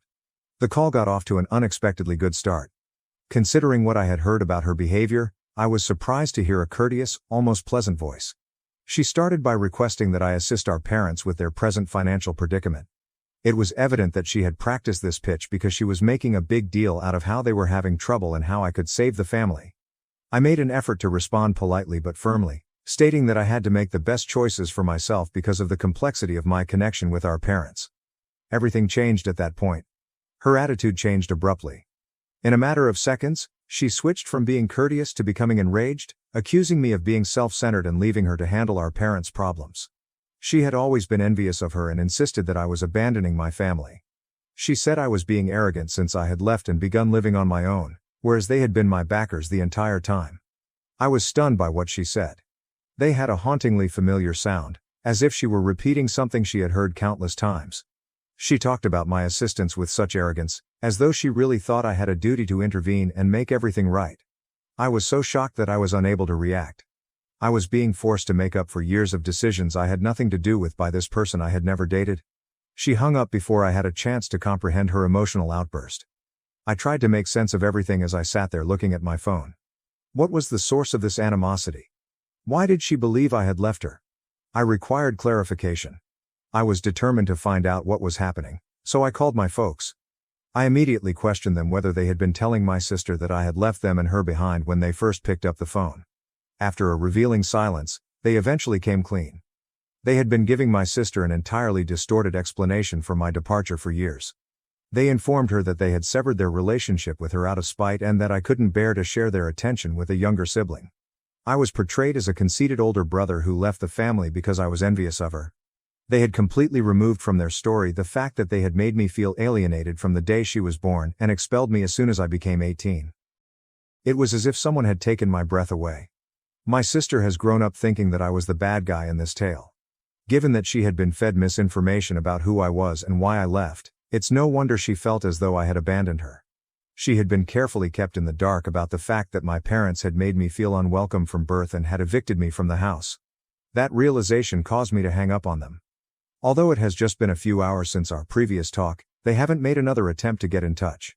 I'm upset with my parents for misrepresenting me to my sister and giving her the impression that I abandoned her, but I'm also upset with my sister for snapping at me and demanding my assistance as though I owed it to her. It's difficult to get rid of this resentment, but I'm also experiencing a new form of guilt. I wish my parents had been honest with her about my reasons for leaving. Perhaps my relationship with my sister would have been different if they had. Although I might not have been able to provide financial support to my parents, I could have developed a relationship with my sister and perhaps helped her steer clear of some of these behavioral problems. Now, though, it seems impossible to repair the harm. Even whether I want to try is up in the air. My family returned in the worst conceivable way, just when I thought I was done with them forever, which makes the whole scenario tiring. It's not that easy for me, even if a lot of commenters have advised me to simply ban my parents and move on. Whatever you want to call me, this is still family, and I believe that I should at least be aware of what's happening. Even though I'm in no position to provide financial support for my family, I can't help but notice that this is the first time they've contacted me.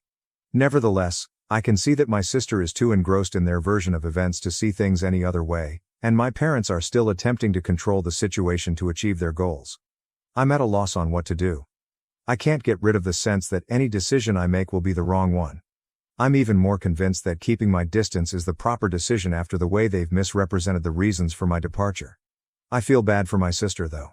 Her conduct and relationships are obviously being impacted by the skewed perspective of her family history that she was raised with. I wonder if this damage can be fixed or if it's best to leave it alone. Third update. Since my last update, which was a few months ago, I've had plenty of time to think things through and let things calm down. It's been quieter for me, to be honest, but only because I choose to avoid the mess my sister and parents had produced. I'm coming to realize that sometimes taking a step back and avoiding letting their drama take over my life is the greatest way to achieve serenity. My parents gave me another call about a month after I had last provided an update. I wanted to hear what they had to say, so even though I was dreading it, I picked up. They were even more desperate this time, and they accused me of being dishonest in order to get money from me. They described the dreadful situation, how they were in danger of losing everything, and how they wanted me to intervene and make things right. The guilt trip about family is supposed to stick together was their first attempt. When that failed, they resorted to threats, claiming that if I didn't assist them, they would ruin my life. They then claimed that I was their only hope, changing their strategy once more. To be honest, I felt disgusted. They continued to threaten me in spite of everything that had transpired, and they never once stopped to admit how poorly they had treated me. I refused to back down and reiterated that I was unable to provide them with financial support and that I was not responsible for solving their issues. I reminded them that I wasn't responsible for cleaning up the mess. They had made these decisions. Of course, that did not make them pleased. For the next month, they continued to phone, alternating between threats and guilt trips. They eventually stopped phoning. I assumed they had finally come to the conclusion that I would not give in. I didn't hear back from them for a month, and to be honest, I thought that might be it. However, I received another call around a week ago. I nearly didn't answer, but my curiosity won out. Things had only deteriorated. They informed me that they needed to file for bankruptcy. They were essentially starting over with nothing after selling nearly all they owned to pay off their debts. They then revealed even more shocking detail. My sister had moved in with one of her friends and had severed all ties with them. Even though she is just 13, she managed to move in with a friend's family, who my parents claim tolerates her misbehavior. They said it was best that my sister left them because they could no longer see themselves supporting her when I questioned why they didn't call the police. In a sense, they have also abandoned their second child. They initially attempted to place the blame on me. They claimed that none of this would have occurred if I had simply assisted them when they requested it. They said that everything went south because of me. Naturally, they were unable to acknowledge their own responsibility for their acts. I was furious. I bluntly told them that their actions and how they had treated me were to blame for everything that was happening to them. I brought up the topics of how they treated me like a second-class person in my own house, how they neglected me when I needed them, and how they expelled me when I reached 18. I informed them that they continued to try to place the responsibility on me while ignoring the fact that that had an impact on me. At that point, they began to retreat and eventually ceased making excuses. They expressed regret for everything they had done to me and offered an apology. They expressed to me their wish that they had acted differently. They seemed to be saying everything that needed to be said, but it was too late. In addition to the fact that they had ruined my sister's and my own lives, I couldn't simply ignore how they had treated me for years. They were now suffering the repercussions of their decision to push me away. I must admit that I felt sorry for them, but I also realized that I couldn't risk the life I had created for myself in an attempt to mend what was already damaged. I informed them that I needed to keep my distance and that I was unable to assist. Despite their displeasure, I stood by my choice. I was still upset with them for what they had done to me after I hung up. However, I felt sorry for them at the same time. It's too late now, but I wish they had taken the time to realize what they were doing incorrectly when they had the chance. I've come to terms with the fact that I can't save them, and I'm learning to accept that. I have no idea what the future holds for my sister or them. I just know that I won't let their errors disturb my tranquility. They can't drag me back into their mess. I've come too far. I have much more important things to worry about right now, but maybe in the future I'll try to get in touch with my sister once more to see if I can assist her get back on track. All I can do is hope she takes this lesson to heart and makes wiser decisions than our parents did. That's about it for me, then. I won't be checking in on my family for a very long time. Even though I'm aware that this isn't the best conclusion, I've come to terms with it. I sincerely appreciate all of your guidance and encouragement over this trip. It has enabled me to remain steadfast in my choices.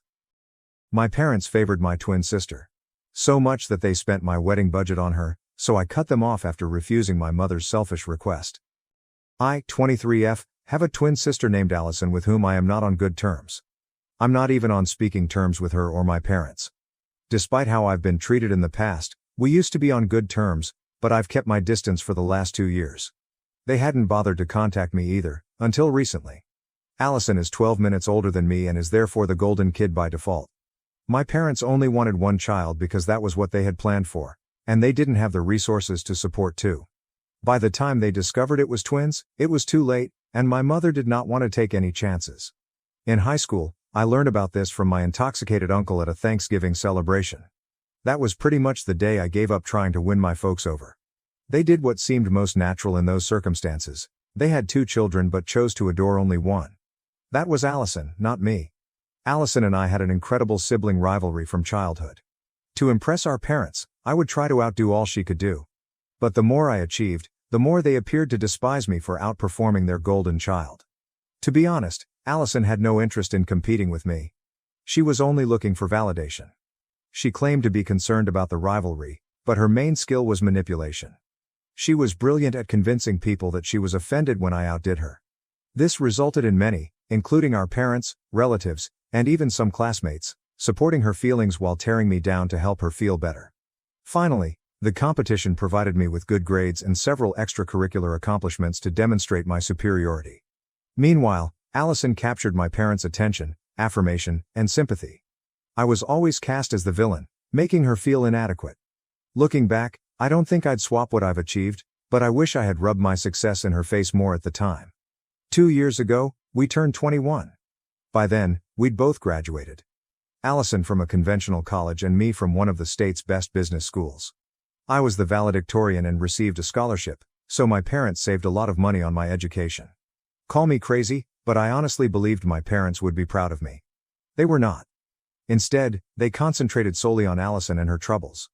Allison had barely made ends meet and was looking for work, only to be turned down again. I, on the other hand, was already working from home as an intern for a corporation. Despite my accomplishments, my parents did not bother to congratulate me. Instead, they were absorbed with concern for Allison's future.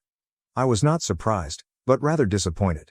I was still living with my parents and hadn't saved enough money to move out, so I chose to keep my feelings to myself. But after our 21st birthday, I couldn't anymore. I expected them to accomplish something significant for us.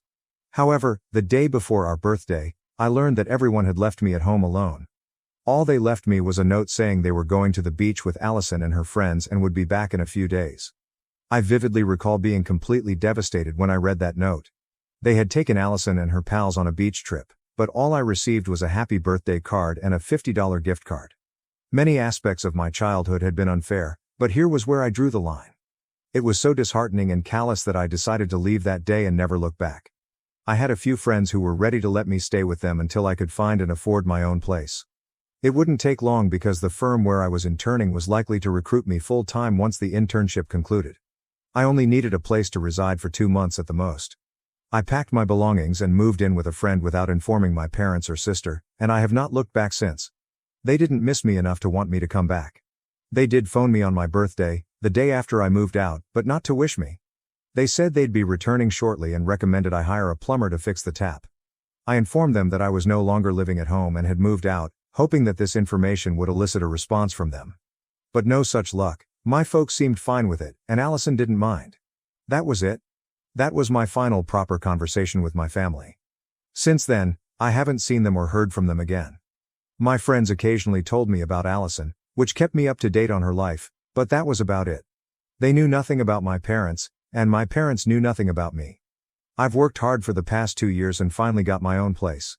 It's hardly a mansion, but it's a lovely apartment in a desirable neighborhood. The rent is reasonable for my wage, which is fantastic because most people my age haven't been able to accomplish this as quickly. I'm pleased with how my life has turned out, and I've done my best to keep my family out of my thoughts. Allison recently married a businessman nearly 10 years older than her and is now living it out in California.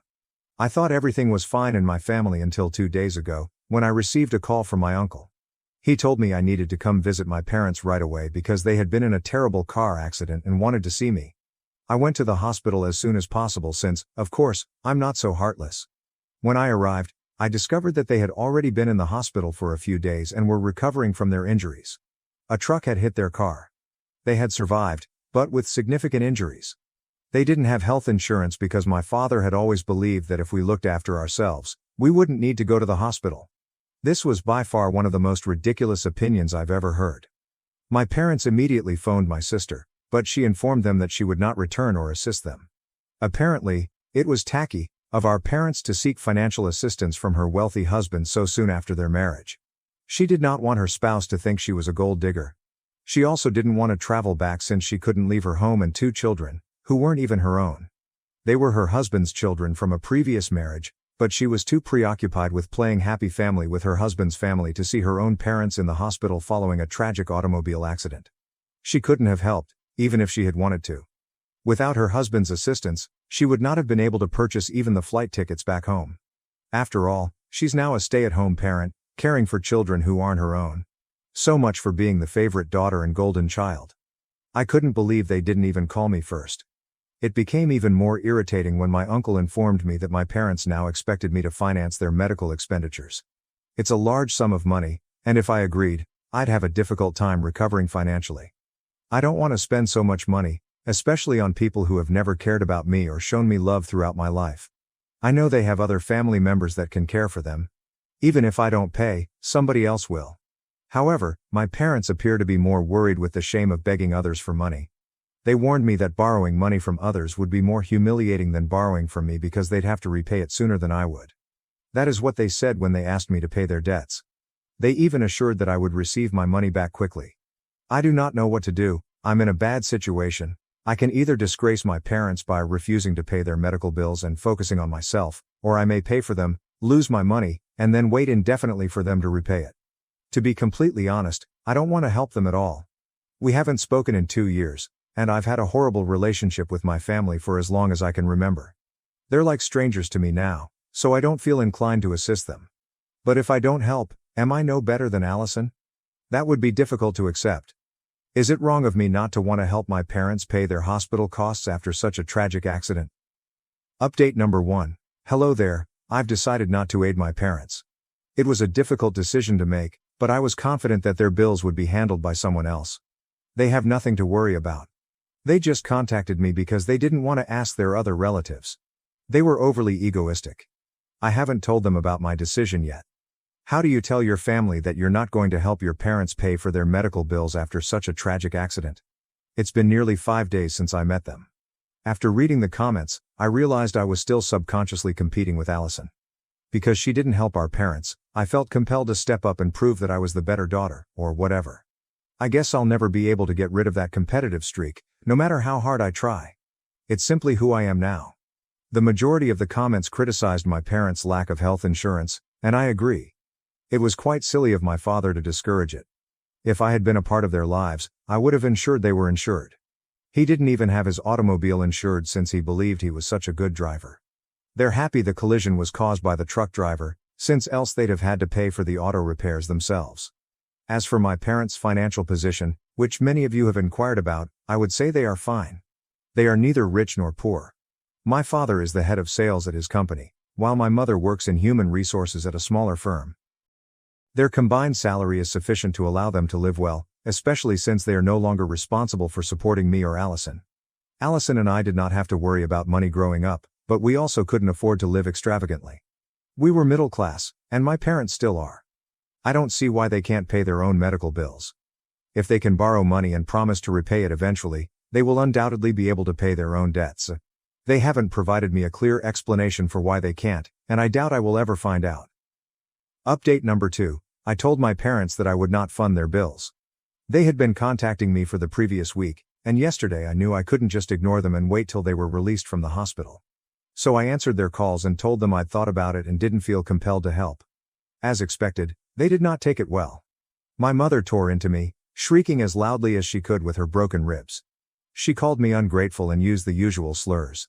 My father, on the other hand, just told me that I was no longer his daughter and hung up once my mother had finished yelling.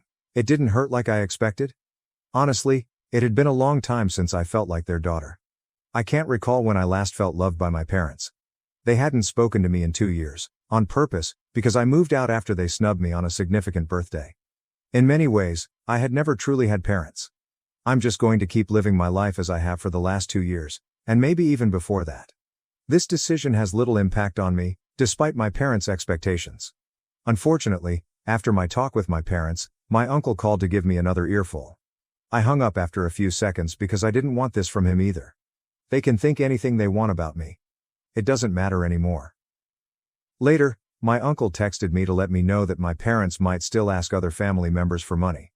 He also indicated that my parents had decided to use the wedding fund they had put up for me and Allison. They had already spent more than half of it on Allison's wedding, and what remained was squandered on a trip to Europe. That's why they had almost little savings left and couldn't meet their medical bills. So, the riddle is solved. Of course, my uncle told me all of this to make me feel terrible, but all I felt was relief that I hadn't wasted my hard-earned money on their expenses. They had carelessly wasted their own cash, which was not my fault. It was not my responsibility that they did not have insurance owing to their erroneous ideas. They could beg money from family or go to hell, but I was not going to give them anything. They were no longer entitled to anything from me, including my time and money. Update number 3. Hey, something pretty strange happened today, and I need to get it off my chest. I haven't been able to inform my friends about what has been going on, because most of the people I know have only known me for a short time. I don't think I want to share anything about my family history with these people, so Reddit is all I have. It's been about 2 weeks since I last spoke with my folks. Allison showed up at my apartment a few hours ago, around the evening.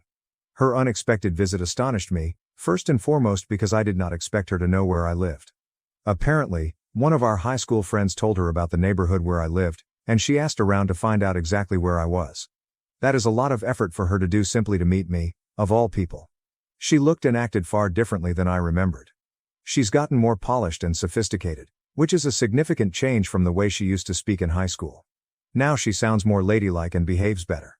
Her fashion sense has evolved, as has her jewelry, and her makeup appears more sophisticated. It felt as if I wasn't even speaking to Allison. But one thing has not changed: who she is as a person.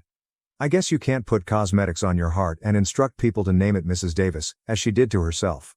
Her personality and ideas have undoubtedly not changed. She knocked on my door, and I let her in. I was startled to see her, but also interested as to why she had stopped by. I decided to hear her out. After some small conversation about her life, in which she unpromptedly told me everything she'd been up to and boasted about how wonderful her life was as a stay-at-home mom of 2 toddlers married to a wealthy man, I politely nodded through her presentation. She talked about how she had nothing to worry about but her cuticles and even began urging me to do the same, telling me how underappreciated being a traditional housewife was. I couldn't wait for her to stop chatting about extraneous topics and get to the issue. Finally, after roughly 15 minutes of talking about her life, she explained why she was here. Apparently, she had returned to see our parents since they had begged her to do so following the accident. They did not want her money. They simply wanted her to be there for them. After 2 weeks, she decided to return, and while she was here, she thought she'd pay me a visit so we could finally bury the hatchet. Thus far, so good. But then she began complaining. She claimed our parents were too needy and disrespectful of her new family. She went on and on about how she had to leave her 2 babies with their nanny merely to visit them. She stated she loathed our parents for forcing her to choose between them and her children. I can never understand why she keeps referring to them as her children when they are clearly not hers. They are her husband's children from his previous marriage. Even though I hadn't asked, she proceeded to tell me a lot about her marriage and spouse. According to what I gathered, Allison's husband most likely married her solely to boost his chances of obtaining at least partial custody of his children, which he accomplished. But she believed he loved her or something. He had been in a custody fight for a long time, and as a full-time businessman, he didn't have enough time for his children. His ex-wife was using this against him. Then he claimed that he was engaged and planned to marry as soon as the divorce was finalized, which tipped the scales in his favor. Allison told me all of this while gloating about how she saved those children. To me, it sounded like her husband had cheated her. They hadn't known each other for more than a year when he asked her to marry him, so it was obvious he wasn't in love with her. Nobody falls in love that easily, especially after a divorce. But Allison appeared blissfully unaware, or perhaps she knew he didn't love her but was ready to overlook it due to his large money balance. She seemed content being a glorified nanny to her husband's children. On top of that, she was upset with our parents for wanting her at their side after they had been in a tragic tragedy. She somehow believed that being there for them was detracting from her time with her new family, which comprised a husband who most likely did not love her and 2 children who were not biologically connected to her. These children appeared to be doing well with their nanny, just as they were with her. If ungrateful had a face, Allison would be it. I am not a fan of my parents, but when she mentioned how needy they were, I couldn't believe this was the lady they had repeatedly chosen over me. She eventually got to the point of her visit and informed me that she was departing in 2 days.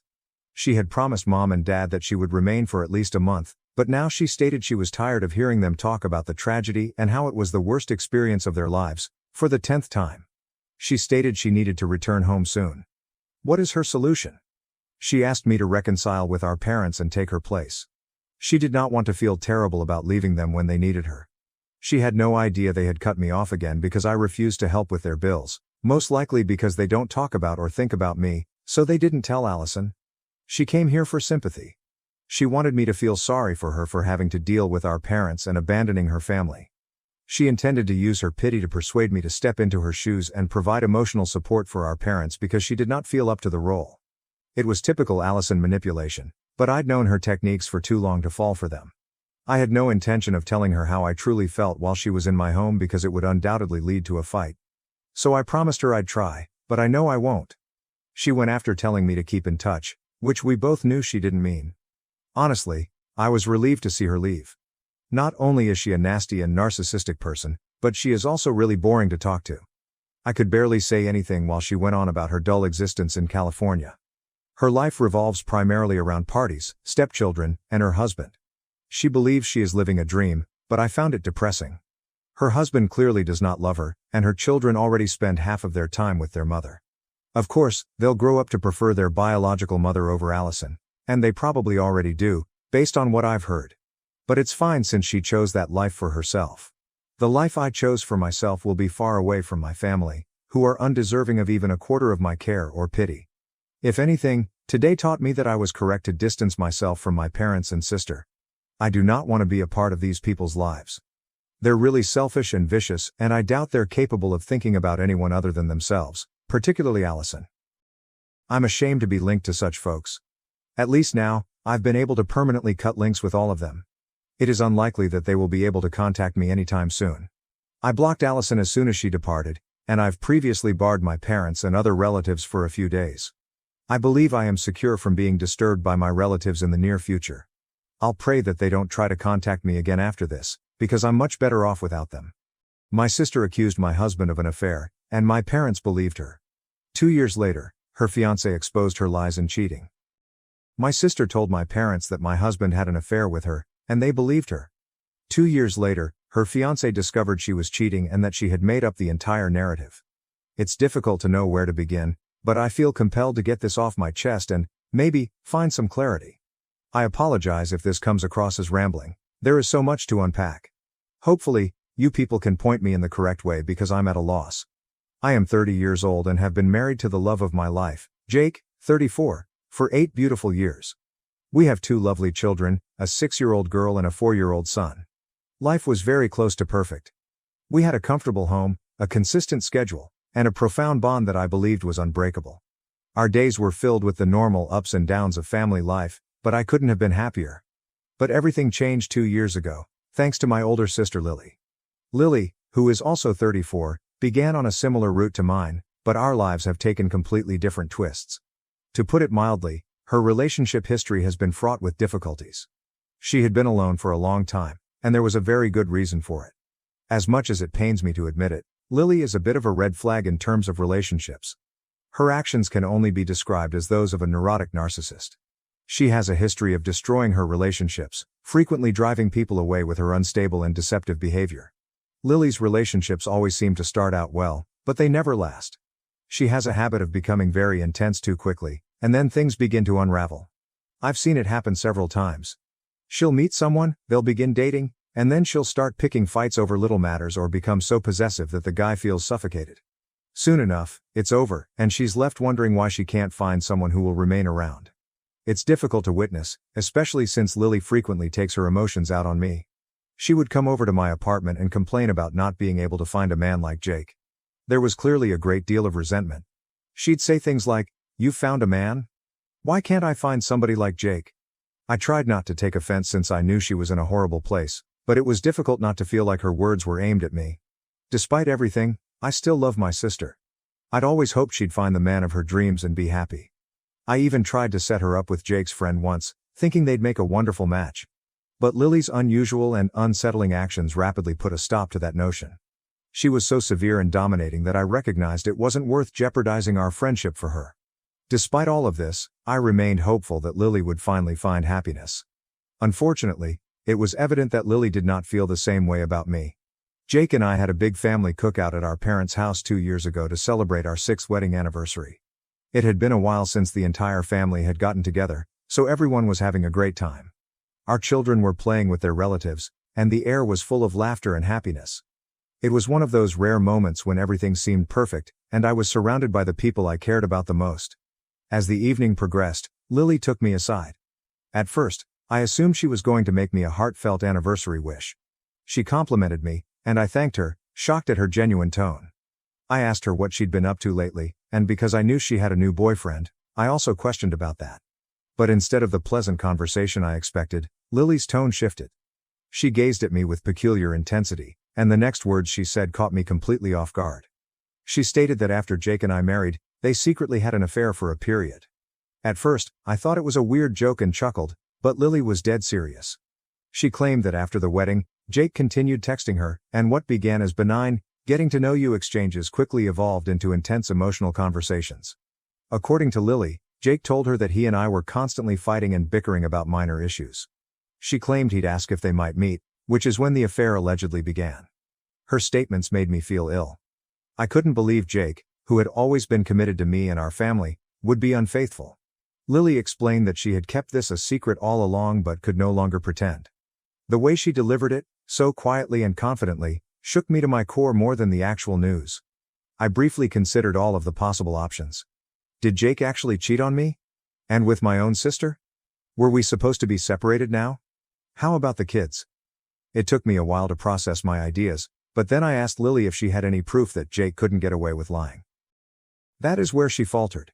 Lily said she had a lot of evidence, but as her sister, I should believe her, with or without it. That's when I realized, Lily was lying. She could trick Mom and Dad, but I had been watching her for years. I could immediately detect when she was lying. She burst into tears when she realized I could be onto her. Then came her lecture, which included comments like, "I cannot believe you don't trust me," and "I told you for your own good." Lily then went on to tell our parents the same tale. Soon, all of our friends and family surrounded us, and Lily began shouting at Jake about how he had cheated on me with her. She even alleged that, despite her refusal to participate, he blackmailed her. My hubby was just as perplexed as I was. At first, he assumed this was an unfunny joke. However, when Lily began screaming like crazy in front of everyone, the situation became quite serious. I hoped my folks would assist me with damage control. After all, even if Lily's narrative were accurate, I would have been crushed. To my amazement, my parents sided with Lily without regard for our circumstances. Dad screamed at Jake, accusing him of playing with Lily's feelings. I felt abandoned. My own sister confessed to me that she had an affair with my husband of 6 years. Even though I knew that wasn't true, no wife enjoys hearing this type of thing. Furthermore, if her narrative was true, my father was more concerned with Lily's feelings than my own, a wife and mother who would have lost her husband. When we got home that day, Jake and I talked about everything. I trusted my husband and knew he would never betray me. Before you think I'm gullible, let me warn you that Lily has a history of lying. She has previously wrecked countless relationships with petty lies. In truth, Jake's pal ended their relationship because she accused him of cheating on her at random. She would set her own belongings throughout the apartment and then ask him about if he had brought any other girls. This would lead to screaming bouts, and when he was fatigued, Mom would tell him it was just a test. The situation with us simply confirmed this was a trend for Lily, so I chose to believe my husband. The next days were the worst of my life. My parents refused to hear our side of the tale, preferring to trust Lily's version without any evidence. Our previously close-knit family was broken. Jake and I found ourselves alone, and the atmosphere at family gatherings grew unpleasant. My parents treated me with distrust, while Jake was completely ignored. Lily, on the other hand, appeared to delight in the turmoil she had caused. She played the victim, taking up the attention and pity of everyone around her. It was as if she relished witnessing the devastation she had inflicted in my life. The more I attempted to defend myself and Jake, the more she distorted the story to portray us as monsters. I attempted to contact my parents to explain that there was no proof of Lily's assertions, but it was ineffective. They'd made up their minds, and their commitment to Lily was solid. Mom even accused me of being in denial and choosing Jake above my own sister, which shattered my heart. I couldn't comprehend how they could so easily abandon me, how they could blindly believe Lily's falsehoods. Eventually, the tension reached its breaking point. Jake and I made the difficult decision to detach ourselves from my family for our own mental health and the sake of our children's well-being. It was a difficult decision, but we couldn't keep living in the shadow of such a painful falsehood. This eventually became our new normal. As I mentioned, it was difficult but not impossible. I recognized that I didn't need my parents' approval for everything in my life, and if they wanted to believe Lily's lie, then so be it. But just when I thought the drama was over, something happened to shake things up again. I came across a post on Facebook unexpectedly, and guess what? Lily became engaged. She had shared a series of photos with her new fiancé, a man named Mark, along with a lengthy, heartfelt caption about how she had met the love of her life. She told how Mark entered her life at what she believed was the most difficult time she had ever experienced, a time of pain and betrayal. Ironic, eh? Reading those sentences caused my stomach to churn. The hypocrisy was staggering. Lily had portrayed herself as a victim, employing the same lies she had spoken to elicit compassion and admiration from our extended family and friends. As I browsed through the comments, I noticed that many of our family, who had largely supported her during the turmoil, were praising her and extending their support. Some even made snide, passive-aggressive statements addressed directly at me, such as, "Good for you for getting past that toxicity. You do not need that in your life." It was infuriating. These folks had no idea what had transpired, yet they were ready to congratulate Lily on her alleged courage and tenacity.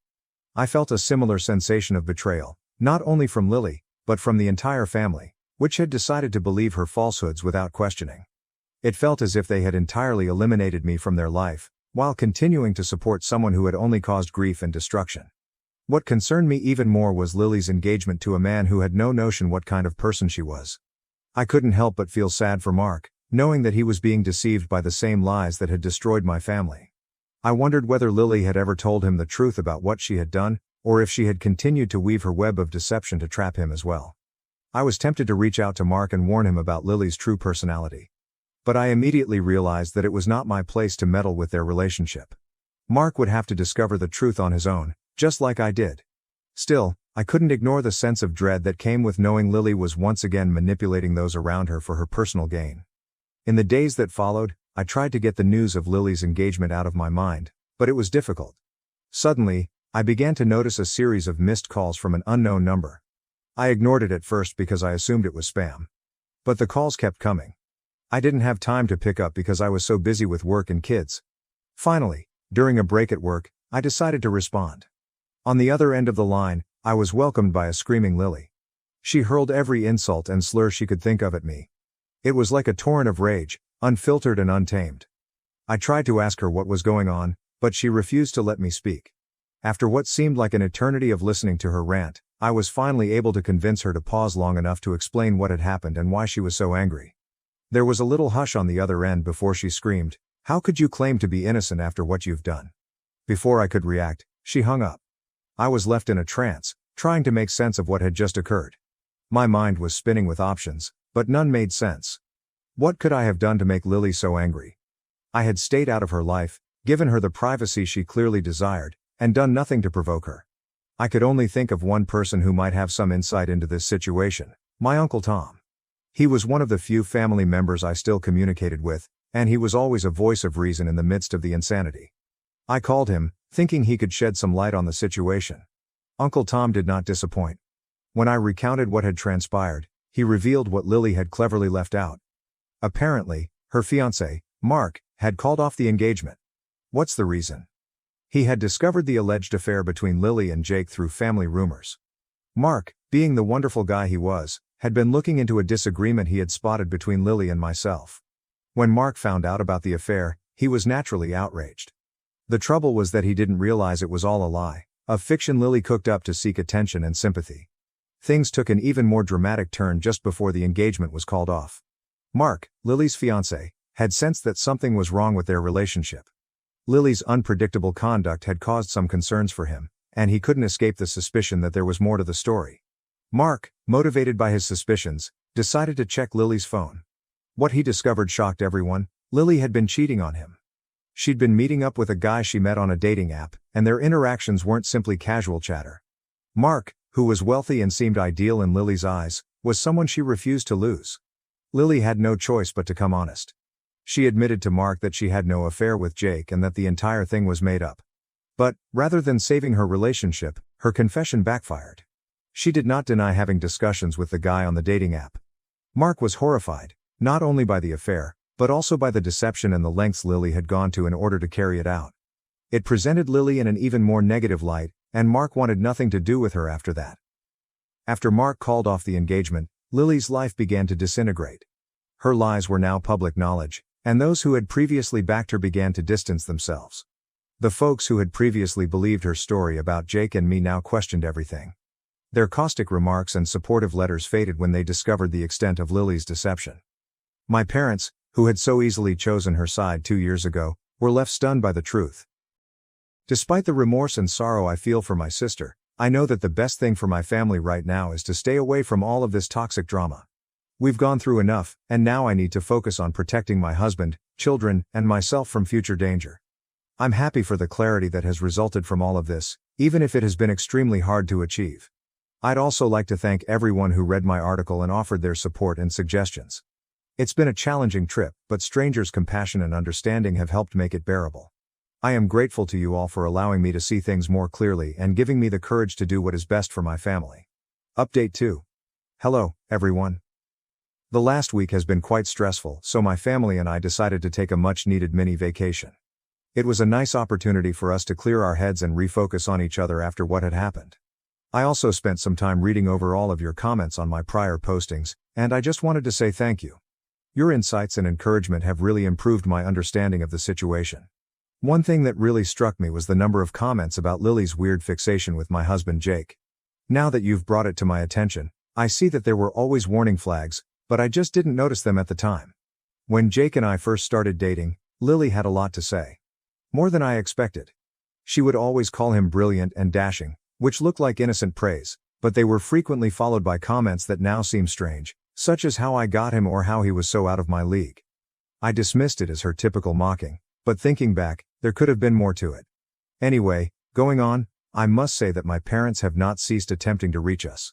They've called and texted us hundreds of times, and while I'm still unhappy about what happened, I've decided to allow them to come visit us. I understand that their primary motivation is to visit the children, and I have accepted that. After all, I've decided that I would not deprive my children of their grandparents, even if I am not ready to fully reconcile with them myself. While my parents may not have been the best at supporting me, they have always been loving grandparents, and my children adore them. The visit will be difficult, and I'm still unsure how I'll react to seeing them face to face after everything that has transpired, but I'm prepared to try for the sake of my children. I will create limits and preserve my own mental health, but I cannot ignore the attachment they have with their grandparents. Hopefully, this visit will provide some clarity on how to go from here. Thank you again for all of your help and suggestions. I'll keep you posted on how things progress. Update 3. Hello everyone, I hope you are doing better. I wanted to provide an update on how things have been since my last post. My parents did come to visit us, and while I was concerned about how it would go, I have to admit it went better than I imagined. Things were awkward at first, as I expected, but my children immediately broke the ice. They were overjoyed to see their grandparents again, and their enthusiasm helped to alleviate the tension in the room. It was evident that they missed them as much as my parents did. As we settled in, the kids innocently asked where Aunt Lily was. It was a question I expected to come up at some point, and it elicited an uncomfortable stillness. We all avoided the subject at the moment, attempting to keep the atmosphere light. Later, while the kids were busy, I decided to ask my parents directly where she was. They informed me Lily had returned to their home after a long absence and wanted to apologize to me. I found it difficult to take it seriously, however. After everything she'd done, an apology seemed pointless. Furthermore, Mark, her ex-fiancé, deserved the most sincere apologies after everything she had put him through. I advised that instead of wasting time apologizing, they consider enrolling her in treatment. The way she acted, lying so brazenly and destructively, was not a simple mistake. She acted like a habitual liar, and at times, it appeared she was on the verge of being labeled a psychopath. Some may even claim she is one. If she is to heal from this condition, she must seek expert help. Interestingly, Jake and Mark have developed an unexpected bond throughout this process. They began hanging together and learned that they had many common interests. Jake keeps Mark informed about what's going on with us, and it's been great to see them both support each other in various ways. Mark, being the mature individual that he is, has begun to move on with his life. He did not deserve what he went through, but as humans, all we can do is move on and attempt to find peace. Overall, I believe we are on the route to a resolution. Things will never be the same, but I am hopeful that they can improve. If the world works in our favor, we may not be able to return to the way things were, but we may be able to reach a satisfactory point, one in which we can re-establish some trust and move forward without the weight of the past holding us back. We've learned the value of open communication, the perils of leaping to conclusions, and the strength of forgiveness, both giving and receiving it. While we are not completely recovered yet, we believe we are on the right track. Thank you again, Reddit, for your encouragement and guidance at this difficult time. Your opinions have been important in guiding us through this challenging circumstance. We'll continue to take things one day at a time, focusing on our mental health and our children's well-being as we move forward. Pursued my dream as a photographer, lost my parents' support, until they learned about my six-figure income. My parents went completely crazy when I decided to try my hand at fashion photography instead of attending college after high school. For months, we quarreled over this. Ultimately, They informed me that they would never forgive me and would stop interacting with me if I chose to go down this route rather than earning a college degree. Knowing that my connection with my parents was not my top concern at the moment, I did not let that deter me. My goal was to become a fashion photographer, and I did just that. They were furious with me and avoided talking to me for a few years. I found it really challenging, particularly because I was so young and needed assistance from other family members. Most of the assistance I required was monetary. I had only ever worked summer jobs part-time before, and the money I had saved was insufficient to support myself in a new place. I was in dire need of help because, at the time, I was an intern and didn't get paid much. Fortunately, my dad's older sister, my aunt, frequently sent me the money I needed to pay my bills. Naturally, my aunt had a soft spot for me because I had always been close to her daughter as a child. Even with her help, I occasionally still felt very alone. After I left home, my brother and dad began to act as though I didn't even exist, so I didn't have the support of my immediate family. Because it would cause friction between them, my aunt never disclosed to my father that she was providing financial support for me. Without a doubt, he would blame her for pushing me to make poor choices. In spite of this, my aunt informed me of my parents' reactions to my decision. She would always bring me up to them when she saw them, but they would usually still react negatively. It was discouraging to hear them abruptly shift the subject. Then, one year, they suddenly demanded that I spend the holidays at home so that we could get back in touch. In the end, I returned that year to try again with our relationship. They were pretty normal about the whole thing, which surprised me because I had expected an emotional reunion. My mother later informed me that they knew I wouldn't alter my mind, so they made the decision to get in touch with me. Furthermore, they didn't want to be seen as the type of parents that didn't encourage their kids' goals and aspirations because that would come across negatively. I came to see that rather than truly respecting my choice, they had only contacted me to protect their brand. Despite my disappointment, I made the decision to keep in contact with them in the hopes that they would someday reconsider their opinion of me. They have never seemed to be as proud of me as they are of my brother, even though I have told them about all of my successes over the previous few years. After earning a business degree, my brother began working with a friend of my dad's. He makes a nice living, and my parents are always boasting about how he started providing for them as soon as he started working. I did offer to assist them monetarily, so it's not that I hadn't. But because of my unusual line of work, they turned me down, saying they wouldn't feel comfortable taking my money because they weren't sure I could live comfortably without it. I was aware that this was not a sincere worry. It served as just another reminder that they didn't think I was performing well enough and would much rather rely on my brother. I was never going to be good enough for them, no matter what I did. They relied on my brother instead of believing me, even after I assured them that I was okay and could help. It wasn't like they didn't require assistance. They have been having financial difficulties for the past few years, particularly following the pandemic.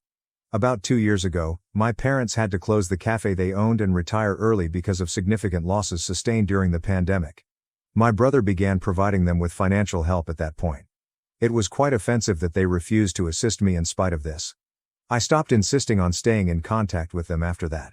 The only times we would see each other were at family gatherings, where I would try to be as polite as possible. Since I knew they wouldn't value me, I even stopped spending the holidays at home. Rather, they would take advantage of the occasion to criticize and ridicule my decisions. I was done with that negativity.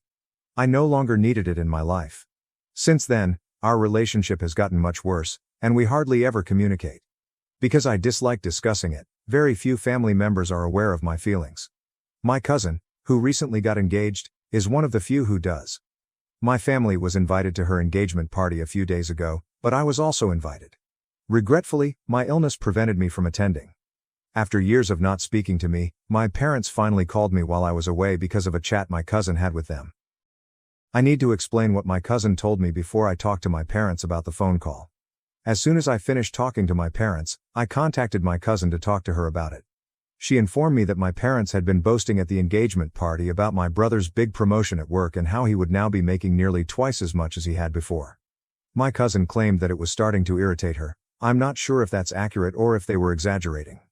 In addition to making the entire celebration about themselves, they were utterly disregarding the fact that I, their other kid, was succeeding in her life on par with, if not better than her. She was aware that, despite my best efforts to pretend otherwise, my connection with my parents clearly had an impact on me. Even though I had accomplished a lot, I felt like I could never do enough to make them proud of me. I found that to be really distressing. My cousin chose to defend me since she was aware of this. My relative mentioned how wonderful it was that they now had 2 children earning 6 figures annually as my parents were boasting about my brother. My parents, who hadn't bothered to stay in contact with me over the previous 2 years, were understandably startled. Since I didn't think it was necessary, I had never disclosed my income to them.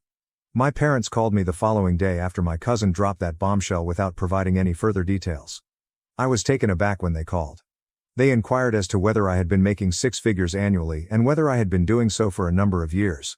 Thinking they were finally calling to congratulate me and express their pride, I made the decision to be honest with them. They said they couldn't believe they had been forcing my brother to provide for them financially when I had been doing so well, which was really foolish and delusional of me. They had the gall to become upset rather than happy for me. They chastised me for not informing them of my earnings sooner so they could make an informed decision about which child should provide them with financial support. I couldn't speak. In retrospect, that was exactly the reaction I should have anticipated, but it was not the one I had anticipated. Let me tell you what occurred next if you think that's awful.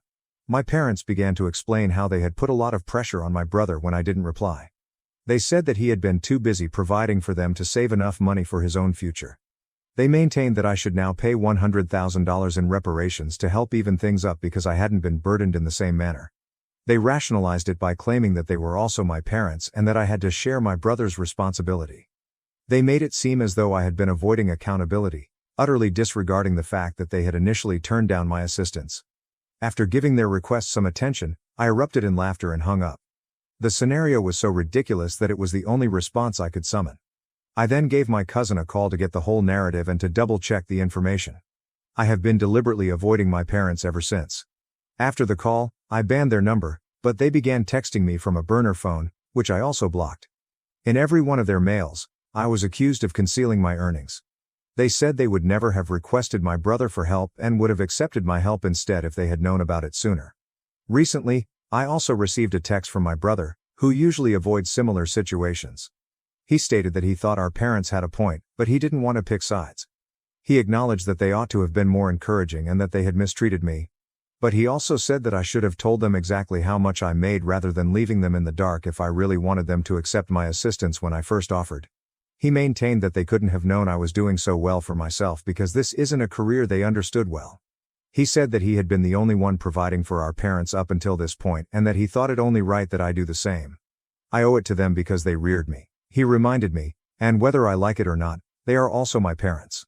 I'm bewildered now. I'm sorry for my brother, but I'm not sorry for my parents. Although we haven't had a fantastic relationship, it hasn't been as horrible as our relationship with our parents. He could have a point though, and I can't deny that. Is it bad of me to keep my actual income a secret from my parents? Edit. Since people are curious as to why I never told my parents how much I made, here's the answer. First of all, I dislike discussing my income. I want people to trust me when I tell them that I have enough to aid them, especially my parents. Why would I pretend that I had the money to provide for them? Second, money isn't the only metric I use to gauge my achievement. For me, success is about following my dreams and realizing them, not about how much money I make. When I first began out, I felt just as accomplished since I had followed my passion and defied the odds. In addition to being wealthy, I wanted my parents to be proud of me for being content and successful in my line of work. Finally, I never realized that in order to get their approval, I would have to be specific about my salary. I suppose I've had some delusions about them throughout my life. Eventually, I thought they would treat me the same way they treated my brother, but that never materialized. Before any of this occurred, I did discuss this with my cousin, who informed me that I shouldn't have needed to disclose my income to my parents in order for them to treat me like their child. At least someone was on my side, so it was a tremendous relief when she told me that I hadn't done anything wrong. Additionally, I am positive that my aunt shares my cousin's viewpoint. But what really irritates me is that my brother, who had previously been impartial, is suddenly opposing me. I'm open to any suggestions you may have because I haven't decided whether or not I should feel bad about it. First update. Hello, I appreciate all of your remarks. I suppose I needed that because going through them was a true eye-opener for me. Actually, I had started to think that perhaps I was mistaken, but I no longer believe that to be the case. I blocked my brother as well after realizing that, despite his initial neutrality, it had not aided me in any way. Unlike my aunt and cousin, who both defended me, he never did. In all honesty, my brother is only supporting my parents today because they have never given him a reason to oppose them, in contrast to me, who undoubtedly has a number of reasons. I responded to his message prior to blocking him.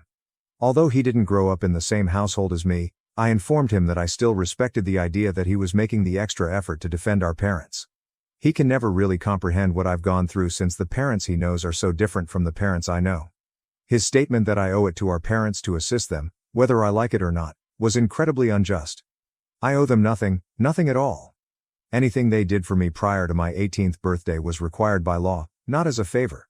I left home to pursue my aspirations as soon as I was no longer a minor. They didn't support me or even spoke to me for the next few years after that. My aunt, not my brother or my parents, had supported me during that period. My cousin provided me with emotional support the entire time. As a result, I seldom ever think of my brother or parents as family because they have never supported me. My aunt is the one person I owe the most. My brother has been providing for our parents alone for the past few years, and I don't blame him for that. It's not that I didn't offer assistance, in fact, I did, but they turned me down. I decided to cut them out of my life because of that. They also didn't appear to be in any worse shape without me. They haven't apologized to me, but now that they know how much I earn, they expect me to make it right. That's entitled and unfair, and I don't think I have to put up with it. I decided I didn't want to talk to my brother anymore after sending him that message, so I blocked him as well. Neither my brother nor my parents have messaged me since. My aunt, however, got in touch with me and informed me that my brother must have forwarded my message to my father. I had stated in the mail that my aunt had helped me out when my parents hadn't. My father went crazy over it, as we had anticipated, and started blaming my aunt for misguiding me. He thinks I wouldn't have deviated so much from my parents if my aunt had never encouraged me and had instead advised me to return to them and follow their rules. He maintains that we would have a far better connection now if it had occurred. To be honest, I have no idea why someone would think this. In all honesty, I would have found another means to follow my aspirations even if my aunt hadn't assisted me. I would not have abandoned them. I wouldn't be earning as much money or enjoying my career as much if I hadn't been able to pursue a career in photography. Rather, I would be angry at my parents for preventing me from pursuing my own interests. How would our relationship be enhanced by that? It would have significantly worsened the situation. My aunt is currently being used as a scapegoat, which seems to be all they need. They have been accusing her of being a bad sister in their constant messages. They say that instead of supporting me, she would have persuaded me to return to my parents if she had been a decent sister. My present bad behavior, which they say has always been praised, is attributed to her. They have even implicated my cousin in this, claiming that it is not surprising that she has become impolite and uncultured. They contend that because my cousin called them out at her engagement party, this illustrates my aunt's incapacity to raise children appropriately. My parents are essentially acting irrationally. My aunt is certain that they won't let this go, despite the fact that she has barred them. They are intent on making a big deal out of it and playing the victim in a predicament they started. I truly don't know what else I can say to my brother if he still believes that supporting our parents is appropriate in light of everything that has happened. I suppose I should have anticipated it. Perhaps this isn't unexpected because, although he never mistreated me, he also never defended me. Second update. Hello, I haven't posted anything for the past 2 weeks. My parents made the decision to make this drama public for some reason. They have posted a number of posts disparaging my aunt and myself in the last several days, and I honestly have no idea what they are trying to accomplish. They have been promoting a biased narrative in these posts. They say that despite the fact that photography is an unsteady career, my aunt pushed me to pursue it against their wishes. They also claim that I rejected their attempts to patch things up with me. They claim that when they recently requested financial assistance from me, I ostensibly offered but minimized my income. As a result, they had to rely on my brother, which has had an impact on his financial security. I'm still refusing to assist and placing all the weight on my brother, even though they're acting as though they just recently found out the whole truth about my financial status. A large portion of their story is false, and it is entirely biased. I don't want to interact with them on social media, and neither does my aunt. We've been attempting to get in touch with them privately to request that they remove the posts. I even warned them that if they didn't comply, I would get legal help. But, because no one is going to waste their money on a lawyer for something like this, I suppose my parents can see I'm bluffing. This is a minor nuisance, but it's not like it's having a significant impact on me. Many people, including those I haven't spoken to in years, have contacted me to inquire about the issue. The way they are handling this as a show bothers me a lot. I want my parents to remove their posts because I may have to share my side of the story with my aunt if they don't. Asking them to remove the posts hasn't worked at all thus far, but neither of us wants to do that. We might eventually have to publicly present our case.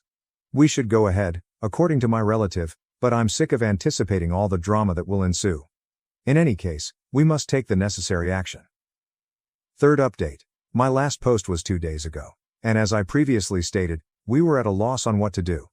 In the end, my aunt and I posted the truth, not just our version of events. In order to dispel my parents' biased story, we wanted to correct the record. My parents haven't made any public remarks about it yet, but many people have left encouraging remarks.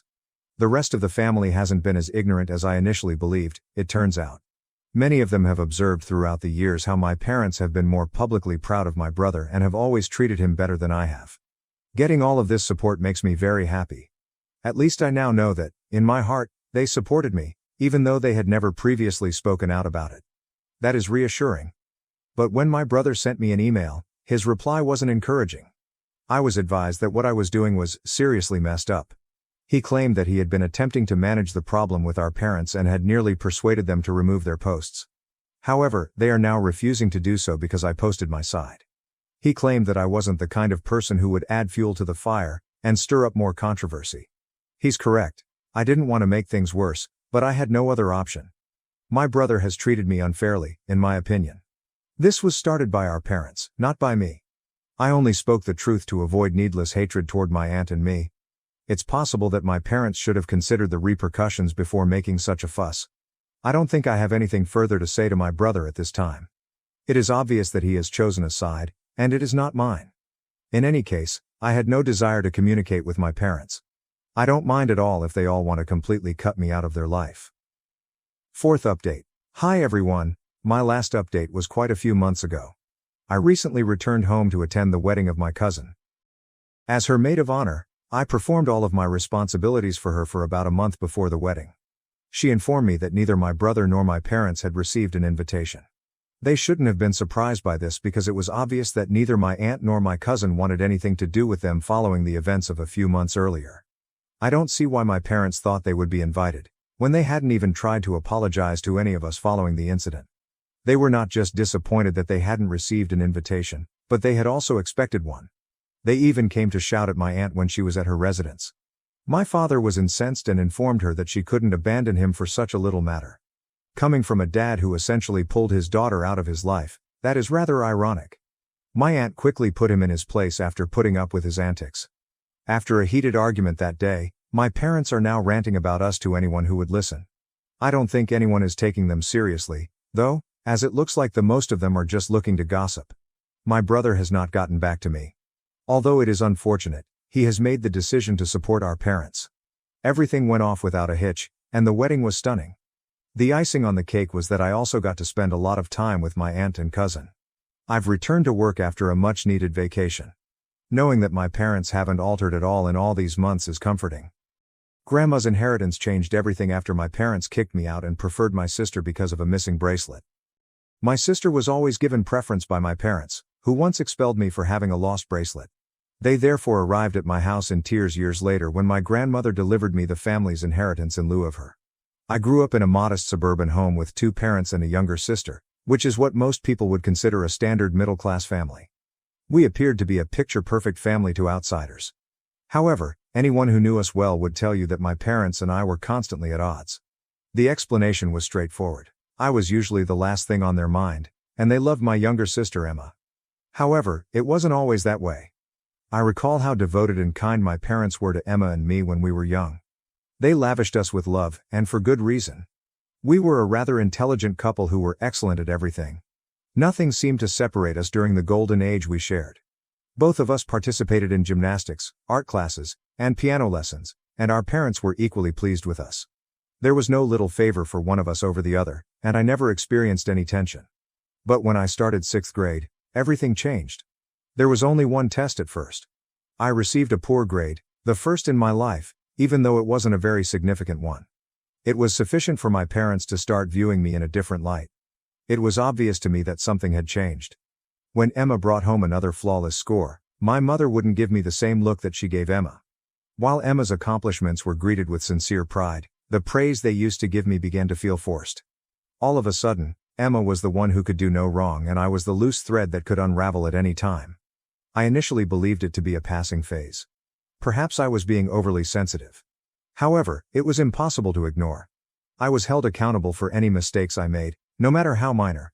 Emma's mistakes were dismissed or, worse, forgiven. "She's just having an off day," my dad used to say. "Why can't you be more like Emma?" was my constant question. I was plagued with the statement during my adolescence. Emma became the daughter my parents had always desired as we grew older. She was gregarious, intelligent, and well-liked. She was the popular girl, the homecoming queen, and the class president. Conversely, my introversion increased. I studied hard, remained to myself, and succeeded in my own unique way. However, it was never sufficient to rival Emma. I eventually gave up trying. The disparities in our treatment had become starkly apparent by the time we were in high school. Emma always had her own car, brand new clothes, and all the attention. Our parents would spend hours sitting with her when she needed homework help, making sure she grasped every step. If I sought assistance, they would either dismiss me and instruct me to solve the problem on my own, or it would be too late in the evening. They had begun to treat Emma like a princess and treat me like an adult. Emma had everything given to her, but I quickly realized that if I wanted something, I would have to work for it. I made an effort to keep up my relationship with Emma in spite of the unequal treatment. She was my sister, after all, and I cherished her. However, it becomes increasingly difficult to overlook her increasing entitlement. Knowing she could get away with anything, she appeared to enjoy the attention. Emma was loved by more people than just my parents. Her allure enthralled our friends, instructors, and even complete strangers. I was the background darkness, and she was the shining girl. I started to question whether others truly viewed me for who I was or if I was merely Emma's sister. The pivotal moment occurred one summer following my high school graduation. I was eager to leave the house and start over after receiving a partial scholarship to a respectable college. I believed that my parents and I may get along better with some space and that they would eventually miss me when I was gone. I was mistaken. At this point, Emma began dating Jake, our high school football team's standout quarterback. He was well-liked, attractive, and from a rich family. Naturally, my folks adored him. They regarded him as though he were their son. My parents would prepare extravagant dinners to impress Jake, who spent every weekend at our place. They were obviously already looking forward to the day when Emma and Jake would tie the knot, start a family, and have the ideal grandchildren. I was working part-time to help pay for the expenses my scholarship didn't cover while I was having trouble getting through my first semester of college. Emma and Jake's most recent excursions or Emma's academic performance were the only topics I heard when I returned home after breaks, fatigued. Nobody inquired about me or my situation. They would also say sarcastic things like, "Why can't you find someone like Jake?" What remained of our family dynamic was devastated by the charges that followed. I came home for a visit one weekend when I was off from college. Before Emma's new bracelet, a gold charm bracelet that Jake had given her, vanished, everything appeared to be as usual. Emma was upset, and it was a costly item. In a state of complete panic, my parents tore the house apart in an attempt to find it. Emma speculated that perhaps I had taken it when they were unable to locate it. I initially believed her to be kidding, but she wasn't. The previous evening, she claimed to have witnessed me ogling the bracelet and hinted that I might have removed it out of envy. I was enraged. Her bracelet was untouchable by me. I hadn't given it a second consideration. My parents, however, believed her without hesitation. Of course, I objected. My folks wouldn't listen, even though I vowed I hadn't taken anything. They thought I had stolen it to get even. In fact, my father once remarked, "We always knew you were jealous of Emma." That was the most painful thing they had ever uttered. It seemed as though the years spent striving to be a good daughter and gain their approval had been in vain. They threatened to leave the house unless I returned the jewelry. What I was hearing was unbelievable. They didn't believe me even though I had my word and no evidence of my innocence. Their decisions had already been made, so I went out. I didn't turn around after packing my things and leaving the house. I severed all contact with them. I had no other option. I couldn't continue to live in a home where I was treated like a criminal for no fault of my own. To help me get back on my feet, I found a friend to stay with. I didn't talk to my parents again for years after that. Without the help of my family, I struggled in the ensuing years. I was left to do it all by myself. I struggled to make ends meet while balancing employment and education. On some days, I didn't think I would make it, but I did. After graduating, I secured a respectable career and gradually began to establish a life for myself. Emma was doing well in the meantime, according to mutual friends. She had secured a lucrative position at a marketing company, and she and Jake remained together. She had gotten into it with my father's help. For them, nothing appeared to have changed. Without me, they were still the ideal family. I didn't hear from my family for 5 years. My life had to be rebuilt from the ground up. My grandmother, my dad's mother, specifically, was the only one who provided me with any kind of assistance or spiritual support. I was unexpectedly invited to my grandmother's Christmas dinner. To put it mildly, I was taken aback. The only member of the family who had ever treated me fairly was my grandma. She never mentioned my parents or made an effort to get me to make amends with them, but she did occasionally send me a birthday card or text to check in after everything that had transpired. I wasn't sure if I wanted to go when I received the invitation, but I had a gut feeling that I should. It was like entering a time capsule when I got to the supper. Along with a few other family members, my parents, Emma, and even Jake were present. There was a noticeable tension. Emma pretended that nothing had ever happened between us, and my parents gave me a harsh welcome. They seemed to be expecting me to put the past behind me and comply with their ideal family act. I made it through the terrible night. My grandmother then began distributing gifts toward the end of the evening. I didn't have any big expectations, but my heart almost stopped as I opened the box. A gold locket, an ancient family relic that had been handed down through the years, was found within the box. The jewelry wasn't just any jewelry. This locket was thought to be the legitimate heir to the family's possessions. Grandma was giving it to me directly, ignoring her son, my father, and all the other grandchildren, including Emma, who had inherited it from her father. It represented more than merely custom. It implied that everything my grandparents had, including their home, land, and savings, would eventually belong to me. When my parents realized what had happened, I could see their faces become white. In stunned quiet, Emma, who had always been the golden kid, sat. I could sense the tension in the room as my parents rapidly changed their tone, trying to mask their amazement with fake grins. My parents quickly drew me aside after the awkward remainder of the meal. All of a sudden, they were remorseful, as though a few words of kindness could erase years of unfair treatment and neglect. They mentioned Emma's impending marriage and their desire for me to rejoin the family, for her benefit. However, I was aware. This was about money, not about love or family. Our family had always valued the heirloom, and they knew that I would be the one to inherit everything that went along with it now that I had it. They cared for me, thus they weren't worried about mending the relationship. They were concerned about their potential losses. In a tone that seemed more like a warning than an offer, my father even stated that they were prepared to forgive me for everything and begin anew. They seemed to have forgotten who had initially harmed them. Other family members also added their voices, advising me to exercise common sense. They insisted that regardless of what had previously transpired, family is everything, and that I should get back in touch with them. I could already hear the clichés piling up. You don't want to be alone, sharing is caring, and blood is thicker than water. I was overanalyzing the matter because of all this pressure, even though it was obvious what I should and shouldn't do. Knowing that they only appreciated me for what I now had, did I wish to rejoin this family? Given that their newfound interest in me was motivated by self-interest, could I forgive them? What recommendations do you have regarding this? If so, I'd be in dire need of some. First update. I felt overburdened when I returned to my flat following the Christmas celebration. It was difficult to take in all that had transpired. For the remainder of the evening, I made every effort to stay away from my parents and other family members, but they persisted in trying to come near to me. Emma would not quit grinning at me as though we were suddenly best friends, and my parents would not stop glancing at me with guilt. However, I was aware that their goals were more about the family riches connected to the artifact I had been given than they were about family. Their actions simply made me want to keep my distance. The days that followed were devoted to introspection. I understood that I needed to talk to Grandma in a suitable manner. The locket had useful applications in addition to its symbolic significance. It meant that I would get the family's possessions. Although I hadn't been searching for this, I needed clarification now that it was on my plate. I wasn't prepared to become entangled in family money and tradition without fully comprehending its significance. I was still anxious about bringing up the topic when I saw my grandmother. I asked her honestly what it all meant after thanking her for entrusting me with the relic. I wanted to be open and honest. I informed her that if it meant bringing me back into the instability I had fought so hard to avoid, I didn't want the family's riches. Although they weren't my top concern, I promised her that I would use the assets sensibly if they came my way. Grandma patiently listened. Then she explained something to me that I didn't fully comprehend previously. She had spent years observing all of this.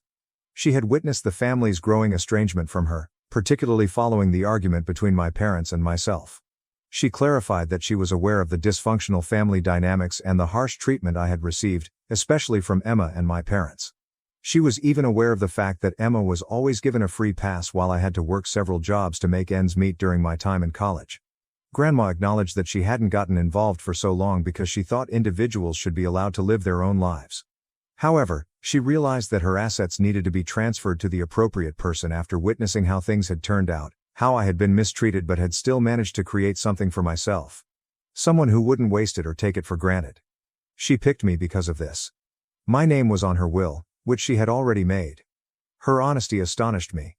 The heirloom was no longer the only consideration. Trust was at issue. Grandma trusted me to take care of everything, and that duty felt significant and weighty. She reassured me that this was about entrusting the family's future to people she knew would uphold it, not about compensating me for what I had endured. Even though it seemed odd to find myself in this situation all of a sudden, I couldn't help but feel validated. Grandma had seen the truth, and it meant more than anything else, therefore all those years of being the forgotten daughter suddenly didn't matter. But although this made a lot of things clearer, it also made things more complicated. The inheritance remained a threat, and I was certain that my parents and Emma would do all in their power to regain control now that they were aware of the consequences. They had no intention of letting it go lightly. Second update. Hi everyone on Reddit. When I return with an update, the situation has gotten worse. If you have been following along, you are aware of how chaotic my family situation is. I was mistaken to believe that returning to school would bring me any calm. I went back to my flat in the hopes of escaping the drama following the Christmas debacle, in which Emma and my parents essentially begged for the family inheritance. I tried to ignore my family's incessant calls and texts by immersing myself in my work for a few days. Naturally, though, such tranquility was short-lived. Not only did Emma and my parents keep sending texts, but so did the rest of my family. Suddenly, relatives who hadn't spoken to me in years felt obligated to settle the conflict. They were all repeating the same phrases. Don't let money tear you apart. Family is everything, and, my personal favorite, you're being selfish. The fact that these relatives were unaware of the entire scenario only made matters worse. While Emma had it all and lived the ideal life, they were not around when my parents disowned me or when I had to scrounge for food and rent while attending college. They only cared about what they had heard from my parents, who were now neatly playing the victims, and didn't give a damn about the years of abuse. Their opinions suffocated me. Before things took a startling turn, I believed I could just ignore everything and concentrate on my work. Emma and my dad unexpectedly came up to my apartment one afternoon. You read correctly, they showed up at my house without my invitation. They seemed to have a purpose, which was to coerce me into making amends or something, of course on their terms. I could hear my mother sobbing from the hallway as they pounded on the door and called my name. I went cold. After several months of being with me, my friend appeared frightened, and I was at a loss for what to do. My parents began begging me in front of my pal as soon as I opened the door. My mother was crying as she talked about how they couldn't let me go and how we had to make things right. As though I had done something wrong, my dad said that they were willing to forgive me for everything. Emma, meanwhile, was standing there pretending to be worried, but I could see straight through her. She was more concerned about what would happen if I didn't agree to split the inheritance than she was about making amends. They weren't listening to me when I tried to keep the topic quiet and told them that this wasn't the right time or place for it. While my dad stayed in the doorway, refusing to leave, my mom virtually shoved past me in an attempt to enter the apartment.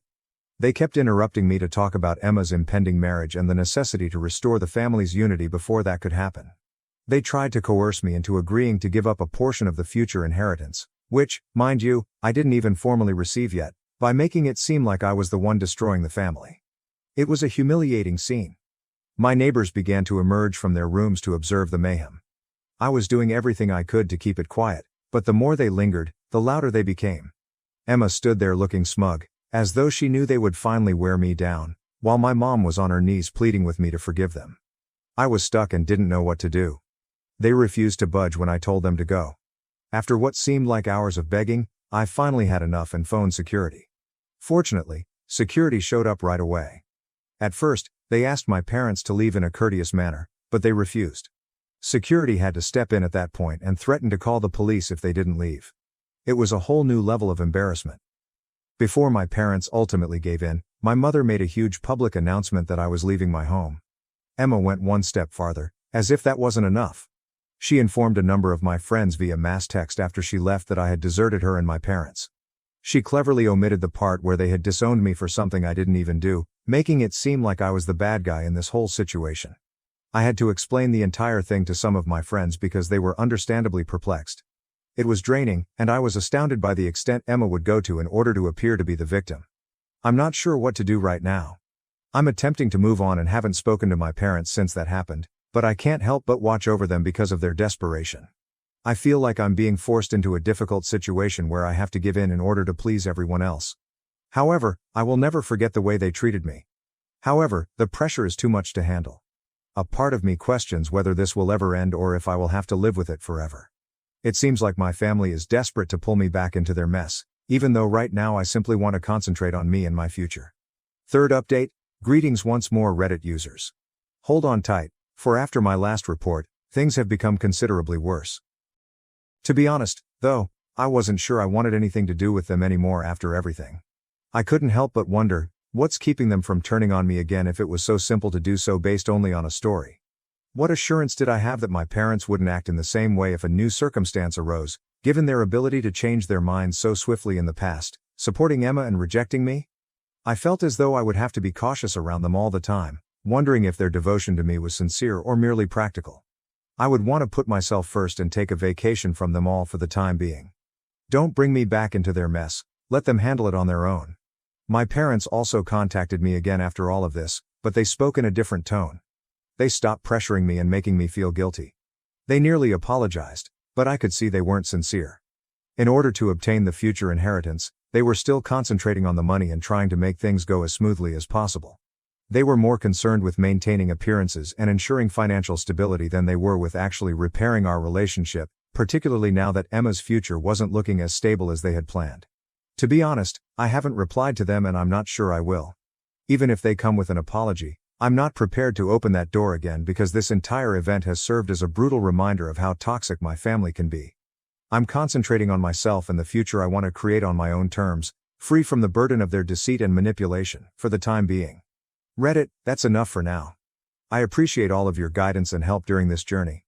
I feel like I'm now beginning to see things more clearly, even though it's been a difficult journey. My family didn't invite me to the reunion, so I showed up unannounced, shared my engagement news, and finally took a stand for myself. I am the youngest of 3 siblings and I am 28 years old. As a child, it was clear that I was the odd one out. There was always an obvious favorite, or favorites, I might say, among my parents. With their stable careers, large homes, ideal marriages, and those cute Christmas card families, my brother, 35M, and sister, 32F, were everything parents could boast about. My sister is a lawyer of some sort, and my brother works in finance. Both of them reside in lovely suburban communities with spouses who complement their professional backgrounds. Every family gathering is an opportunity for my parents to brag about their kids to friends and family. And then me. 2 years ago, I left my corporate position to launch a modest business of which I am really proud. I'm content with my life and earn enough money to live comfortably. Together, my 5-year boyfriend and I share a rental home. Even though we're not making a lot of money, we're doing okay. But my folks had a different perspective. Stable and traditional are terms they frequently use, and I suppose I don't suit that description. The subtle jabs about my hobby job, and remarks about how much better my life would be if I had persisted with a 9-to-5 have become unimportant to me. On the surface, we've always been courteous, but the tension has been for years. I didn't believe it was this horrible though. I came across my cousin's tale on Instagram a few weeks ago while perusing the platform. She appeared to be at a large family reunion. With all of the extended family gathered in one house, it was the type of gathering that my family often hosts a few times a year. There were my sister and brother, grinning with their partners. Except for me, my aunt, uncle and cousins were all tagged. I initially believed that I might have missed the group conversation. Perhaps the invitation got lost in all of my alerts. I sent my siblings an SMS. While my sister responds more slowly, she doesn't entirely ignore me, and my brother typically responds right away. Nothing happened for hours. I began to have the strange sensation in my chest that occurs when you know something is amiss but are reluctant to acknowledge it just yet. I called my mother the following day. I asked her how she was doing and if there had been a get-together, using a conversational tone. For far too long, the phone line went silent. She said, "Oh, the reunion? I didn't think you'd want to come. You're always so busy with your little business and everything." I took a moment to answer. I questioned her about why she thought I wouldn't want to attend. After all, my family is my family. She seemed to be trying to shrug the discussion aside as her voice became lighter. We just didn't want to bother you, sweetheart. Besides, you've missed a few events before. Indeed, but primarily due to work, and not without informing them. As I persisted, it became increasingly evident that my absence was not an accident. They hadn't forgotten me. They had declined my invitation. Something about hearing it firsthand made my stomach plummet, and I'm not sure why. I hung up and sat there listening to the exchange again. I had previously experienced exclusion. Plans for many of the holidays seemed to center around my brothers' or sisters' families. I used to convince myself that it wasn't deliberate. Perhaps they didn't consider how I would fit into their plans because I didn't have children or a conventional lifestyle. I was unable to ignore it any longer, though, as I sat in my peaceful kitchen and watched my boyfriend work in the other room. This was intentional. My partner was incensed on my behalf when I told him. "You need to go anyway. They don't get to decide you don't belong there," he replied. He was correct. Why should I allow them to act as though I don't exist? I was tired of being treated like an afterthought by my family. Whether they liked it or not, I deserved to be a member of my family. The plan began to take shape at that point. I had been holding on to one card for weeks, and I hadn't played it yet. 2 weeks prior, my boyfriend and I had become engaged. I wanted to do it face to face with the people who should be concerned about my life, but we hadn't notified anyone. Now, though, I had my own motives. I would remind them of my presence if they were considering excluding me from my family. This time, they wouldn't ignore me. I made the decision to arrive without warning. I declined my boyfriend's, bless him, invitation to accompany me. I had to take care of this on my own. We devised a contingency plan, and he agreed to drive up and grab me if things didn't work out. If they didn't want me there, I would arrive and then depart, but not before telling them what I had to say. In order to make it appear as though I had always meant to attend, I prepared a large quantity of snacks to bring with me in the days before. For me, this wasn't about proving myself, even if my partner insisted that I didn't need to prove anything to anyone. I had to be there for myself. I had had enough of fading away because they didn't think I belonged. I promised myself that if I had to leave, I would go, smile, and share my news. Although I had no control on their feelings toward me, I did have influence over how I responded to it. I refused to let them treat me like an outsider for once. Additionally, I would at least have closure if things didn't work out. First update. It took slightly over 3 hours to go to my folks' house. The majority of time was spent on how to appear unimpressed, as if I had simply happened to stop by since, well, I was aware of the family reunion. It seemed a bit ironic given why I was there, but the box of handmade cookies on the passenger seat smelled sweet and soothing. After checking the place twice, my partner assured me that he would be prepared to come get me if I needed a way out. I promised to keep him informed. The house was filled with automobiles parked on the lawn and along the driveway when I eventually pulled there. I inhaled deeply, picked up the treat box, and made my way to the front door. From within came the sounds of music, laughter, and clinking dishes. I stepped through the slightly open door. The noise stopped as soon as I entered. I knew they had all seen me without having to glance up. I sensed dozens of eyes swinging toward me as conversations broke off in the middle of sentences. My mother recovered first. She hurried over, her voice too happy and high. "Oh, you succeeded? How unexpected?" She merely patted my arm and moved away without giving me an embrace. Her eyes did not meet the phony warmth in her voice. There was an uneasy shuffle of movement in the room. People resumed their talks, but things had changed. Before my brother vanished into the kitchen, I saw him and my sister looking at each other across the room. Standing with her husband, my sister gave me a quick look before launching back into a boisterous discussion with other aunts. Across the room, I saw my cousin, the same person whose Instagram tale had given me the hint.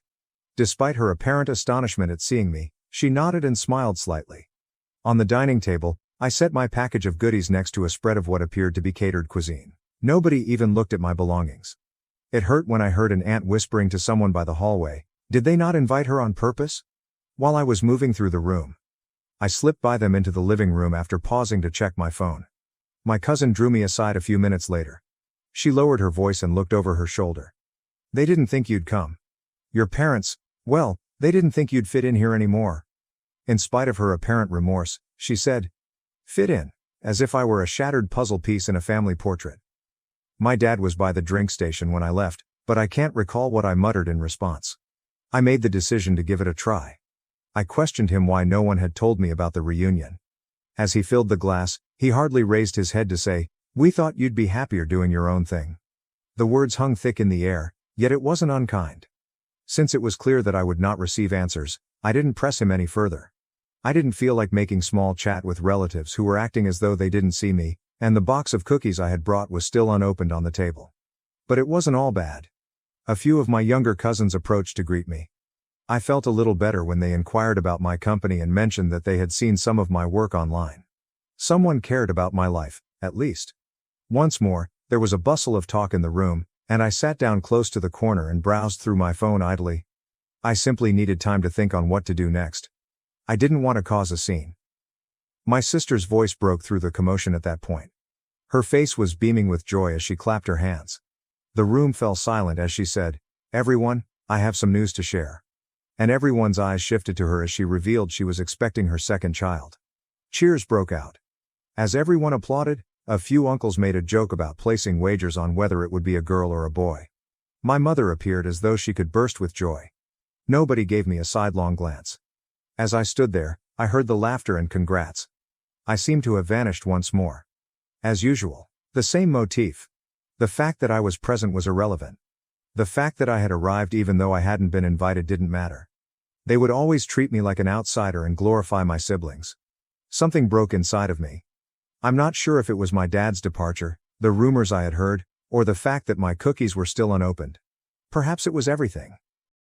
I took a glass off the drink table and gave it a loud fork clink.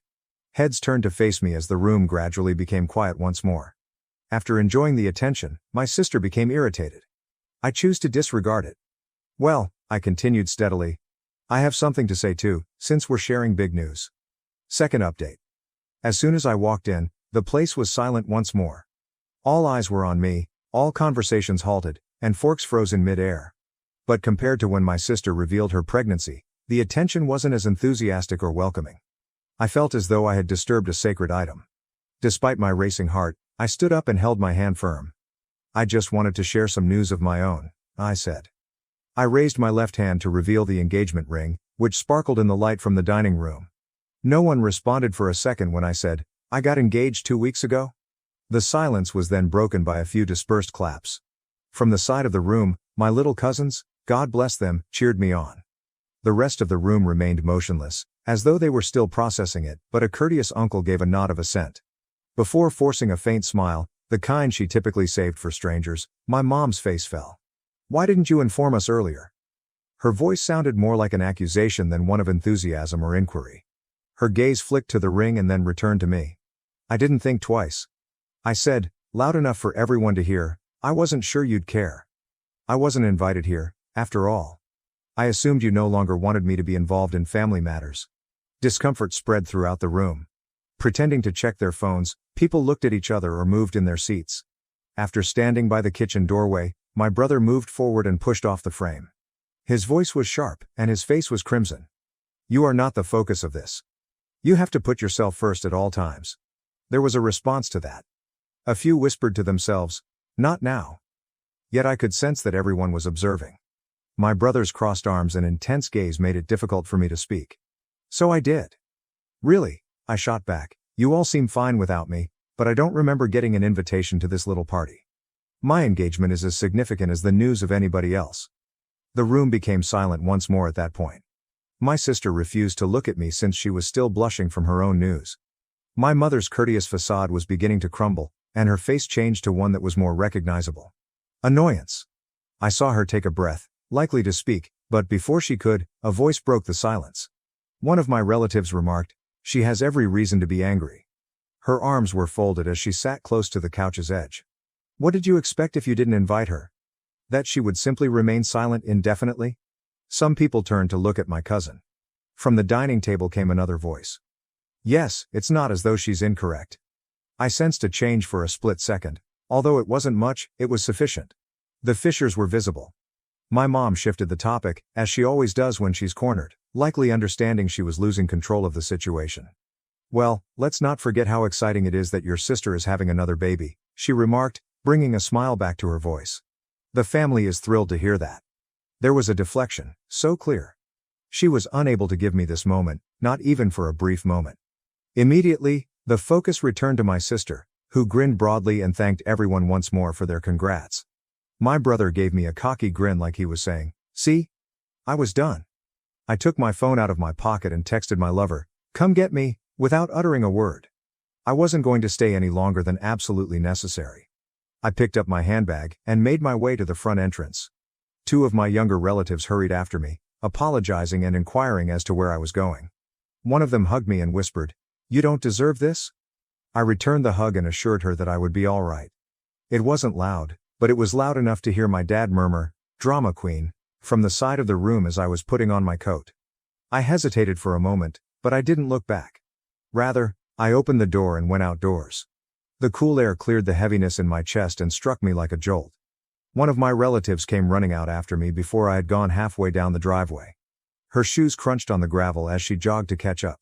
"Hold on," she yelled. I paused and looked at her. She appeared embarrassed, almost as if she was at a loss for words. "I apologize," she blurted. "For everything." It was courageous. "In there you defended yourself. That was not how you should have been treated."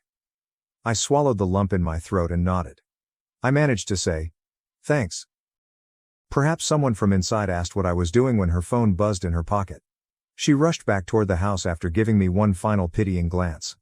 After a few minutes, my boyfriend's vehicle arrived. I buckled my seatbelt, threw my purse on the seat and got in. I started crying as soon as I sensed the car moving. The tears flowed quickly and forcefully, like if I had been suppressing them for hours. My guy simply reached over and squeezed my hand without saying anything. As the trees beyond the window blurred by, I let it all out. The sobbing had subsided into soft sniffles by the time we drove onto the main road. Although I still felt raw and ashamed, there was also relief behind all of that. I hadn't just let it happen for the first time. I had raised my voice. Even if they didn't want to, I forced them to see me. Third update. At first, the only sound on the drive home was the hum of the road. As my fiancé drove, I gazed out the window, mentally reliving every moment of the recent reunion. I eventually opened up, discussing my brother's teasing, my dad's remark about my being a drama queen, my mother's disregard for me, and how my sister's pregnancy announcement had been the last straw. It all spilled out. With his palm resting on the gear shift, my fiancé listened and occasionally nodded. "You did the right thing," he added, looking over when I was done. "They have no right to declare you unimportant. We will proceed without requiring their consent." It was helpful to hear, yet I remained silent. My phone buzzed as we got close to home. I looked down. The cousin who had followed me out of the gathering had left me a message. "You were correct. For a long time, your parents have been discussing you behind your back." I straightened my posture. There was more to the message. "I apologize, but you must understand this. Your mother told everyone that your lack of a steady career makes you a disappointment. Additionally, she stated that your sister's announcement is far more significant than your engagement." It didn't seem fair to me. In an attempt to comprehend the words, I read them twice. I was still looking at the screen when I received a second message, this one containing screenshots. It came from a family catch-ups group chat, of which I had obviously been excluded. My mother's name was prominently displayed in one of the screenshots. I'm not sure why she would want to attend anyhow. She constantly makes things about herself and does her own thing. Giving up a real career to pretend to be a business owner? So self-centered. If nothing else, sister is leading a life of which we may be proud. My chest constricted. The subsequent screen grab was even worse. Since I didn't want her to show up and ruin the day with a dramatic story about her engagement, I honestly didn't notify her about the reunion. Who cares? She's not getting married first, after all. When the television came back to life, I sensed my fiancé looking at me. "What is it?" he inquired. "Proof," I muttered.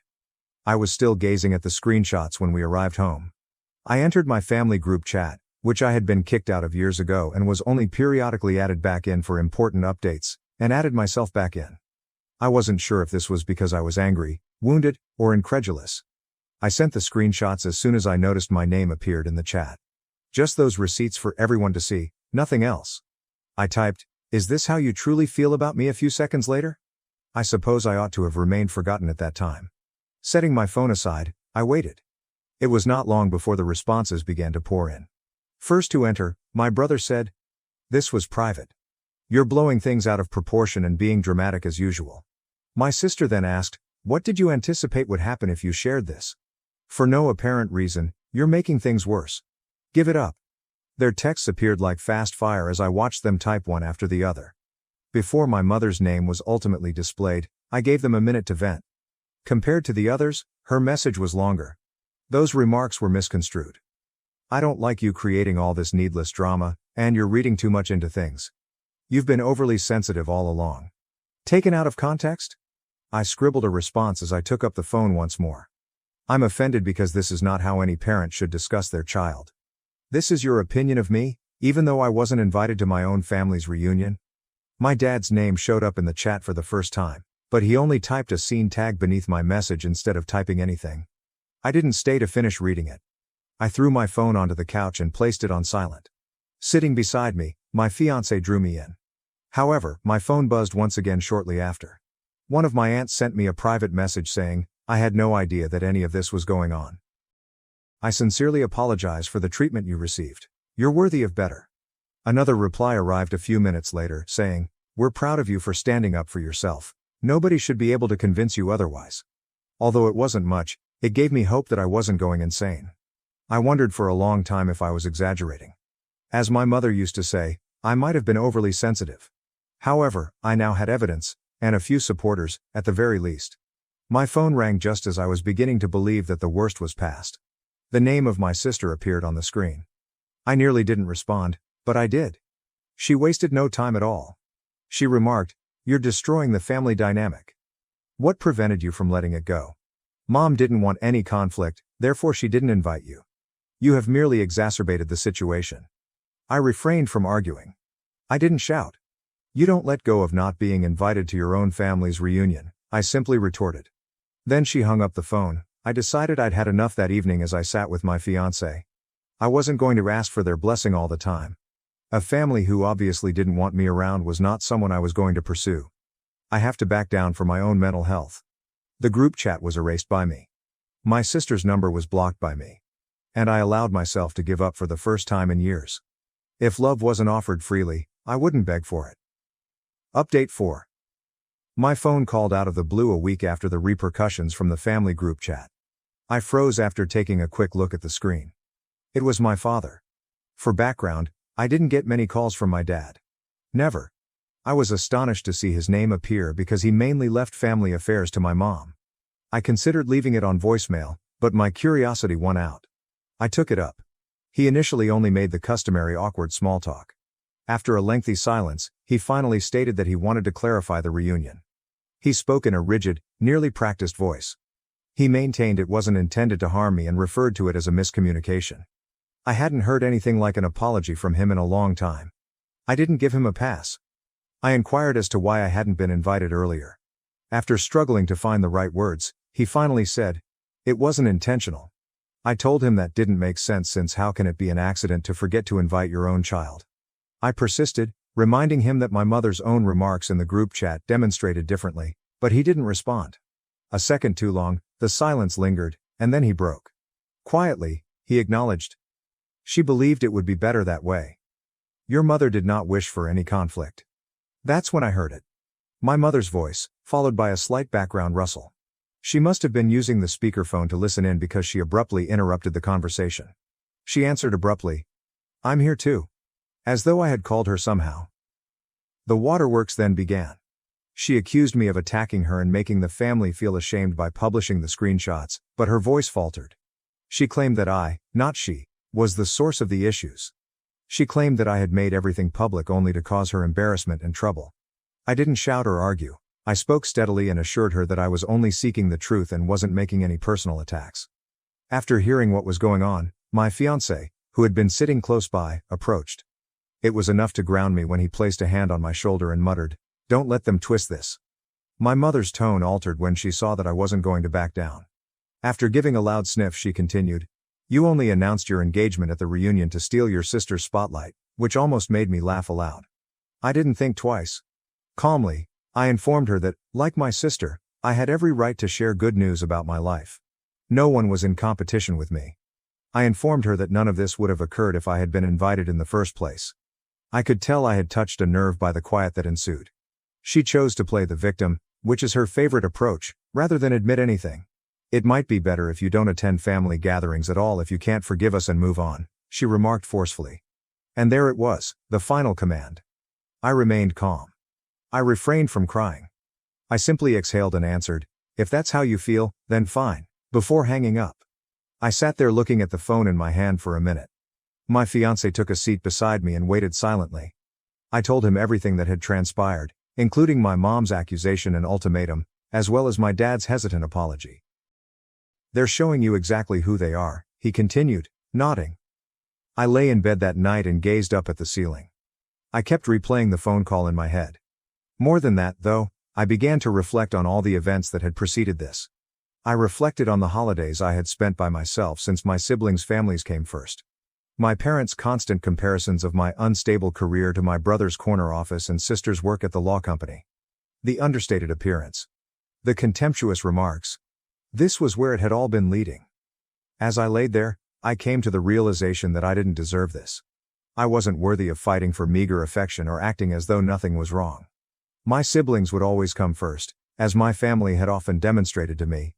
For the first time, I made the decision to stop pursuing those who made me feel inadequate. My fiancé sat down across from me and handed me a cup of coffee the following morning. He had a solemn expression. He remarked, "I've been thinking. How about hosting our own engagement celebration? Something modest, just those who genuinely stand by us." The concept sounded odd at first. I hadn't even considered celebrating without my family because they had been my default for so long. However, it made more sense the more I about it. Why should I continue to expend my energy on indifferent people? People that loved us for who we were, not who they wanted us to be, were the ones I wanted to celebrate this milestone with. After the reunion, we had a list of friends, my fiancé's family, and a couple of cousins who had gotten in touch with me privately. They all agreed that I was deserving of better treatment. I made the decision to focus on the folks who came to me unconditionally and let go of the things I couldn't control. I kept the celebration a secret from my parents and siblings. I was tired of trying to mend something that had been damaged for years and realized that it would only lead to more turmoil at this point. I was not going to plead for their affection or acceptance for the first time in my life. I had given up trying to find a family that didn't recognize me. At last, I was making my own decision. Fifth update, everything I didn't know I needed was provided at the engagement party. Just my fiancé's family, a few of my relatives who had been there for me through all the turmoil, and close friends made it modest and private.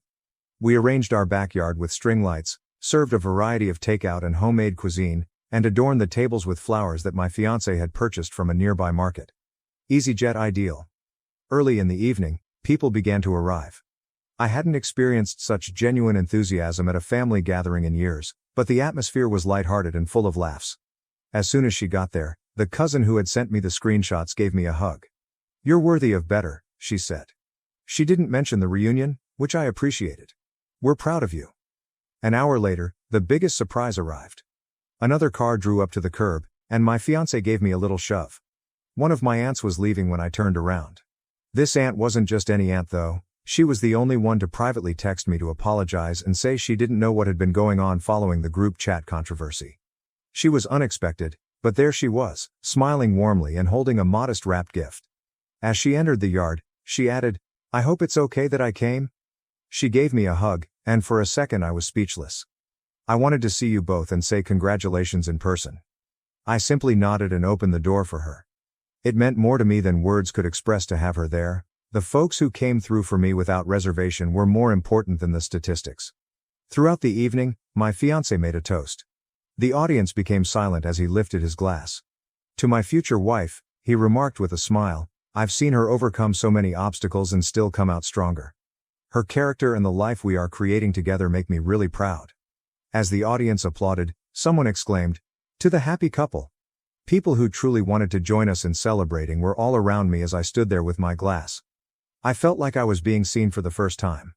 There was only love, no backstabbing remarks, no comparisons, and no compulsion to prove anything. We stayed around the fire pit with a few pals and ended up wrapping things late. I was not mistaken when one of my relatives remarked, laughing, "I haven't seen you this happy in years." After 2 weeks, I received an unexpected email. My dad gave it to me. Before I opened my email, I sat there looking at his name. He apologized first. It felt different this time. He acknowledged that, both during the reunion and in other instances prior to it, he had not defended me. He expressed guilt for not doing more to help me feel included and claimed he had no idea how much I had been harmed over the years. "I know I haven't spoken anything when you needed me to," he wrote. "Even though it might take some time, I hope we can begin repairing our friendship." I scrolled down after reading it twice. His addition at the bottom, "Your mom still doesn't see things the same way," caused me to pause.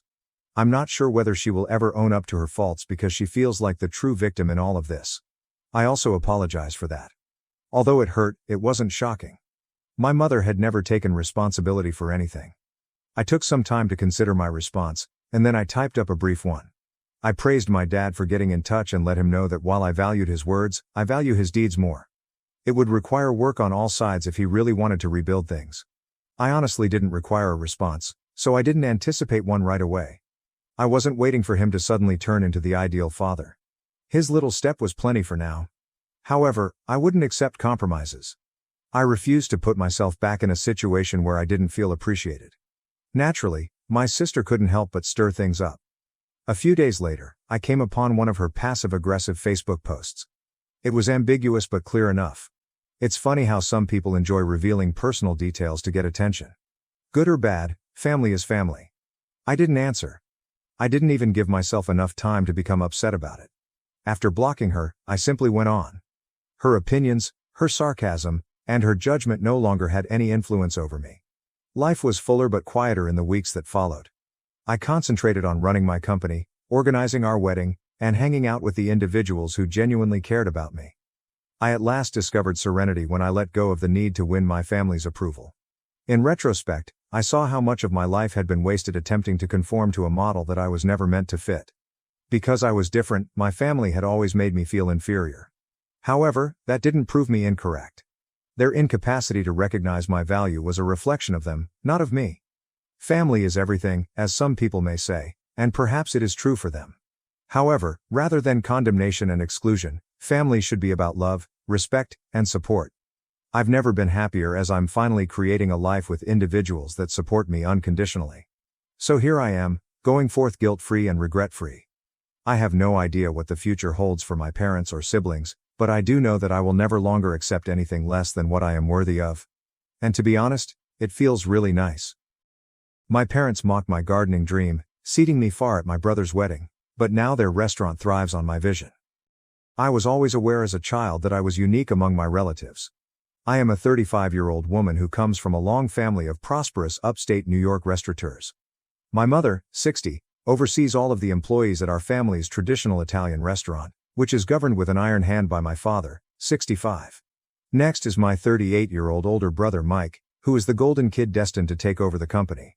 I've been employed with Liberty Mutual Insurance for 10 years, moving up the corporate ladder to become a senior claims adjuster. My name frequently appeared on quarterly performance awards, and my office on the 28th floor had a breathtaking view of Central Park. I had a six-figure salary, a cozy condo in Manhattan, and the pride of my parents, who never stopped boasting about their successful business daughter.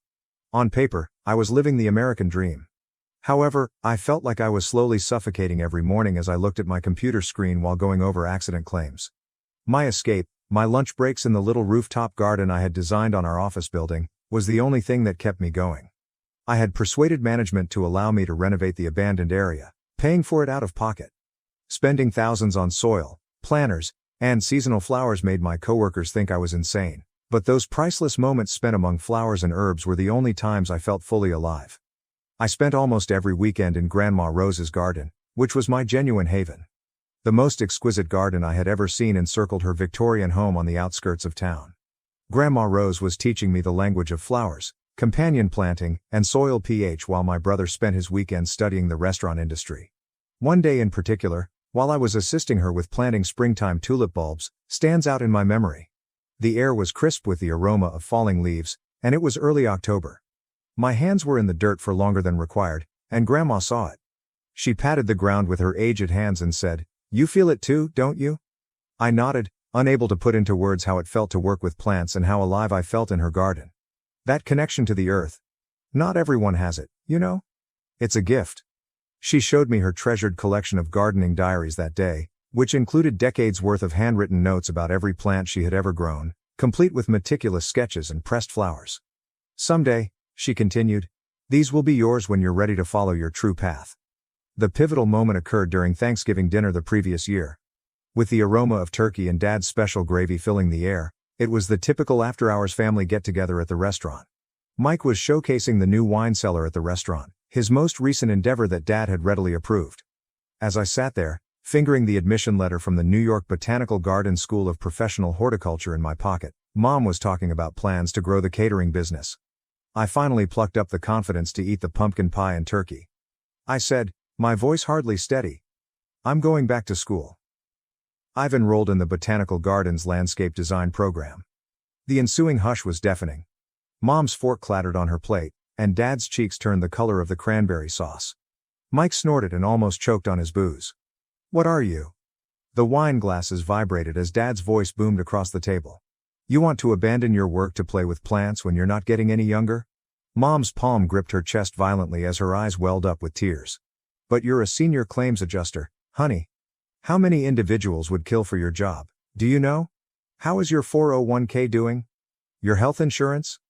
Every time he saw me caring for Mom's houseplants, Mike, who had been referring to me as the gardener since we were young, couldn't help but laugh. So you're going to start gardening like a pro now? Are you insane? Living in a treehouse is the next step.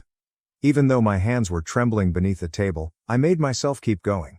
My letter of resignation has already been turned in. The 15th of December is my last day. January is when classes begin. The plates jumped when Dad slammed his hand down on the table. You can't count on our assistance if you do this. We didn't send you to business school only to see you lose everything because of a midlife crisis.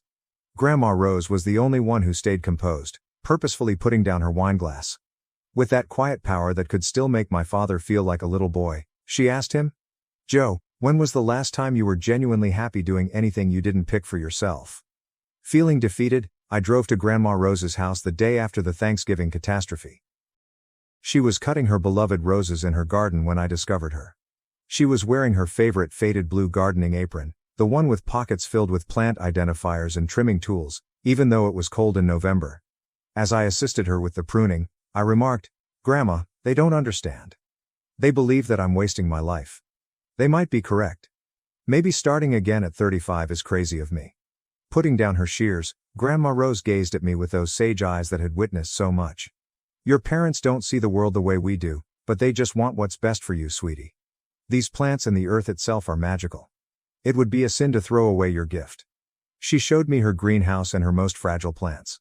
She showed me a tiny orchid that was having trouble blooming as the warm, humid air surrounded us. Take a look at this one. I knew better, even though everyone insisted it couldn't be saved.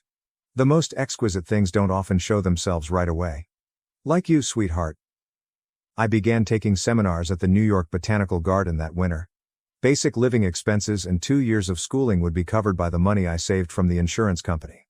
I gave up my view of Manhattan for a little balcony where I could try container gardening when I moved to a smaller apartment in the Bronx, nearer the school. The program proved to be more difficult than I had anticipated. Landscape design required intricate calculations, a thorough understanding of ecological and architectural principles. It wasn't just about making things seem nice. My dreams were filled with plant combinations and garden designs, and every night I would go to bed feeling both tired and content. Rachel, a 28-year-old classmate with bright red hair and contagious energy, became my best friend. One day, as we were working on our CAD projects, she said to me, You should see your face when you're designing. You seem to be speaking your mother tongue at last. However, family get-togethers turned into an endurance test. Even though I shifted from the family table to the bar, I continued to go to the restaurant for Sunday dinners. Mike would joke that I hadn't mastered the art of properly pushing a lawnmower yet. While Mom would give me newspaper clippings about corporate employment openings, Dad would sourly discuss Mike's intentions to expand the restaurant. I entered a little landscape design competition 6 months into my education. It was merely a small-scale event organized by the city's gardening association. Making sustainable urban areas that could meet social and environmental objectives was the main goal of my design. I was shocked to take first place. Even a brief item about it appeared in the local paper. At our next Sunday supper, I eagerly broke the news in the hopes that it would finally alter their viewpoint. Rather, Dad hardly raised his head from his plate. That's good, honey, but when will you start living your life seriously? Mike added, grinning as always. Hey, perhaps you could create a garden for the dumpster area at the restaurant. Make it appear really fancy. In an attempt to be helpful in her own way, my mother said, You know, if you apologized, Liberty Mutual would definitely accept you back. Mrs. Henderson informed me that your post has not yet been filled. I contacted Grandma Rose that evening as I was driving home with tears clouding my vision. As I vented my frustrations to her, she listened to me calmly. She disclosed, "Your father was the same way when he started the restaurant. His father wished for him to pursue a career in law. Look at him now. He is so certain that his path is the only one. It's interesting how life comes full circle, my love." As the months went by, my abilities improved. Small commissions began coming in, initially from friends and then from their friends. One local lifestyle blog showcased my container garden designs. My family, however, was unimpressed. As Mike continued his increasingly venomous gardener jokes, Dad would shift the topic anytime my work came up. Afterwards, Grandma Rose received the devastating news that her cancer was aggressive. She disappeared in a matter of weeks. She was still trying to give me gardening advice while propped up in her hospital bed the last time I visited her. "The winter bulbs," she said in a feeble but determined tone, "remember to place them sufficiently deep.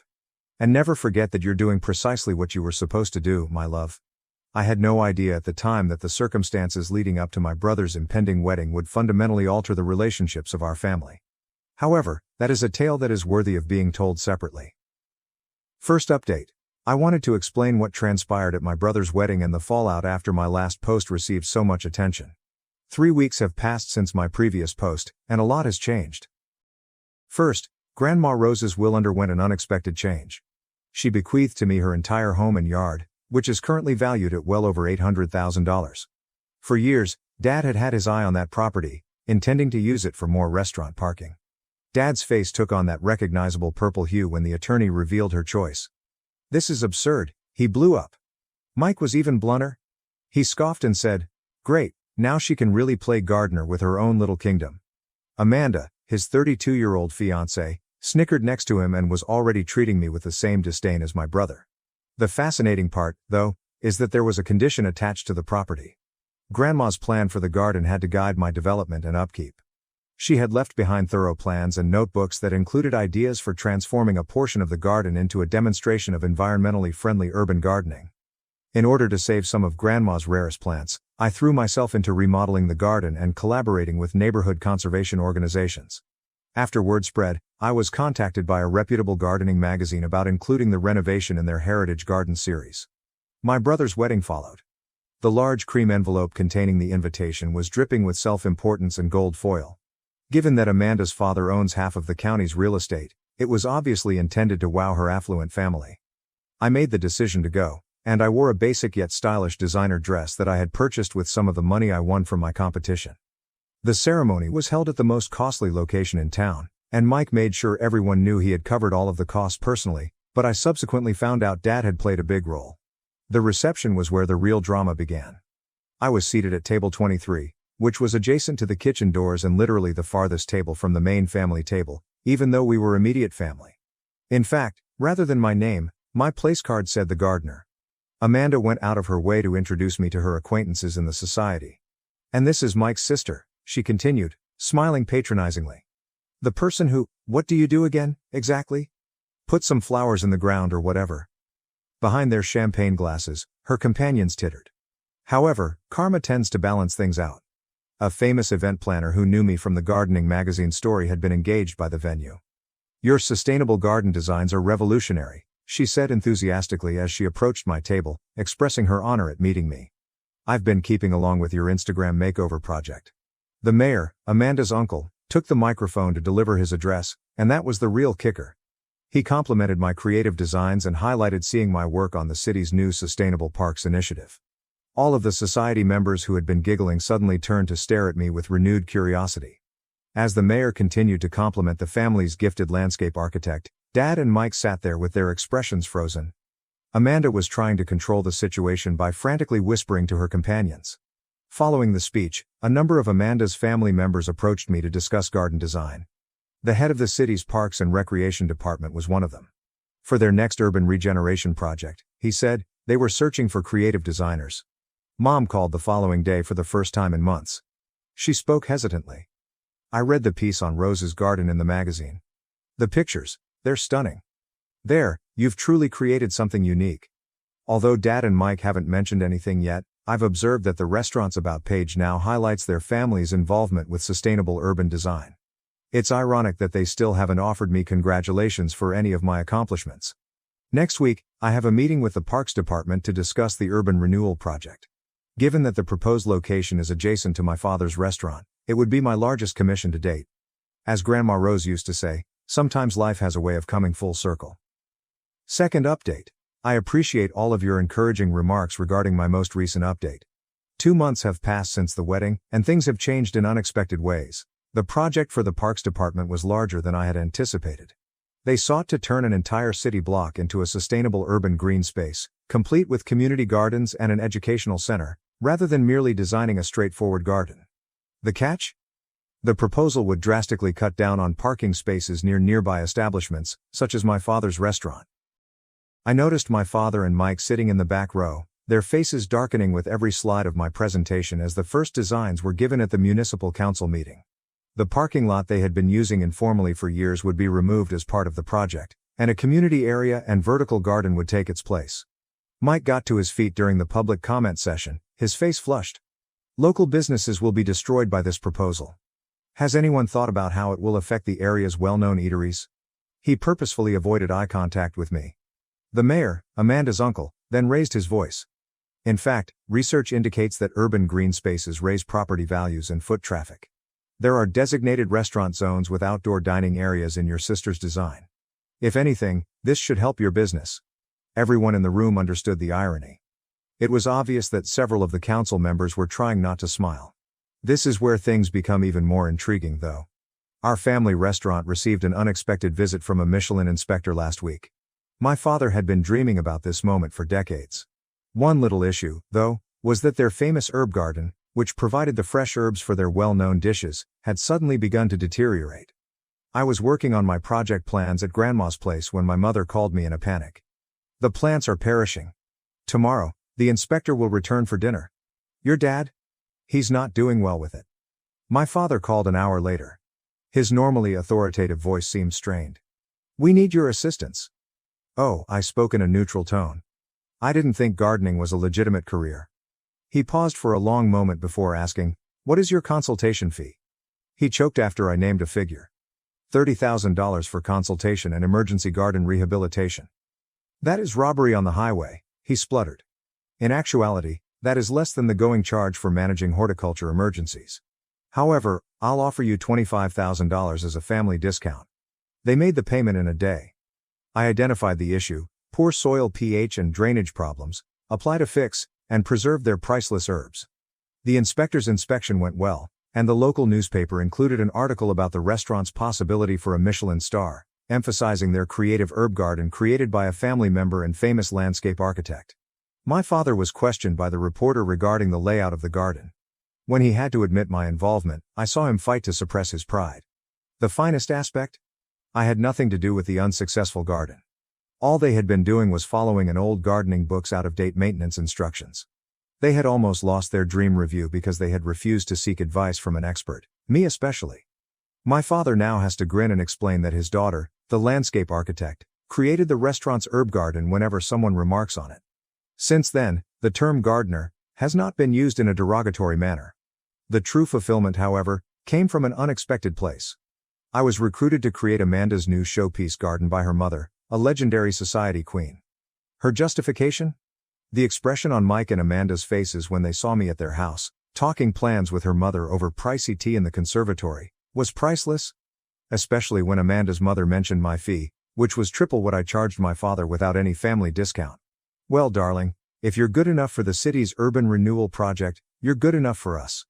My design studio will formally open next week. The prime location next to the restaurant where my father had been intending to expand was the ideal spot for me. Their herb garden, which I now take care of for a hefty monthly charge, is clearly visible from the wide windows. It's interesting how life works itself out. The irony would have pleased Grandma Rose. Third update. 3 months have passed since my last post, and I would like to offer the story's resolution. Your assistance has been amazing along our journey. The restaurant's adjacent urban renewal project began to attract national attention. The sustainable vertical gardens were featured in a number of major design magazines, and the project was nominated for an annual innovation award by a well-known environmental group. My father's restaurant received unexpected attention as a result of the exposure, but not in the way he had hoped. People started traveling especially to see that cutting-edge eatery with the magnificent herb garden created by the architect turned gardener. The family's skillful fusion of horticultural and culinary skills began to be noted by food experts. A documentary team from a well-known streaming service reached out to me last month about including the project in their Urban Change series. The gripping family story about how the restaurateur's daughter transformed urban gardening piqued their curiosity in particular. The producer wanted to shoot in the restaurant and my design studio. Given that local business associations were lauding the project's beneficial effects on the community, my father couldn't say no without coming across as petulant. A feature on the connection between culinary gardens was also desired by Food and Wine magazine. The producer questioned my father about his early resistance to my changing careers throughout the filming. His awkward wriggling as he attempted to explain himself was captured on camera. "We only wanted what was best for her, that's all." I had an unexpected visitor at my studio the following day. My dad appeared older and more exposed than I had ever seen him before. He was holding his original recipe journal from when he initially opened the restaurant, a battered leather-bound book. "Your grandmother was the only person who encouraged me to open the restaurant," he replied softly. "My father wished for me to pursue a career in law. Cooking," he claimed, "was beneath our family." He set the cookbook down on my desk. Didn't I become just like him? I'm trying to make my kids live the life I believe they ought to have. 80% of their vegetables and herbs now come from a rooftop garden project that started with the rehabilitation of their herb garden. There were months on the waiting list for tables with a garden view. The restaurant's Instagram following exploded with pictures of the vertical gardens, and food experts complimented the harmony between farm to table. At a recent business meeting, even Mike had to admit the difference. Indeed, they were now required to set up formal meetings with me. Gritting his teeth, he acknowledged that their earnings had gone up 40% since the garden makeover. After her mother hired me as the official landscape architect for their country club restoration, Amanda's attitude drastically changed. All of a sudden, she was telling everyone how she had always sensed that her sister-in-law's relationship with nature was unique. Last week, everything came together. The success of our urban revitalization initiative impressed the city's sustainability board, which suggested a significant extension. My father's restaurant was to be the focal point of a green corridor that would link a number of nearby businesses. The catch? The restaurant would have to create a display garden out of the remaining parking space. In addition to promising to highlight the restaurant in their tourism promotions, the city provided significant tax benefits. This time, instead of calling a meal where everyone chatted over me, my father arranged an emergency family meeting. I sat at the head of the table in the restaurant's private dining room for the first time. "We need your help," he remarked in a meaningful voice. Not only as an advisor, as a collaborator. They made an unexpected suggestion. They intended to establish a joint venture that would incorporate the restaurant and my design studio into a horticulture and culinary experience center. In order to incorporate my professional name, my father even proposed changing it. The financial estimates were provided by Mike, who appeared to have bitten into a lemon. It was difficult to ignore the numbers. Even he had to acknowledge that my hobby of gardening had become a lucrative business venture. Mom produced a long-forgotten old picture of me at age 6, displaying my first tomato plant in Grandma Rose's garden with pride. "We ought to have witnessed it back then," she remarked quietly. "A corporate office was never the right place for you. The businesses are now integrating. An exquisite herb leaf design may be found in the restaurant's new logo. Each meal on the menu identifies the precise garden location of its ingredients, and the menu proudly states, 'From our garden to your table.'" Our project was featured in a national magazine's list of the top 10 innovative family businesses last week. When they especially commended the second-generation restaurateur family for embracing their daughter's goal to transform urban dining, the irony was not lost on anyone. It all began in Grandma Rose's garden, which is now a sustainable urban agriculture education center. We are collaborating with nearby schools to offer educational programs, and the waiting list for workshops is months long. The most unexpected thing? Before the restaurant opens, Dad now spends his mornings in the garden. He was wearing one of our branded garden aprons when I recently saw him diligently caring for the herbs. He appeared calmer than I had seen him in a long time. At family get-togethers, people used to make fun of me as the gardener. Do you recall that? "Welcome to the garden table, where the gardener's vision meets culinary excellence," the host now says to patrons. I was moved to tears by a letter I received yesterday. A high school student who had participated in one of our gardening classes sent it to us. She wrote about how she was motivated to defy her parents, who wanted her to pursue a career in medicine, after seeing my tale in the documentary. Her love was environmental science. A sketch of a garden idea she came up with was included in the letter. It looked a lot like my early sketches from Grandma Rose's journals. In an effort to start our first kid mentorship program, I've extended an invitation to her to work as an intern this summer. I've learned a lot about family legacies from this entire ordeal. It's not always necessary to follow the route your ancestors paved. Sometimes, honoring their heritage means broadening it to encompass new opportunities. My father constructed a restaurant that served delicious meals and united people. In order to nourish not just their bodies but also their souls. I added gardens that help children feel more connected to the earth. I want to express my gratitude to everyone on Reddit who helped me along the way. When my own family failed to recognize my value, your support kept me going. I want to express my gratitude to everyone who shared similar experiences of pursuing their aspirations in spite of family resistance. You made me understand I wasn't the only one. Stay on course if you're having similar difficulties. Occasionally, the same thing your family makes fun of turns out to be the secret to changing both your and their lives. My parents skipped my wedding for my brother. Now their world is falling apart as the truth unravels. My parents put my brother first once more, and now their world is falling apart, so I only disclosed my wedding after it had already taken place. Mike, 21 million, is the younger brother of me, 27 female.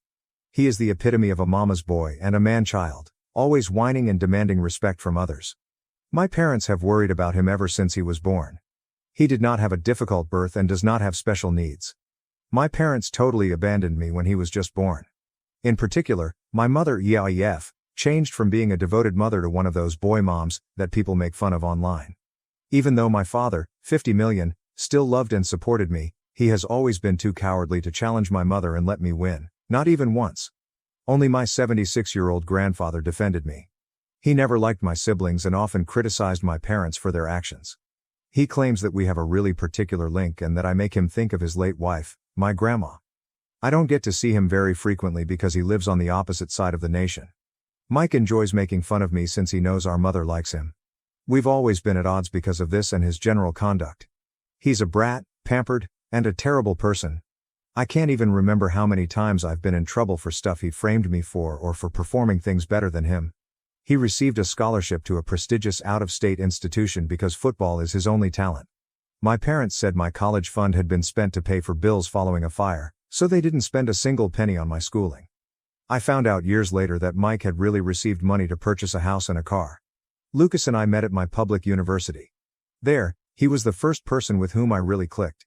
I met new friends, of course, and they are now my closest pals. I was able to leave my parents' place because of them and Lucas, who had been my best friend for years before we started dating. Lucas and I are now both highly respected in our professions and make excellent money. The principal problem: a year ago, Lucas asked me to marry him.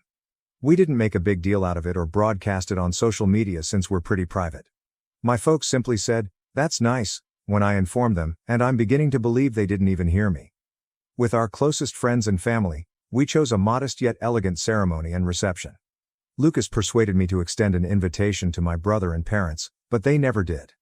Every time I went to visit, my mother would interrupt me and begin discussing my brother's achievements and exploits, without indicating that it was a wedding. I'd had enough at one point. I cut her off and explained that I had an event scheduled for a certain day that couldn't be changed. She informed me that they were unable to go since they had to be there for my brother's final game of the season. Naturally, I was not surprised by this obvious preference. For identical reasons, they had missed my high school and university graduations as well as my ballet recitals. I chose to be petty at that moment. I didn't press my parents to attend the event after telling them it was okay for them to do so. I purposely omitted the fact that this event was actually my wedding. Advanced flash. I got married a couple of weeks ago. It was ideal. We had a great time with my family, Lucas's family, and our friends present.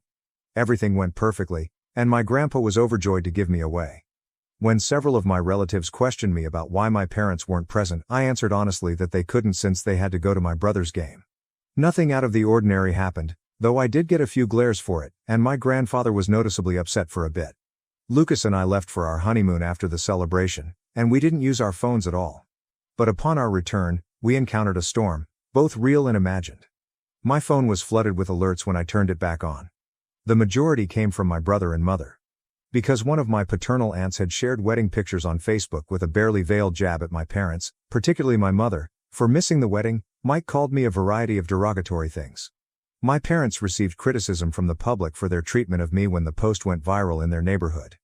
As it happens, my grandfather came to visit my parents in person to deliver a harsh lecture, humiliating my father, his son, to the point of tears.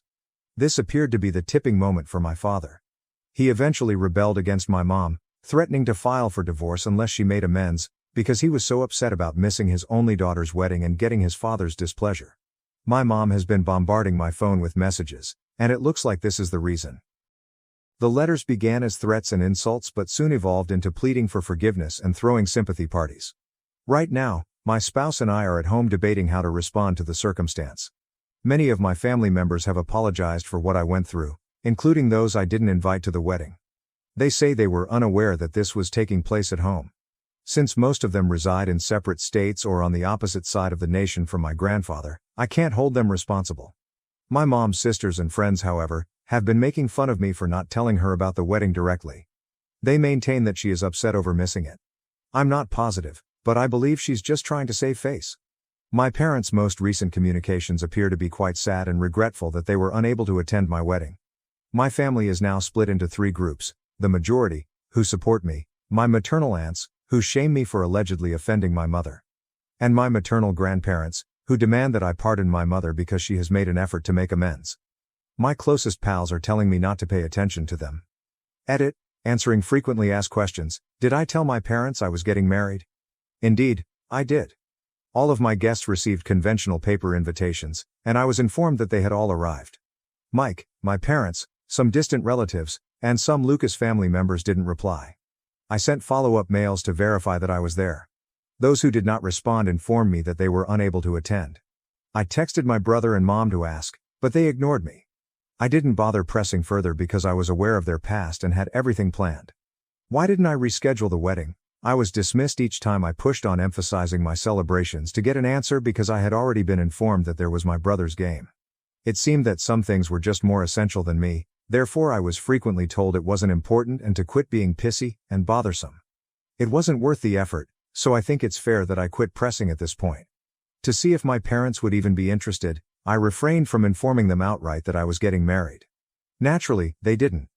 I talked candidly about my wedding with my aunts and uncles in spite of this. Several times when I spoke with my aunt about venues or clothing stores, my mother was in the room. She was talking to people or on the phone at different moments. She was never attentive. She would smile, say, "That's great, dear," and then move on whenever I brought it up during reunions. Dad and Mike were silent on the radio. I had previously experienced harassment whenever I attempted to go no contact, NC. They never went to my high school, bachelor's, or master's graduations because of things involving my brother, and I was humiliated for having the audacity to abandon my family. This was passed down from my maternal aunts and grandparents in addition to my parents and brother. Lucas was the pivotal moment. Shortly after my previous attempt at going NC, we began dating, and with his encouragement, I now feel more secure in my position. I wasn't as confident in myself before then. I attempted to inform my paternal family about my parents' treatment when I was 14 years old. My parents pretended to be apologetic while my aunts, uncles, and grandfather chastised them. After we arrived home, I was subjected to lifelong gaslighting and beatings for lying. I continued to communicate with my paternal side but, out of fear, kept the abuse a secret. My grandpa was the only one who knew, but he was constantly warned that if he attempted to step in, he would lose my favor. My parents don't know my new address, and I reside an hour away from their little town. This is deliberate. My mother supported my brother's attempt to break into my former apartment to steal money, saying, "Siblings share their goods." I've since relocated, and I'll make sure they never find out where I live. My college funds were not immediately spent by my parents. After lying about needing it for costs, they used it to purchase a house close to my brother's college when he started his freshman year and a car for his 16th birthday. Until it met their needs, they did not touch the fund. I want to start by saying thank you to everyone who read my story and wished my husband and I luck. I am so appreciative of your encouraging words, affection, and criticism. The response has exceeded my expectations by a wide margin. To people who think my tale isn't true, I'm glad your family life is better than mine, even if you consider my reality to be a fantasy. But I would really appreciate it if you would quit teasing me and DMing me to say that I'm fabricating a tale to get attention. If I missed anything in the first post, it was because I was so distraught and crying over the abuse I was experiencing from my family. Keeping a modicum of civility would be appreciated, but you are not obligated to read or believe my narrative. It was obvious from the invitation that it was a wedding. There are no justifications for ignorance. The wedding was not attended by my maternal side of the family. While some sent gifts but chose not to attend, the majority were busy. I'm not sure why they didn't talk to my mother about my wedding. I'm not like I live in their heads. My mother essentially apologized by SMS as part of her purported atonement. This past week has been a little chaotic. I took a few days off from Reddit to collect my thoughts. After that, Lucas and I talked for a long time about what to do. I don't think I could ever love him more than I do now since he has been my rock. Although talking about my parents was never acceptable to me, Lucas gave me a harsh reality check that I really needed. We came to the conclusion that it wasn't healthy for me to stay in touch, stick around, and not go no contact, NC. I came to the realization that I never really went NC because deep down, I still needed their approval. I know it's pathetic, but it's like a drug. My parents can be warm, hilarious, loving, and caring when we're together, until they're not. You want their praise so badly that you ruin yourself because of the little affection they offer you, which makes you need more. However, that is sufficient. I made a self-promise that things would change. After giving it some thought, I made the decision to go NC with everyone who made a fuss out of this situation and to begin therapy, for good this time. I messaged my father after thinking about it for days, telling him that I would meet him, Mom, and Mike somewhere neutral if he wanted to chat. He agreed right away. We met at the park the following day. We were joined in repairing the damage by my father's siblings and sisters. It appeared as though my father had been crying for some time. My mother appeared the same, but it appeared to be more embarrassed and angry. My sibling appeared irritated. I explained to them how I had always been harmed by their acts and preference for my brother, and how their abusive behavior had led me to conclude that I did not want to speak to any of them ever again. My mother made several attempts to interrupt me during the meeting, but my aunt, who made the Facebook post, always stopped her. They had no genuine response when I questioned why they were treating me in this manner. My uncle chastised my dad for constantly sobbing and apologizing without providing an explanation. My mother finally acknowledged, "I just didn't like you." As though she were asking herself that question for the first time. Simple enough. My brother? He acknowledged that it was like a sport to him to get attention and make me miserable. I asked more questions. They said they never received my invitation when I questioned why they never replied. They denied ever seeing the texts when I presented them. As it happens, they were speaking the truth. My folks weren't home when they received the wedding invitation. When my brother saw the invitation, he tore it up and threw it away when he was there for the weekend. My parents erased my texts after I sent them. He said it was simple because he had archived my chat so they wouldn't receive any notices. I was upset. I had to stop Lucas from striking Mike in the face when I asked him why he would do such a thing. He shrugged and said, it wasn't as important as the stuff we had planned. Oddly enough, my folks were furious and started berating Mike. In response, he threw a fit and started crying like a crocodile. To be honest, I was grimly satisfied as I saw it happen. My mother then made an attempt to brush things off, saying that everything had been worked out and that there was no need to fuss over a miscommunication. She went so far as to say that I should clear their identity. That irritated me. I cut her off and informed her that they were not at all forgiven. Their years of negligence were not undone by Mike's disdain for the invitation. In addition, they ought to have inquired about my wedding, which had been clear. Are you curious about my mother's reaction?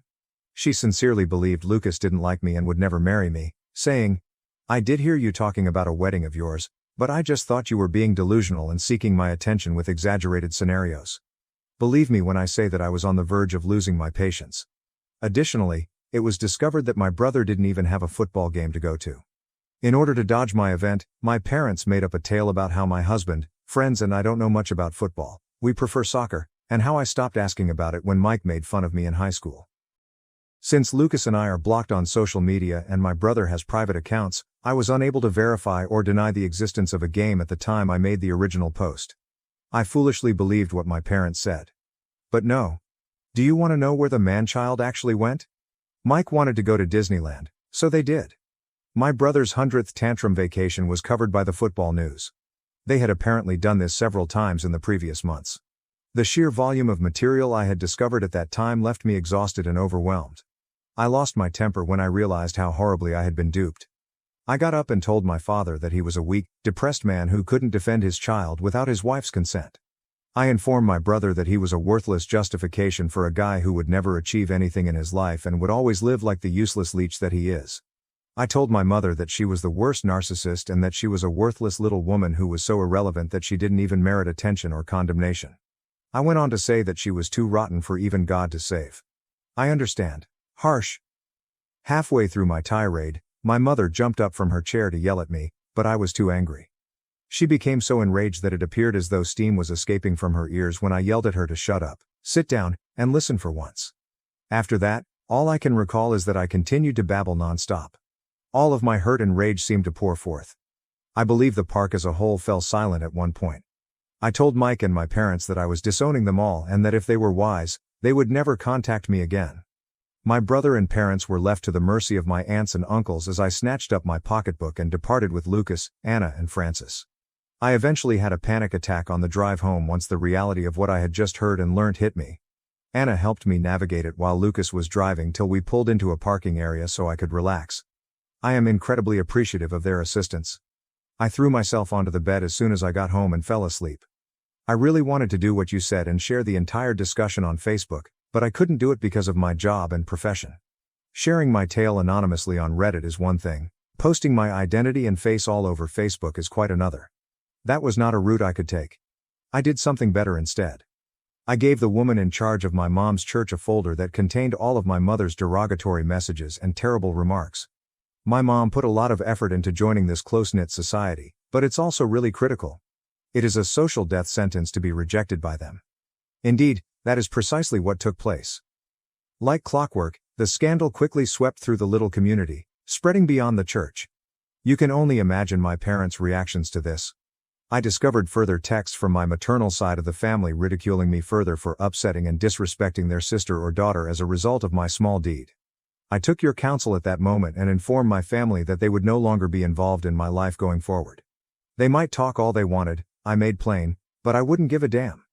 Rather, they ought to be appreciative that I spared their spouses and employers from their offensive texts. I blocked all of them on everything, including the grandparents. I discovered a long note from my dad. He acknowledged that everything I had stated was accurate, expressed regret for not having the courage to confront my mother, and acknowledged that he was amazed at how much of my life he had lost as a result of her. He informed me that he was sick of being controlled and intended to file for divorce from her regardless of my choice. In addition, he said he wanted to get close to me in order to make up for the years we had missed. I responded to him by saying that I didn't want to see or forgive him just now. He replied that he loved me and would do all in his power to win me back. After responding that I didn't think that was credible, I blocked him as well. To be honest, his sleazy attempt to get out of the problem by blaming my mother was pitiful. At least she admitted to being cruel. However, he was limited to blaming others for his decisions. People like that are not what I want in my life. Along with the remainder of my maternal side, my mother and brother were barred. I blocked Mike as well since he continued to mock and disrespect me in his communications. My mother organized a self-pity party since she was rejected by her community and her marriage was failing. I said, "Good riddance?" And then I blocked her as well. In order to help me, my grandfather chose to remain with us for a bit. He really is the greatest. Even though he won't acknowledge it, I can see that he is flattered by some of your remarks that he has read. A few days have gone by since, and nothing has happened. Lucas has been treating me like royalty, and I'm about to begin therapy. This is it, even though I know it's not the revenge-fueled, drama-filled update you were hoping for. If anything changes or develops, I'll keep you informed. I sincerely appreciate all of your love and support. Second story. The robot mop and the freeloading brother. Even though he never bought mop pads or utilized our robot mop, my freeloading brother stole it during one of his surreptitious trips. 7 years ago, my brother Chris, 27M, fictitious name, moved in with my boyfriend, 28M, and me, 26F. When he was sleeping in his car after being expelled from our childhood home due to drug addiction, we felt sorry for him. Chris and my boyfriend got along well at first. However, after a few years of cohabitation, Chris becomes withdrawn and aloof. I had to clean up after him while putting up with his pessimistic attitude after he quit completing chores. I informed Chris that he needed to locate another somewhere to live 6 months before the expiration of our contract. I believed we had decided to divide up the joint appliances and belongings when he finally moved out a few weeks before the lease expired. We didn't talk about our common robot mop, though. My grandmother offered it to the three of us when we were at her house years ago because she was no longer using it. Chris never helped maintain the little robot, even after we took it home. The mop was a simple gadget that you filled with cleaning solution and used with disposable mop pads. Chris, however, never switched it on or purchased new mop pads during the 4 years we owned it. My boyfriend or I were always in charge of it. We would all wake up to clean floors downstairs since I divided the cost of the mop pads and programmed the robot to run every night. Chris had been slowly transferring his belongings out for more than a month, so he hadn't returned his key. He would always arrive unexpectedly to collect boxes and personal items. At times, when we were out, we were unaware that he had been there. After giving it some thought and gathering many viewpoints, I sent Chris the following message. After giving it some thinking, I don't think the robot is yours. To help us get it home, I would love it if you could bring it to Thanksgiving. Over the years you've lived with us, we've been quite understanding, so stealing a shared appliance without asking is not only rude, but it also betrays a lack of regard for us. After years of utilizing and maintaining our robot without your assistance, we would like it returned because it belongs to us. Chris answered. Go ahead and bring that over when you get a moment. I've considered it too, and I also want Grandma's TV. Thank you. I answered. Additionally, the TV was given to us especially. Why you believe that to be yours as well is beyond me. Chris retorted. Apparently, I was handed everything. While I was in the kitchen, she asked if I wanted the robot, and I replied that I did. That was the course of events. The narrative is over. What you believe to be yours or not doesn't matter to me. It doesn't become yours just because I let you borrow something because I'm not using it. I retorted, we were all present when she made the proposition, as I recall. She insisted that it was a shared household item for all of us, even though I attempted to refuse because it was still functional. Before taking it while we were out, you ought to have spoken with us if you believed it to be yours. Chris answered. You don't recall correctly. I don't need to talk about my own belongings. In addition, my boyfriend was acting shadily by removing items from the tent while I was away in the hopes that I wouldn't notice. LOL. What's different about that? Since I've grown up and don't give a damn anymore, I didn't bring it up. I want to move on from this awful chapter of my life, and if you don't, I'll do the same to you. That's when I informed him, we believed our conversation with BF about dividing up things we had in common went well. You're acting immaturely, and I don't want someone in my life who can't have a basic discussion about things we have in common. Well, I suppose that's it. It appears that our little pal won't be returning. I provided an update a few days later. I wanted to express my gratitude to everyone who left a remark on my previous post. I read all of the comments and took into account all of the viewpoints. I felt empowered by your counsel to advocate for myself and demand the return of the robot. I mentioned my text exchange with Chris in my previous post's comments. In summary, I explained why the robot belonged to us and politely requested its return. Chris basically threatened to take me out of his life if I continued to bring it up since he couldn't see reason. My amazing boyfriend could no longer stand by and watch Chris treat us badly. For privacy considerations, I won't reveal the details of his private talk with Chris. But, following your advice, BF threatened to tell the family precise details if the robot wasn't returned by Thanksgiving. Chris had a week to decide as a result. I was getting ready to blow everyone away at family dinner after a calm week. On Wednesday night, however, I discovered a box on my front step as I walked outside to warm up my car. When I picked it up, I discovered it wasn't sealed, and I hadn't placed any orders. Our robot pal made it home. Guys! Chris must have determined that a mopping robot wasn't worth damaging his family's opinion of him. We want to maintain low or no contact moving ahead, and he will no longer be troubling us. Positively, BF and I have been checking on our pets with our new home monitoring cameras. It has made us very happy to watch our dogs and cats while we are alone at home. I'll leave a remark with a family photo of the robot and the pets. I appreciate your support, everyone. My wife brought her boyfriend home to announce her pregnancy. A web of lies, gun threats, and betrayal that shattered our family forever. Unaware that I was filming everything, my wife brought her boyfriend home to announce her pregnancy, but when I brought up the subject of divorce, he threatened me with a gun. Both of them are currently being charged with crimes. Sarah, 45F, and I, 47M, have been wed for 22 years. We were married shortly after graduating from college, having met through mutual acquaintances. My first and only committed relationship was with Sarah. While I developed my profession in software development, she worked as a marketing executive. Before everything broke apart last month, I believed that our marriage was going well. Our two children are Mike, 17M, a high school junior, and Jenny, 20F, a psychology major in her second year in college. Sarah joined a new gym approximately 4 months ago, which is when the issue began. She stated that she wished to lose weight before her 46th birthday. She stated that she would rather go alone in order to concentrate on herself, but I agreed with her choice and even offered to accompany her. I was initially pleased to see her taking care of herself. She began going to the gym more frequently, sometimes twice a day. I didn't question it because it appeared like she was happier and more lively. Then, however, things began to shift. She altered her haircut, bought brand new clothes, and spent all of her time on her phone. She would immediately switch apps or turn off her phone screen when I entered the room. She also said that her team had taken on a large project for a new customer, which caused them to start working late. She wouldn't always return home until 9 or 10 o'clock at night. I didn't give it much thought because I had total faith in her. I even took care of the kids' needs so she could concentrate on her work and made sure dinner was ready for her when she got home.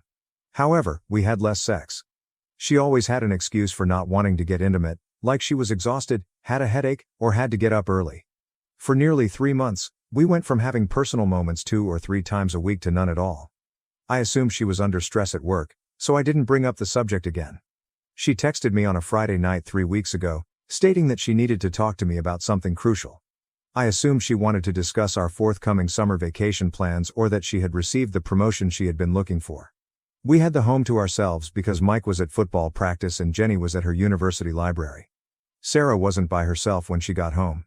She was accompanied by a tall, strong man who was most likely in his late 30s. Derek, 39 million, was his name when she introduced him. Sarah revealed to us that she was 3 months pregnant and that Derek was the father as we sat down in the living room, the same space where we had celebrated our 20th anniversary 2 years prior. She claimed that they had a strong connection after meeting at the gym 8 months prior. She claimed that although she hadn't been content in our marriage for years, she had never had the guts to speak up. She said I didn't comprehend her emotional needs since I was too preoccupied with my work. With a smug expression on his face, Derek simply sat there, periodically massaging Sarah's back as though to console her. She clarified that they intended to begin a new life together after falling in love. She had spent the late evenings with him, not at work. They were meeting at the gym and going to his apartment, so it wasn't always just for working out. I thought I was in a strange nightmare. This woman, who had shed happy tears at Jenny's high school graduation, was the one who had helped me recover from pneumonia 3 years prior. She was seated in our house now, telling me that she was expecting a kid from another man. I told them both to get out right away. Things became ugly at that point. Derek got up and began shouting that since Sarah owned half the house, I couldn't throw her out. According to him, I had to man up and acknowledge that Sarah had moved on to someone better. I remained composed and informed them that they had to leave my house immediately because I would be filing for divorce early on Monday morning. Puffing up his chest like some phony macho person, Derek got in my face. Since he wouldn't allow me to interfere with his woman and his baby, he advised me to keep an eye on myself. I was uneasy about his tone, so I had already begun recording everything on my phone and partially concealed it behind a cushion on the couch. I said again that they had to go. Derek took a gun out of his waistband at that point. He pointed it right at my chest and threatened to make sure I felt bad if I attempted to make things tough on Sarah during the divorce. He claimed to be aware of my workplace, the children's school, and the fact that accidents happen all the time. Sarah remained silent as this man brandished a gun and threatened her husband of 22 years. She didn't act shocked that he was carrying a firearm, nor did she attempt to stop him. Her face was expressionless as she stared. I immediately phoned the police when they left and played the recording for them. Derek was taken into custody that evening for threatening to commit a crime while brandishing a lethal weapon. Sarah was also taken into custody for her involvement in the threat. The following day, they were both released on bail. Everything fell apart when the children noticed the police cruisers outside our house when they got home. When I told Jenny what had happened, she started crying. Mike secluded himself in his bedroom for 2 days after punching a hole in the wall. He only came out when I assured him that we would overcome this together. Both parents have been phoning constantly. Sarah informed her parents that I had been emotionally distant and that she felt stuck in our marriage, so they believe I'm being too severe and should drop the charges because she's pregnant and stressed. In contrast, my parents are enraged and want me to pursue every aspect of the divorce. I filed for divorce the following morning. According to my attorney, the tape will be very beneficial for the divorce and criminal case. Sarah has been phoning and messaging nonstop, accusing Derek of manipulating her and claiming she made a horrible error. She asserted that she would never wish to harm me and was unaware that he was armed. However, the footage reveals that she didn't appear startled or afraid when he produced the firearm. I've instructed her to contact us solely through our attorneys and blocked her number. The children won't talk to her. Jenny claims that she will never be able to forgive her mother for ruining our family. In addition to failing 2 classes, Mike's football coach called to report that he had been fighting during practice. We lost 22 years of marriage because she was unable to remain faithful. I glanced at our wedding pictures last night. We were quite joyful and youthful. I now have to go in court against her for the threats charge the following week. I have no regrets about bringing charges.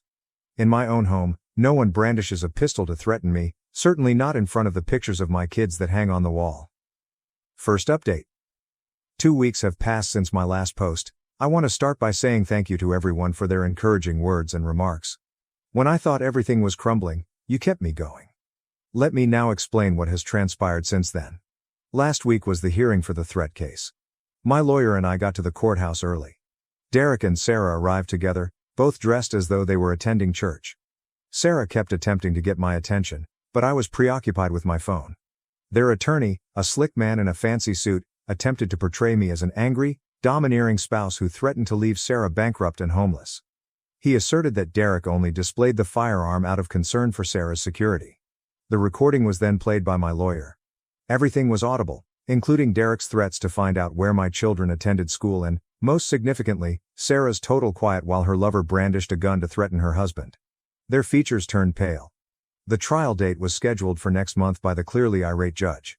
Additionally, she issued a restraining order that mandates they both keep at least 500 feet away from me, my home, and my place of employment.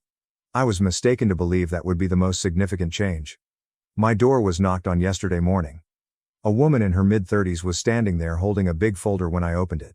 She identified herself as Derek's wife, Amy, 36F. Yes, you read correctly. Derek is married and has 3 children, ages 9, 6, and 12. After reading about Derek's arrest in the local newspaper, Amy learned about Sarah and the pregnancy. She has been conducting her own research ever since, and the results are startling. She presented evidence that Derek had previously done this. He got acquainted with a woman at his former job 2 years ago, got her pregnant, and then vanished when she was 7 months pregnant. The mother was forced to return to her parents' house and raise the child by herself. Here's where it gets worse though. Amy showed me text messages from months ago that were exchanged between Derek and Sarah. They were scheming, not only having an affair. To obtain the majority of my assets in the divorce, they had a full plan in place. The texts indicated that they believed Sarah would receive a larger payout if they could incite me to act violently or foolishly. The threat of a gun wasn't spontaneous, rather, it was planned. Derek wrote the following in a message: "I'll contribute when we inform him. I'll give him a small scare if he becomes hostile. In this manner, you will receive everything and he would know not to fight the divorce." Sarah answered, "Great plan, sweetie. He will most likely cry because he is such a coward. I sent the DA's office and my attorney all of this proof. In addition to the current threats charge, the DA is now thinking of charging conspiracy." Sarah began phoning me nonstop after learning of the new proof, crying and saying she was unaware Derek was married. She said that he tricked her into agreeing to the entire scheme. The text messages, however, indicate otherwise. She was fully aware of his wife and children. As the other woman, she even made jokes about Amy being too stupid to notice her husband's affair. As Jenny searched Sarah's drawer for some old family photos, the situation became even more intriguing. I was unaware that she had discovered a second phone. It had communications from over a year ago. Before revealing their pregnancy, Sarah and Derek had been preparing for this for months. Because they believed that I wouldn't fight back as hard if there was a baby involved, they purposely waited until she was showing before telling me. The effect on our children has been catastrophic. Except for school, Mike still hardly ever leaves his room. His football coach called to report that he has been watching from the stands throughout practices, and he has now failed 3 classes. Jenny is constantly upset. She texted Sarah to let her know she was dead to her and that she would never want to see her again. "You'll understand when you're older and fall in love," was the straightforward message Sarah wrote back. I provided copies of the text messages to Sarah's parents, who then came to my house. They were appalled. In my living room, her father, who had been arguing for her behavior and pleading with me to dismiss the charges, started crying. He insisted that he didn't bring up his daughter to be like way. They no longer answer her calls either. According to my attorney, Sarah won't receive anything in the divorce because of this new information. She will lose the property division because of the deliberate nature of their scheme and the conspiracy to scare me. But in all honesty, I simply want her out of our lives and don't care about the money anymore. I'm not married to the woman in those text messages. She is a stranger who sat in our bed and ate meals with our family for months, planning how to ruin me. Yesterday, Jenny inquired if I ever had any suspicions. In actuality, I didn't. I had total faith in Sarah.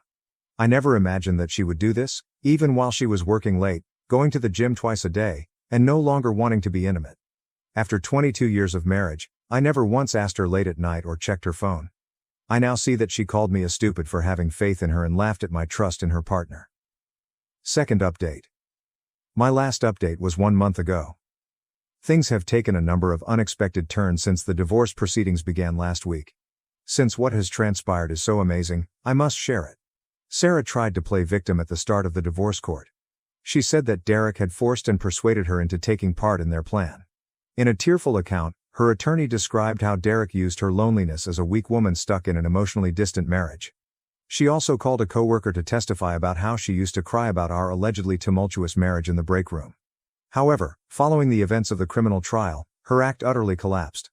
Derek chose to accept a plea bargain since he was facing severe jail time for the gun threat. If he testified about their conspiracy, the DA offered him a restraining order and 2 years of probation. He accepted the offer, and everything changed when he came clean in court. Derek threw Sarah under the bus during his plea hearing. He acknowledged that she had come up with the entire plan from the beginning. She knew he was a successful real estate agent from his social media and had seen him at the gym. Instead of going the other way, she went to him. He testified that she had checked his Facebook profile and seen photos of his family, so she knew he was married from the start. Derek claims that Sarah told him she wanted to leave me because she was unhappy in her marriage, but she wanted to make sure she received the highest settlement possible. She specifically picked him since he had a concealed carry permit and an imposing appearance. She came up with the threat of a pistol. She believed that when I invariably reacted aggressively to threats, it would demonstrate my abuse. When the paternity test results were revealed in court, however, it was the biggest shock. Derek is not the father, but Sarah is unquestionably pregnant. Her personal trainer, a 25-year-old man called Chad, is the owner of the child. It seems that she was having an affair with Chad at the gym while she was hatching plans with Derek. Derek lost it all when this information was revealed in court. He began to yell that she had damaged his marriage for no reason at all. He believed that she would divorce me, seize half of my possessions, and then wed him. He was furious to learn that she had been sleeping with someone else the whole time. He had to be taken out of the courtroom by the bailiffs. Chad was subpoenaed and appeared to testify. He was unaware of Sarah's marriage. She informed him that she was divorced and that her father was the parent of her 2 grown children. She even introduced Jenny and Mike as her niece and nephew while they were at the gym. In the court correspondence, Chad displayed Sarah's invitation to move in with him following the completion of her divorce from her abusive ex-husband.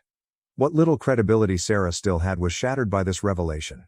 Her own attorney seems repulsed. After the court declared a recess, Sarah completely lost it when we got back. The judge was unimpressed as she began to scream about how everyone was against her and that she was just trying to find happiness. Sarah's career has collapsed in the interim. When her firm reported the court cases via a background check for a promotion, it discovered the conspiracy and the criminal charges. Because of their zero-tolerance policy for unethical activity, they fired her right away. The tale has gone viral in our professional network, and she hasn't been able to find another marketing job. Since she is unable to pay for an apartment, she has now moved in with her sister. Sarah continued attempting to get in touch with the children, sending lengthy emails expressing her regret and pleading for their support throughout her pregnancy. Mike still won't even acknowledge her existence. Jenny replied once, telling her, "I hope the baby grows up to betray you, just like you betrayed us." The fact that Mike has now resumed speaking is a good development. Although he continues to receive poor grades, he is improving and attending twice-weekly therapy sessions. We're working on appropriate ways for him to vent his frustrations, and the therapist thinks that his anger management problems are normal given the situation. Now that the judge has seen all the evidence, the text messages plotting the conspiracy, the paternity test results demonstrating she lied about Derek being the father, and the testimony on her numerous affairs, the divorce proceedings are advancing swiftly. According to my lawyer, we should be done in about a month. I received a call from Sarah's sister yesterday alerting me to the fact that Sarah is not handling this well. Despite being pregnant, she has been drinking a lot and complaining about how everyone has failed her when she most needs them. Until I recalled those texts in which she made fun of using Derek's gun to intimidate me, I was on the verge of feeling terrible for her. Third update. I can finally declare that my nightmare is gone, as it started 6 months ago. Last month, the divorce was finalized. The judge gave me Mike's primary custody in the house. Since Jenny is an adult, custody was not a concern. Sarah only received her car and personal items. The judge explained the uneven division by pointing to her many deceptions and conspiracy with Derek. Sarah's entire existence has collapsed. Complications caused her to lose the baby at 5 months. Despite everyone's warnings, her sister admitted to me that she had been drinking excessively during her pregnancy. The real father and personal trainer, Chad, is opposed to her. He left his work at the gym and relocated to a different city after discovering her falsehoods and the plot with Derek. After their divorce, Derek's wife Amy was granted full custody of their children. Due to the criminal allegations, he lost his real estate license and relocated to Arizona. As far as I know, he works as a bartender and tells everyone he meets how Sarah destroyed his life. Last week, Sarah's downward spiral reached its lowest point. She arrived at our house at 2 a.m, utterly inebriated, and yelled in the driveway that she had lost everything due to one mistake. She insisted that she would stop at nothing to make things right and return home. Before I could, the neighbors phoned the police. She was jailed for 2 days for violating the restraining order. Sarah needed to face repercussions for the first time in her life, according to her sister, who declined to save her. The children are at last improving. Jenny has returned to college and is seeing the campus counselor on a regular basis. She claims that joining a support group for kids of divorced parents is assisting her in processing everything. Mike is back on the football team and his grades have improved to B's and C's. His therapist claims that since he has acquired some coping skills, his anger management problems have much improved. Through all of this, Sarah's parents have shown surprisingly strong support. They have severed all communication with Sarah, but they have kept up a relationship with the children. Like she used to do when Sarah and I were first married, her mom comes over every Sunday to prepare dinner for us. On some weekends, her dad takes Mike fishing and helps him repair the hole he punched in his bedroom wall. I've begun dating a person I met via a common friend. 3 years ago, Lisa, a 43-year-old high school teacher, went through her own divorce. We are moving extremely slowly. Since she tutored Mike in English and improved his grade, the youngsters, who met her last month, appear to like her. She is considerate of our circumstances and doesn't demand more than I am willing to provide. Yesterday, Sarah gave me a call from a new number. She claimed to be going to AA meetings and to have been sober for 2 weeks. She asked if I might think about giving her another chance. I blocked the number and hung up without answering. There are some betrayals from which you simply cannot recover. We're getting over it, but the kids are still dealing with it. Last week, Jenny expressed her pride in my handling of the situation, saying that I stood by them and refused to allow Sarah to re-establish her influence over us. When he turned 18, Mike requested if he could adopt my last name.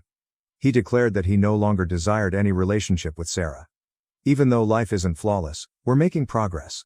Sarah must now live with the decision she made. I don't regret the way I handled the situation. Showing your children that it's acceptable to take toxic people out of your life, even if that person is their mother, can be the most difficult aspect of being a parent. I'm genuinely looking forward to the future for the first time in months as we create a new normal.